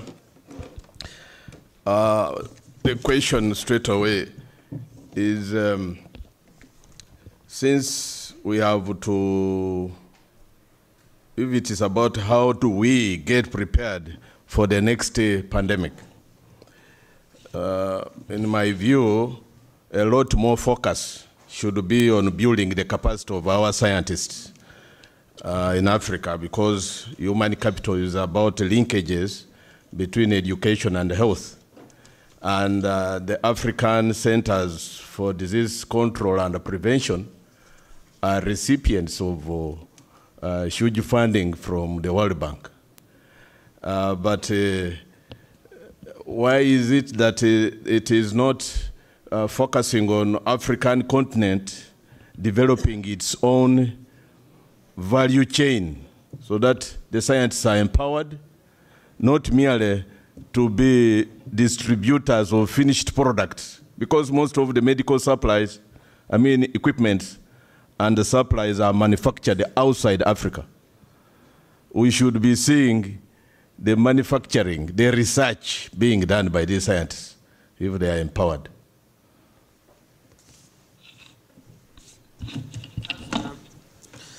Thank you. I would like to thank the chair and the panel for the presentation that they've done. I think it was so to the point, and we have learned a lot from that. 2 of my points was already said by my colleague from Cameroon and from Kenya. I think those are really very important. I came from South Sudan. I'm called Shankos Bishop. You know, South Sudan is the newly independent country that got their independence. And then in 2 years, we rolled to a senseless war. And then immediately there are sanctions and all this. Now my point is that, you know, with the sanction, you cannot do much, even if you want to help the country. Now a big investor cannot come to the country to invest in oil and all this, which we think that is not right. So how can we help in this, okay? Because now we cannot really fight the poverty and prepare properly because of those sanctions that are not really in place, but those few sanctions that are said that, no, you cannot do this and do that and all this, whatever, because of some individuals and not the whole country that is really doing this. So I want us to, the IMF and the World Bank should look into this, because of some individual, the country is affected, which could not be the case. And innocent children, innocent people are really suffering in those regards. You will have a children who are in a certain location, they cannot access the school because of the distance. Okay, so I think this is the point that I just want to bring, this issue of sanction because of individual. I think it cannot really affect the country, and this one should be taken seriously. Thank you. Okay, the last person, my colleague from Madagascar, and that's it. Yes, I will speak in French, please.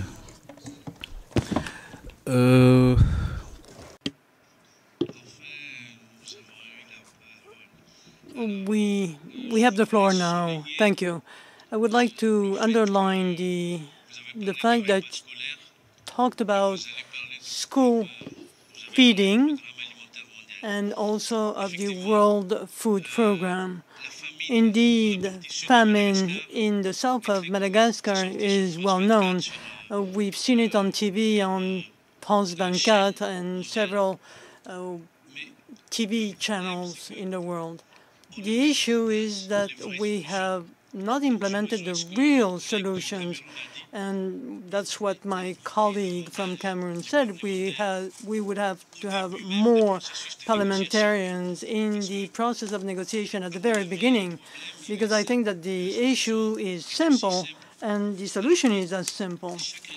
Each year, there is the same issue of famine. It is the lack of water, no rain. So the solution is rain and water. This is linked to children, to education for children. If we want to have a human capital of high quality in 5 or 10 years, we have to start today. What to do so that to have a human capital of high quality if children do not eat for months, if there is no water to drink. Thus, if we have food at school, if we have that, it is very important what the World Food Program does in our country is highly commendable, but we have to think of longer-term solutions that are sustainable, that will enable self-sufficiency and will enable people to be autonomous in their life, not in only to give rice one day, 1 week, and people become dependent on it. So they are not humans of quality. Thus, again, let's have parliamentarians work with it more, offer solutions that would be real, that are in the field, that are not theoretical, that you develop centrally. Thank you very much. Thank you. We'll take Spain, right? Okay, yeah, please. That's the last one.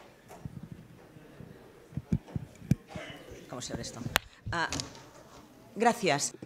Thank you very much. Briefly, I think we all agree on the importance of education and the importance of health, and it is true that the states want to improve education and health and invest in that, but some states do not have resources to do so, and this increases the gap internally among the population groups and among the different countries.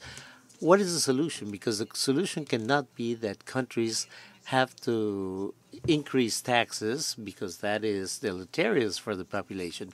How can the states invest more if they have to repay debt or pay the financing? How do you establish priorities between education, health, or the payment of a debt? What is the solution proposed by your institutions?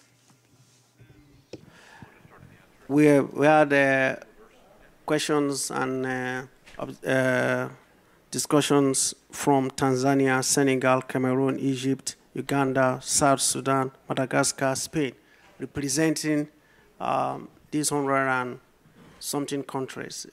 We have the same opinion. I mean, most of the issues raised, we share with them.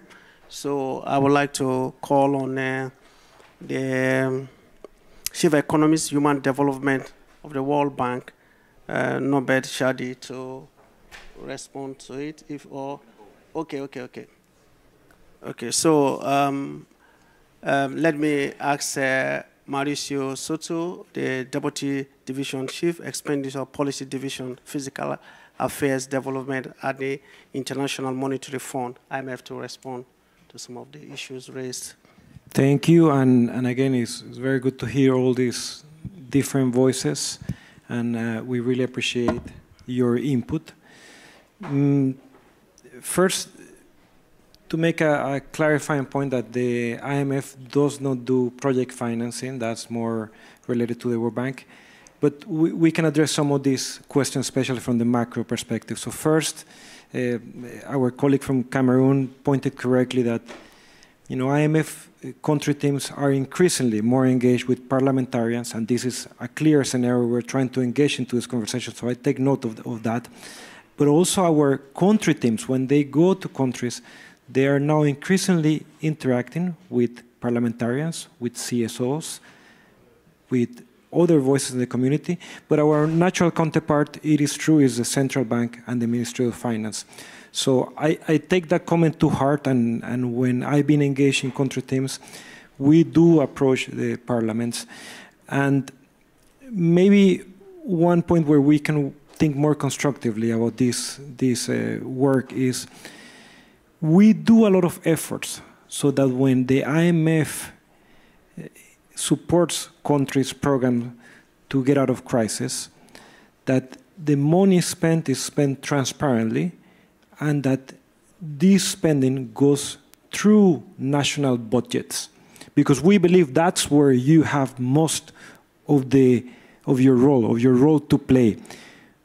I acknowledge that that doesn't always happen, and if you see our programs, we really emphasize the importance of expenditures in these critical issues to go through national budgets, because we believe that's where your input is most valuable, and where going through national budgets is critical. So that's maybe number one on the general point of the role that we see for parliamentarians. But I think this scenario, and you heard from our managing director earlier, from President Malpass, is critical. And I really take note, and I would encourage our country teams to really look out for, when we engage countries, to meet with parliamentarians in the cases where they don't. Maybe a second point that is also closely related to the IMF is the question from the Messiah from Egypt. We agree, this is the big challenge, is how to do all of this, how to respond to all of these challenges at the same time. Maybe going back to something that our MD has emphasized is, if you see, the IMF has been trying to really collectively help countries since the beginning of the crisis. And I'm trying to look at my numbers. I think the IMF has provided support over $300 billion to over 95 countries since the COVID crisis hit. We are not there yet, and I hope you heard from her that the IMF is really trying very hard to work with countries into addressing the large constraints imposed by the debt. And maybe this goes back to the point also raised by our colleague from Spain. We know that about 15% of low-income countries are in debt distress. Another 40% or so are close to debt distress. So we agree, it is very difficult to tackle some of these issues without addressing high levels of debt.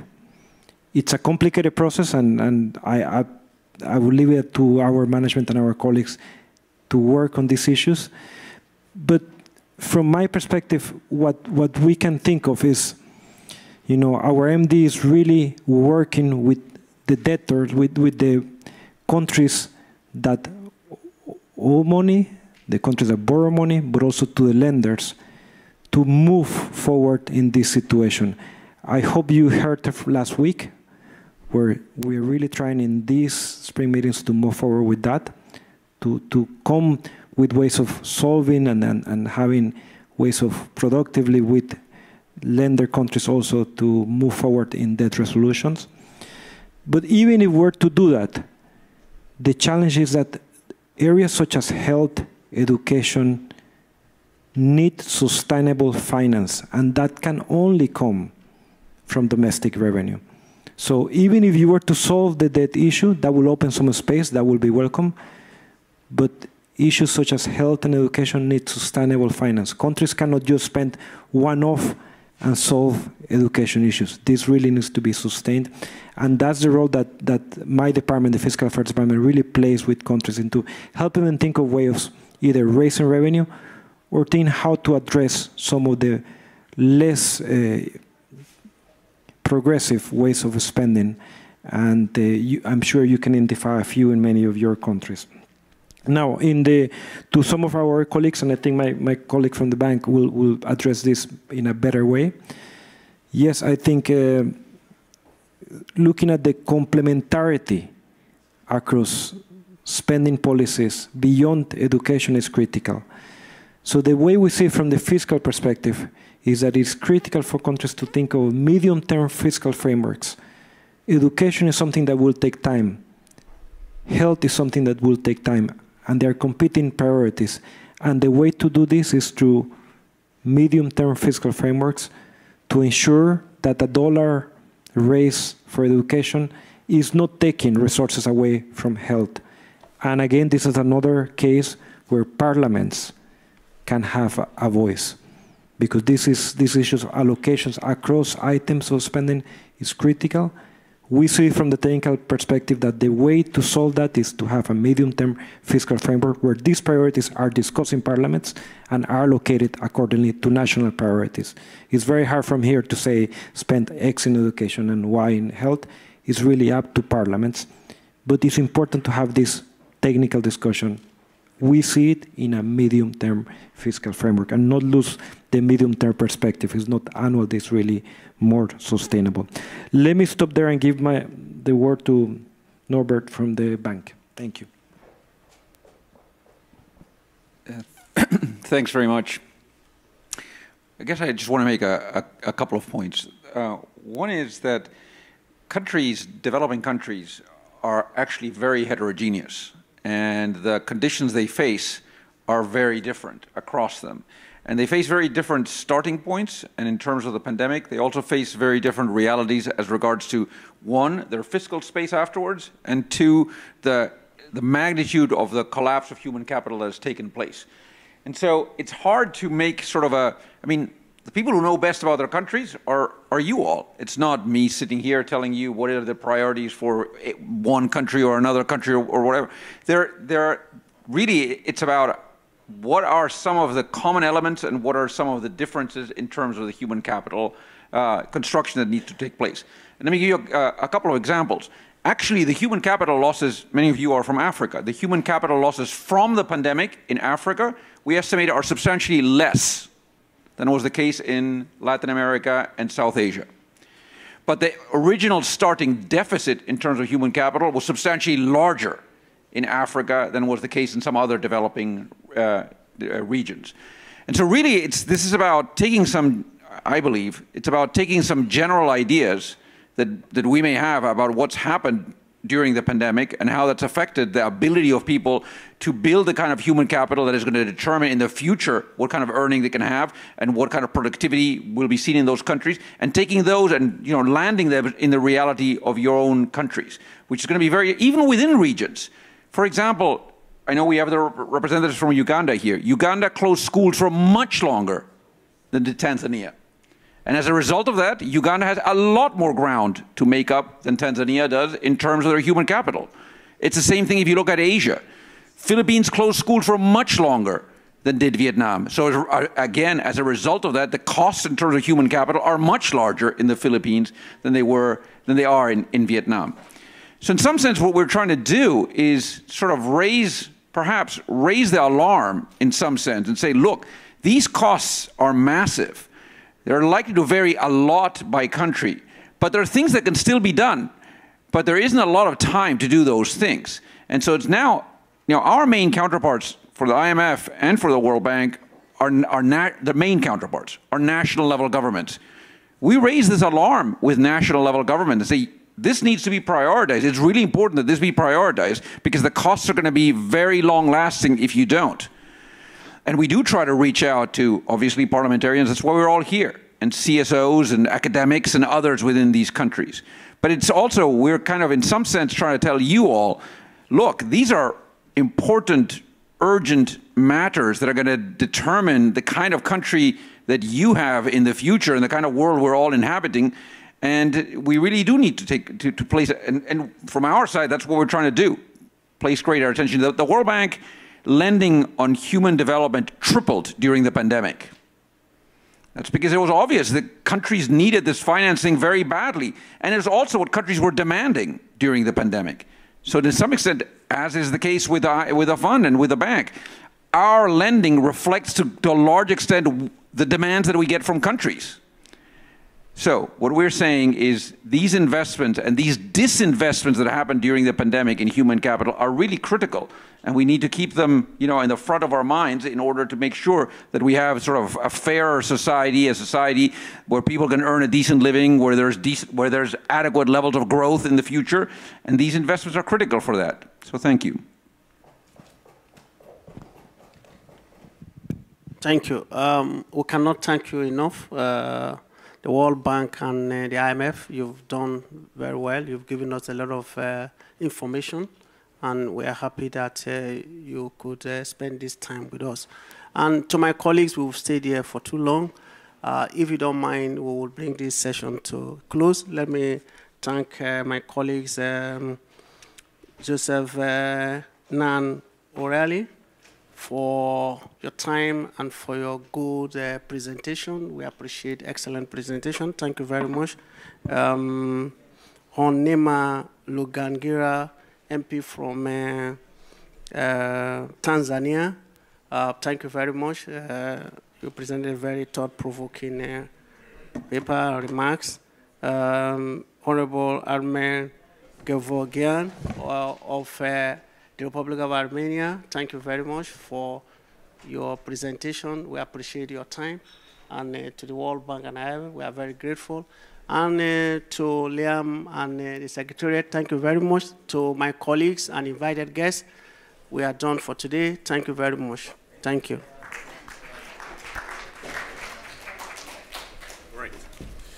Right, thank you very much indeed, everybody. That brings the first day to a conclusion.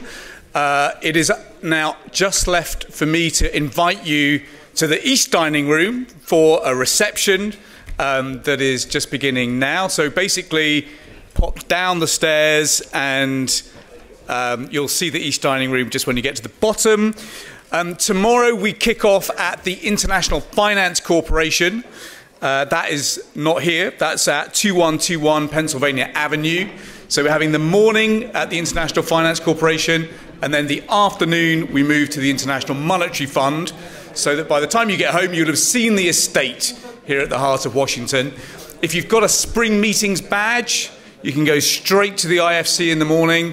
If you've got a paper badge, you'll need to just pop by the visitor centre here at the World Bank, where you got your badges this morning, just to get the daily badge, which the bank will issue for tomorrow. But that's it for today. Thank you so much for such a rich and productive conversation, and I'll see you downstairs.